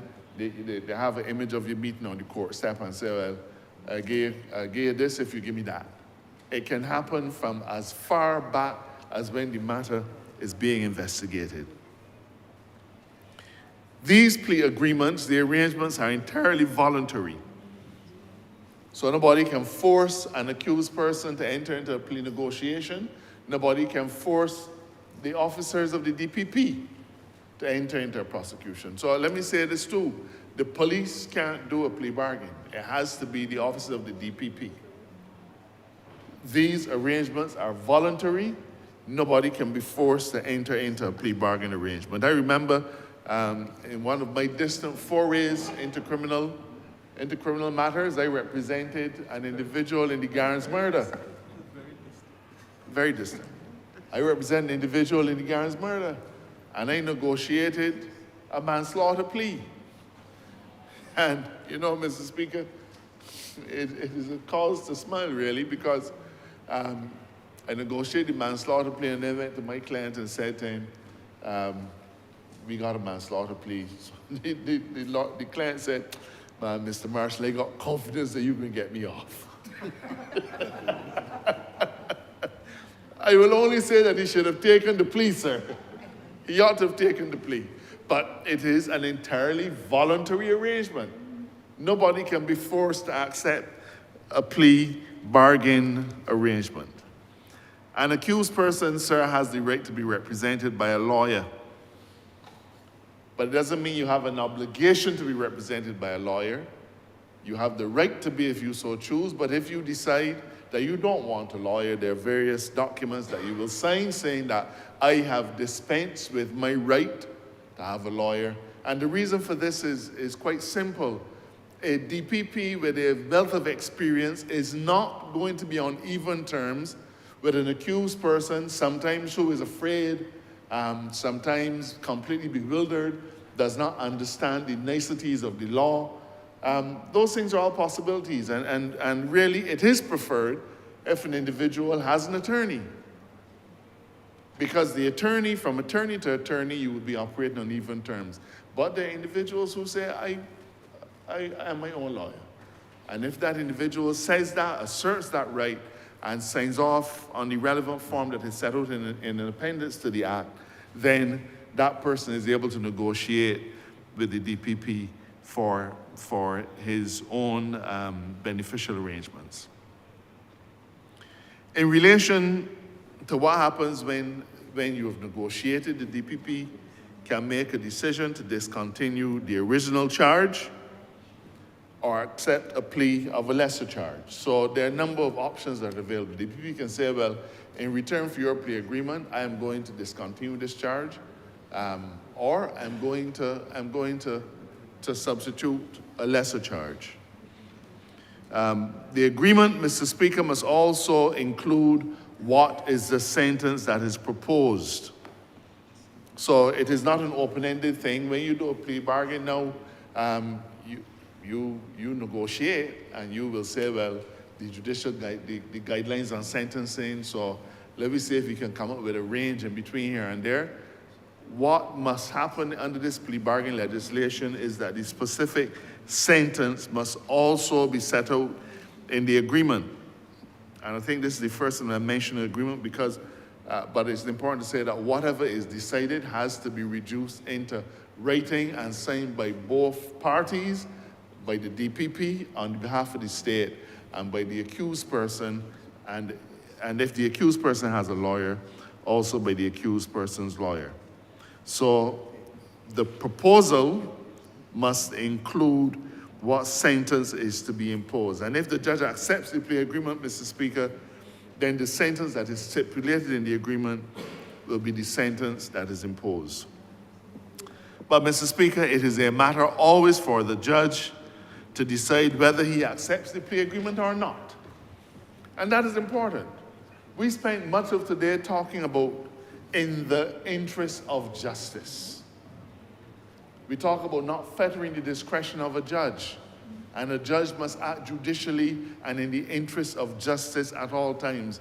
These are not convenient concepts. These are important precepts on which the system relies in order to ensure that the rights of the state are evenly balanced against the rights of the accused, but that also the rights of both sides are protected.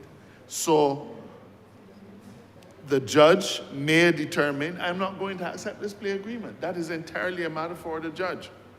He can say, I do not agree that what counsel is accepting and what is being proposed by the DPP is in the interest of justice, and if that is the case, the judge can reject the plea agreement, and if that happens, then the case has to be heard before another person. There can be no improper inducements.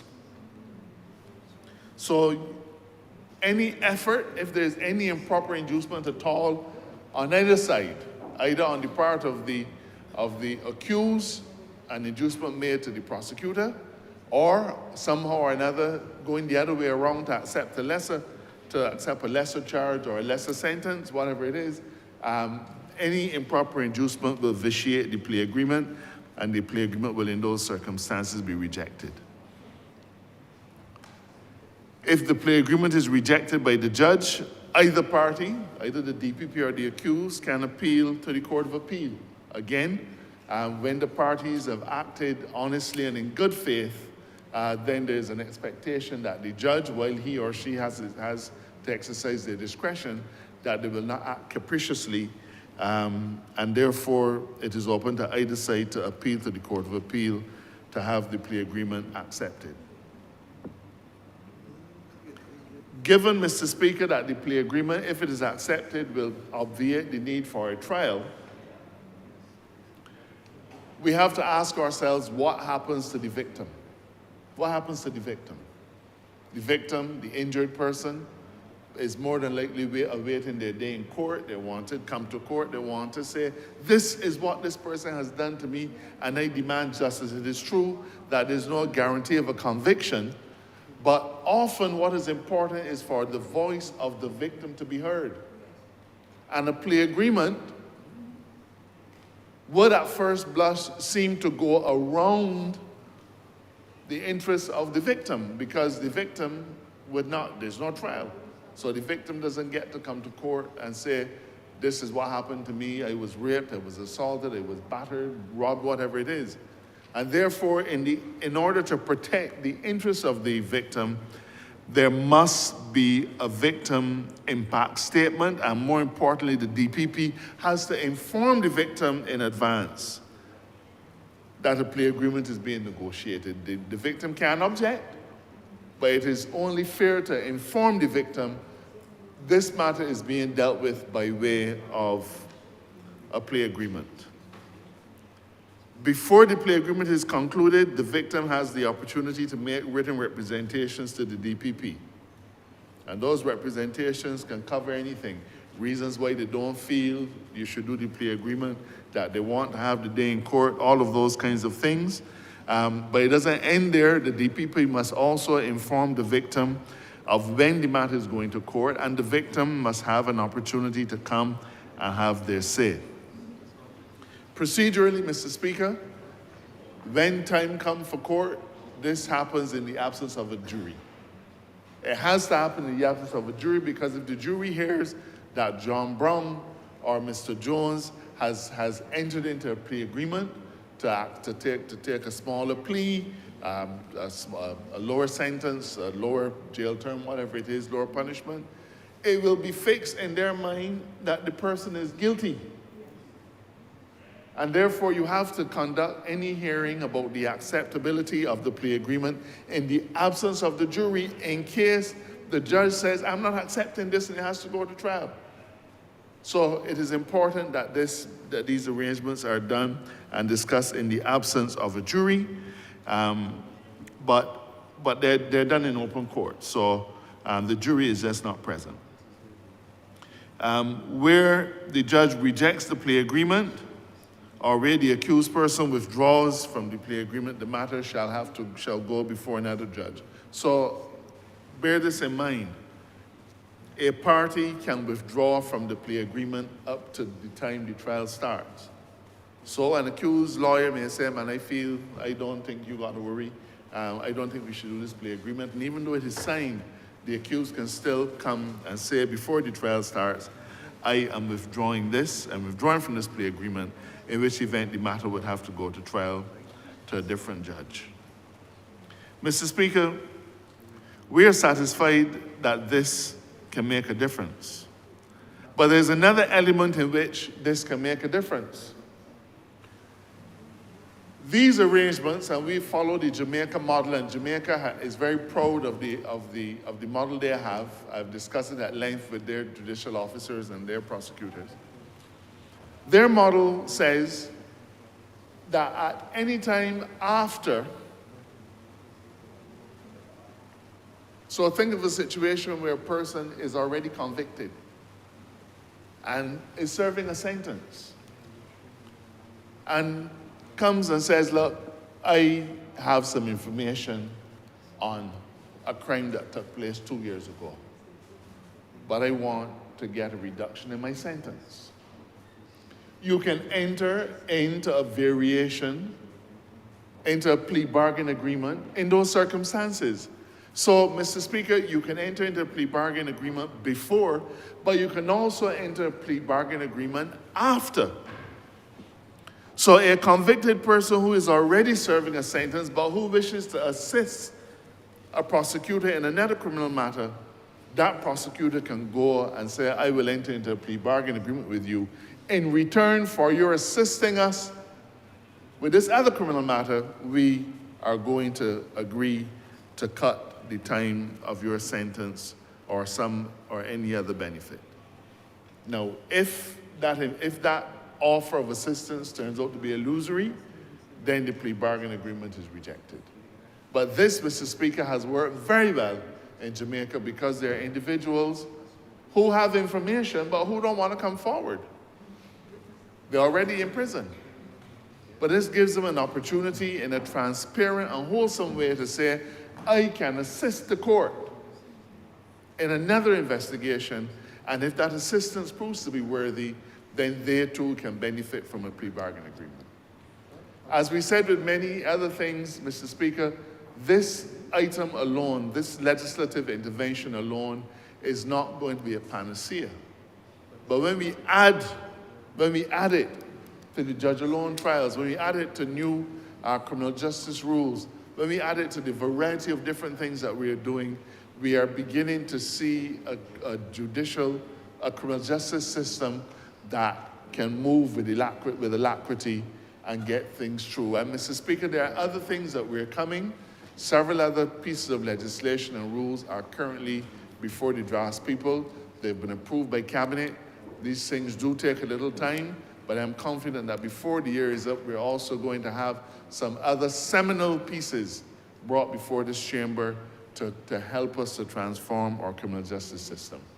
As I said, Mr. Speaker, it's not going to be a panacea, but when we add this to the other initiatives, this will represent a good instance, a good way of getting things done. Mr. Speaker, you know only too well that there are lots of people who are currently ready to plead guilty, want to plead guilty. Many of them are on remand and want to plead guilty. This plea bargain arrangement, Mr. Speaker, is ideal for that because we can go straight to a plea bargain agreement. The agreement is signed, and what we've provided in our legislation, more importantly, is that you must get the matter to the High Court within a period of 14 days. So you can't just enter into a plea bargain agreement, park it in somebody's file cabinet and leave it there. You have to get to court swiftly so that the accused can actually receive the tangible benefit of the plea bargain agreement. So, Mr. Speaker, I hope that I have whet the appetite of some of the defendant counsel. I believe that they will see this as an advantage to the system, as a method of helping to, it will reduce their fees, no doubt, but it will certainly leave them with a little bit more time on their hands to work on many, many other matters. I support this bill wholeheartedly.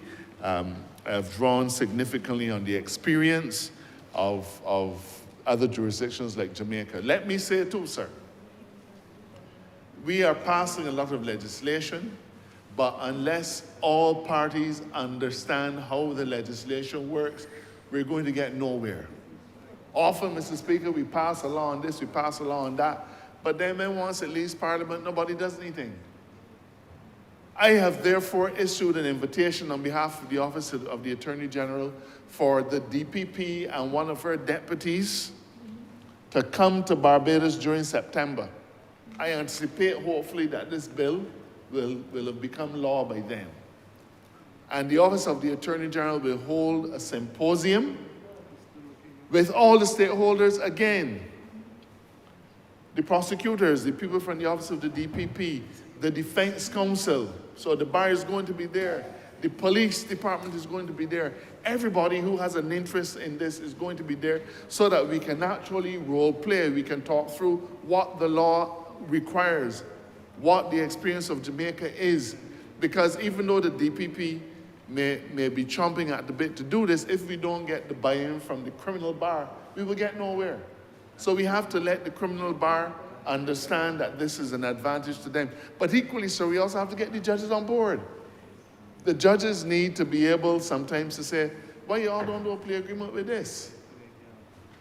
And so we're going to be hosting a symposium paid for by the Office of the Attorney General, where all the stakeholders will come in, spend the whole day looking at this legislation so that at the end of it, they'll be able to go out there and use it effectively. That is why we make these investments, Mr. Speaker. With those words, I commend this bill to this chamber and ask that it be read a second time.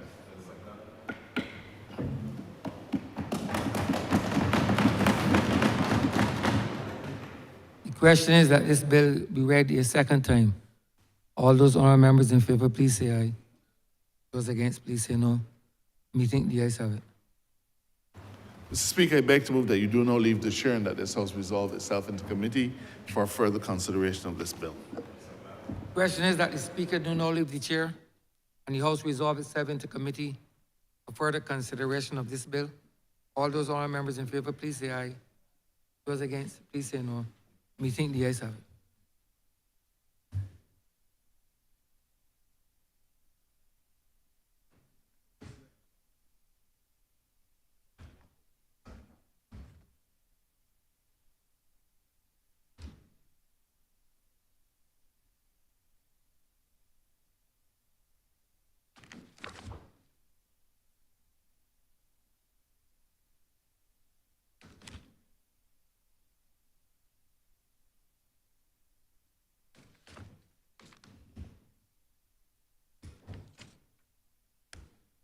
This honorable House is now in committee. Mr. Chairman, may we take the bill in parts? Yes, you may proceed. Clauses 1 through 12. Mr. Chairman, I beg to move that clauses 1 through 12 stand part. The question is that clauses 1 through 12 stand part. All honorable members in favor, say aye. Honorable members against, say no. You think the ayes have it? Clauses 13 through 24. Mr. Chairman, I beg to move that clauses 13 through 24 stand part. question is that clauses 13 through 24 stand part. All honorable members in favor, say aye. Honorable members against, say no. Methinks the ayes have it. Clauses 25 to 35. Mr. Chairman, I beg to move that clauses 25 through 35 stand part. The question is that clauses 25 through 35 stand part. All honorable members in favor, say aye. Honorable members against, say no. Methinks the ayes have it. The schedule. Mr. Chairman, I beg to move that the schedule be the schedule to the bill. The question is that the schedule be the schedule of the bill. All honorable members in favor, say aye. Honorable members against, say no. Methinks the ayes have it.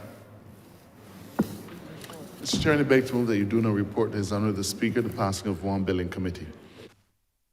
The question is that I do now report to His Honor the Speaker the passing of one bill in committee. All honorable members in favor, say aye. Honorable members against, say no. Methinks the ayes have it.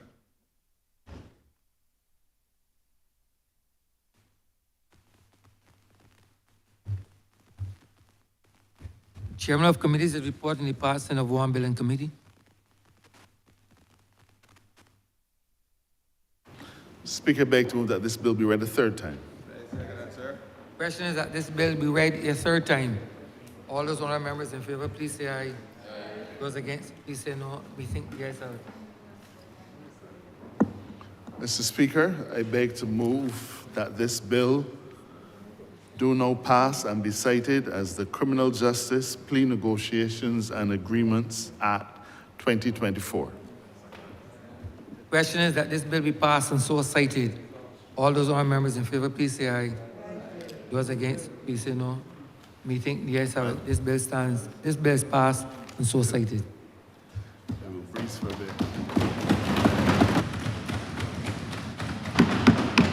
Honorable Leader of Government Business. Thank you, Mr. Speaker. With that, we have come to the end of today's proceedings. I therefore beg to move the adjournment of the House until August 9th at 10 a.m. Just on speaking on this short adjournment, please allow me to wish everybody a safe and enjoyable crop over as we participate in the festivities of the season. But back here the 9th of August at 10 a.m. The question is that this honorable chamber be adjourned until Friday. That's Friday, correct? Friday, the 9th day of August at 10 a.m. in the forenoon. All those honorable members in favor, please say aye. Those against, please say no. Me think the ayes have it. This honorable chamber stands adjourned until Tuesday, the 9th day of August. Friday, the 9th day of August, 2024 at 10 a.m. in the forenoon.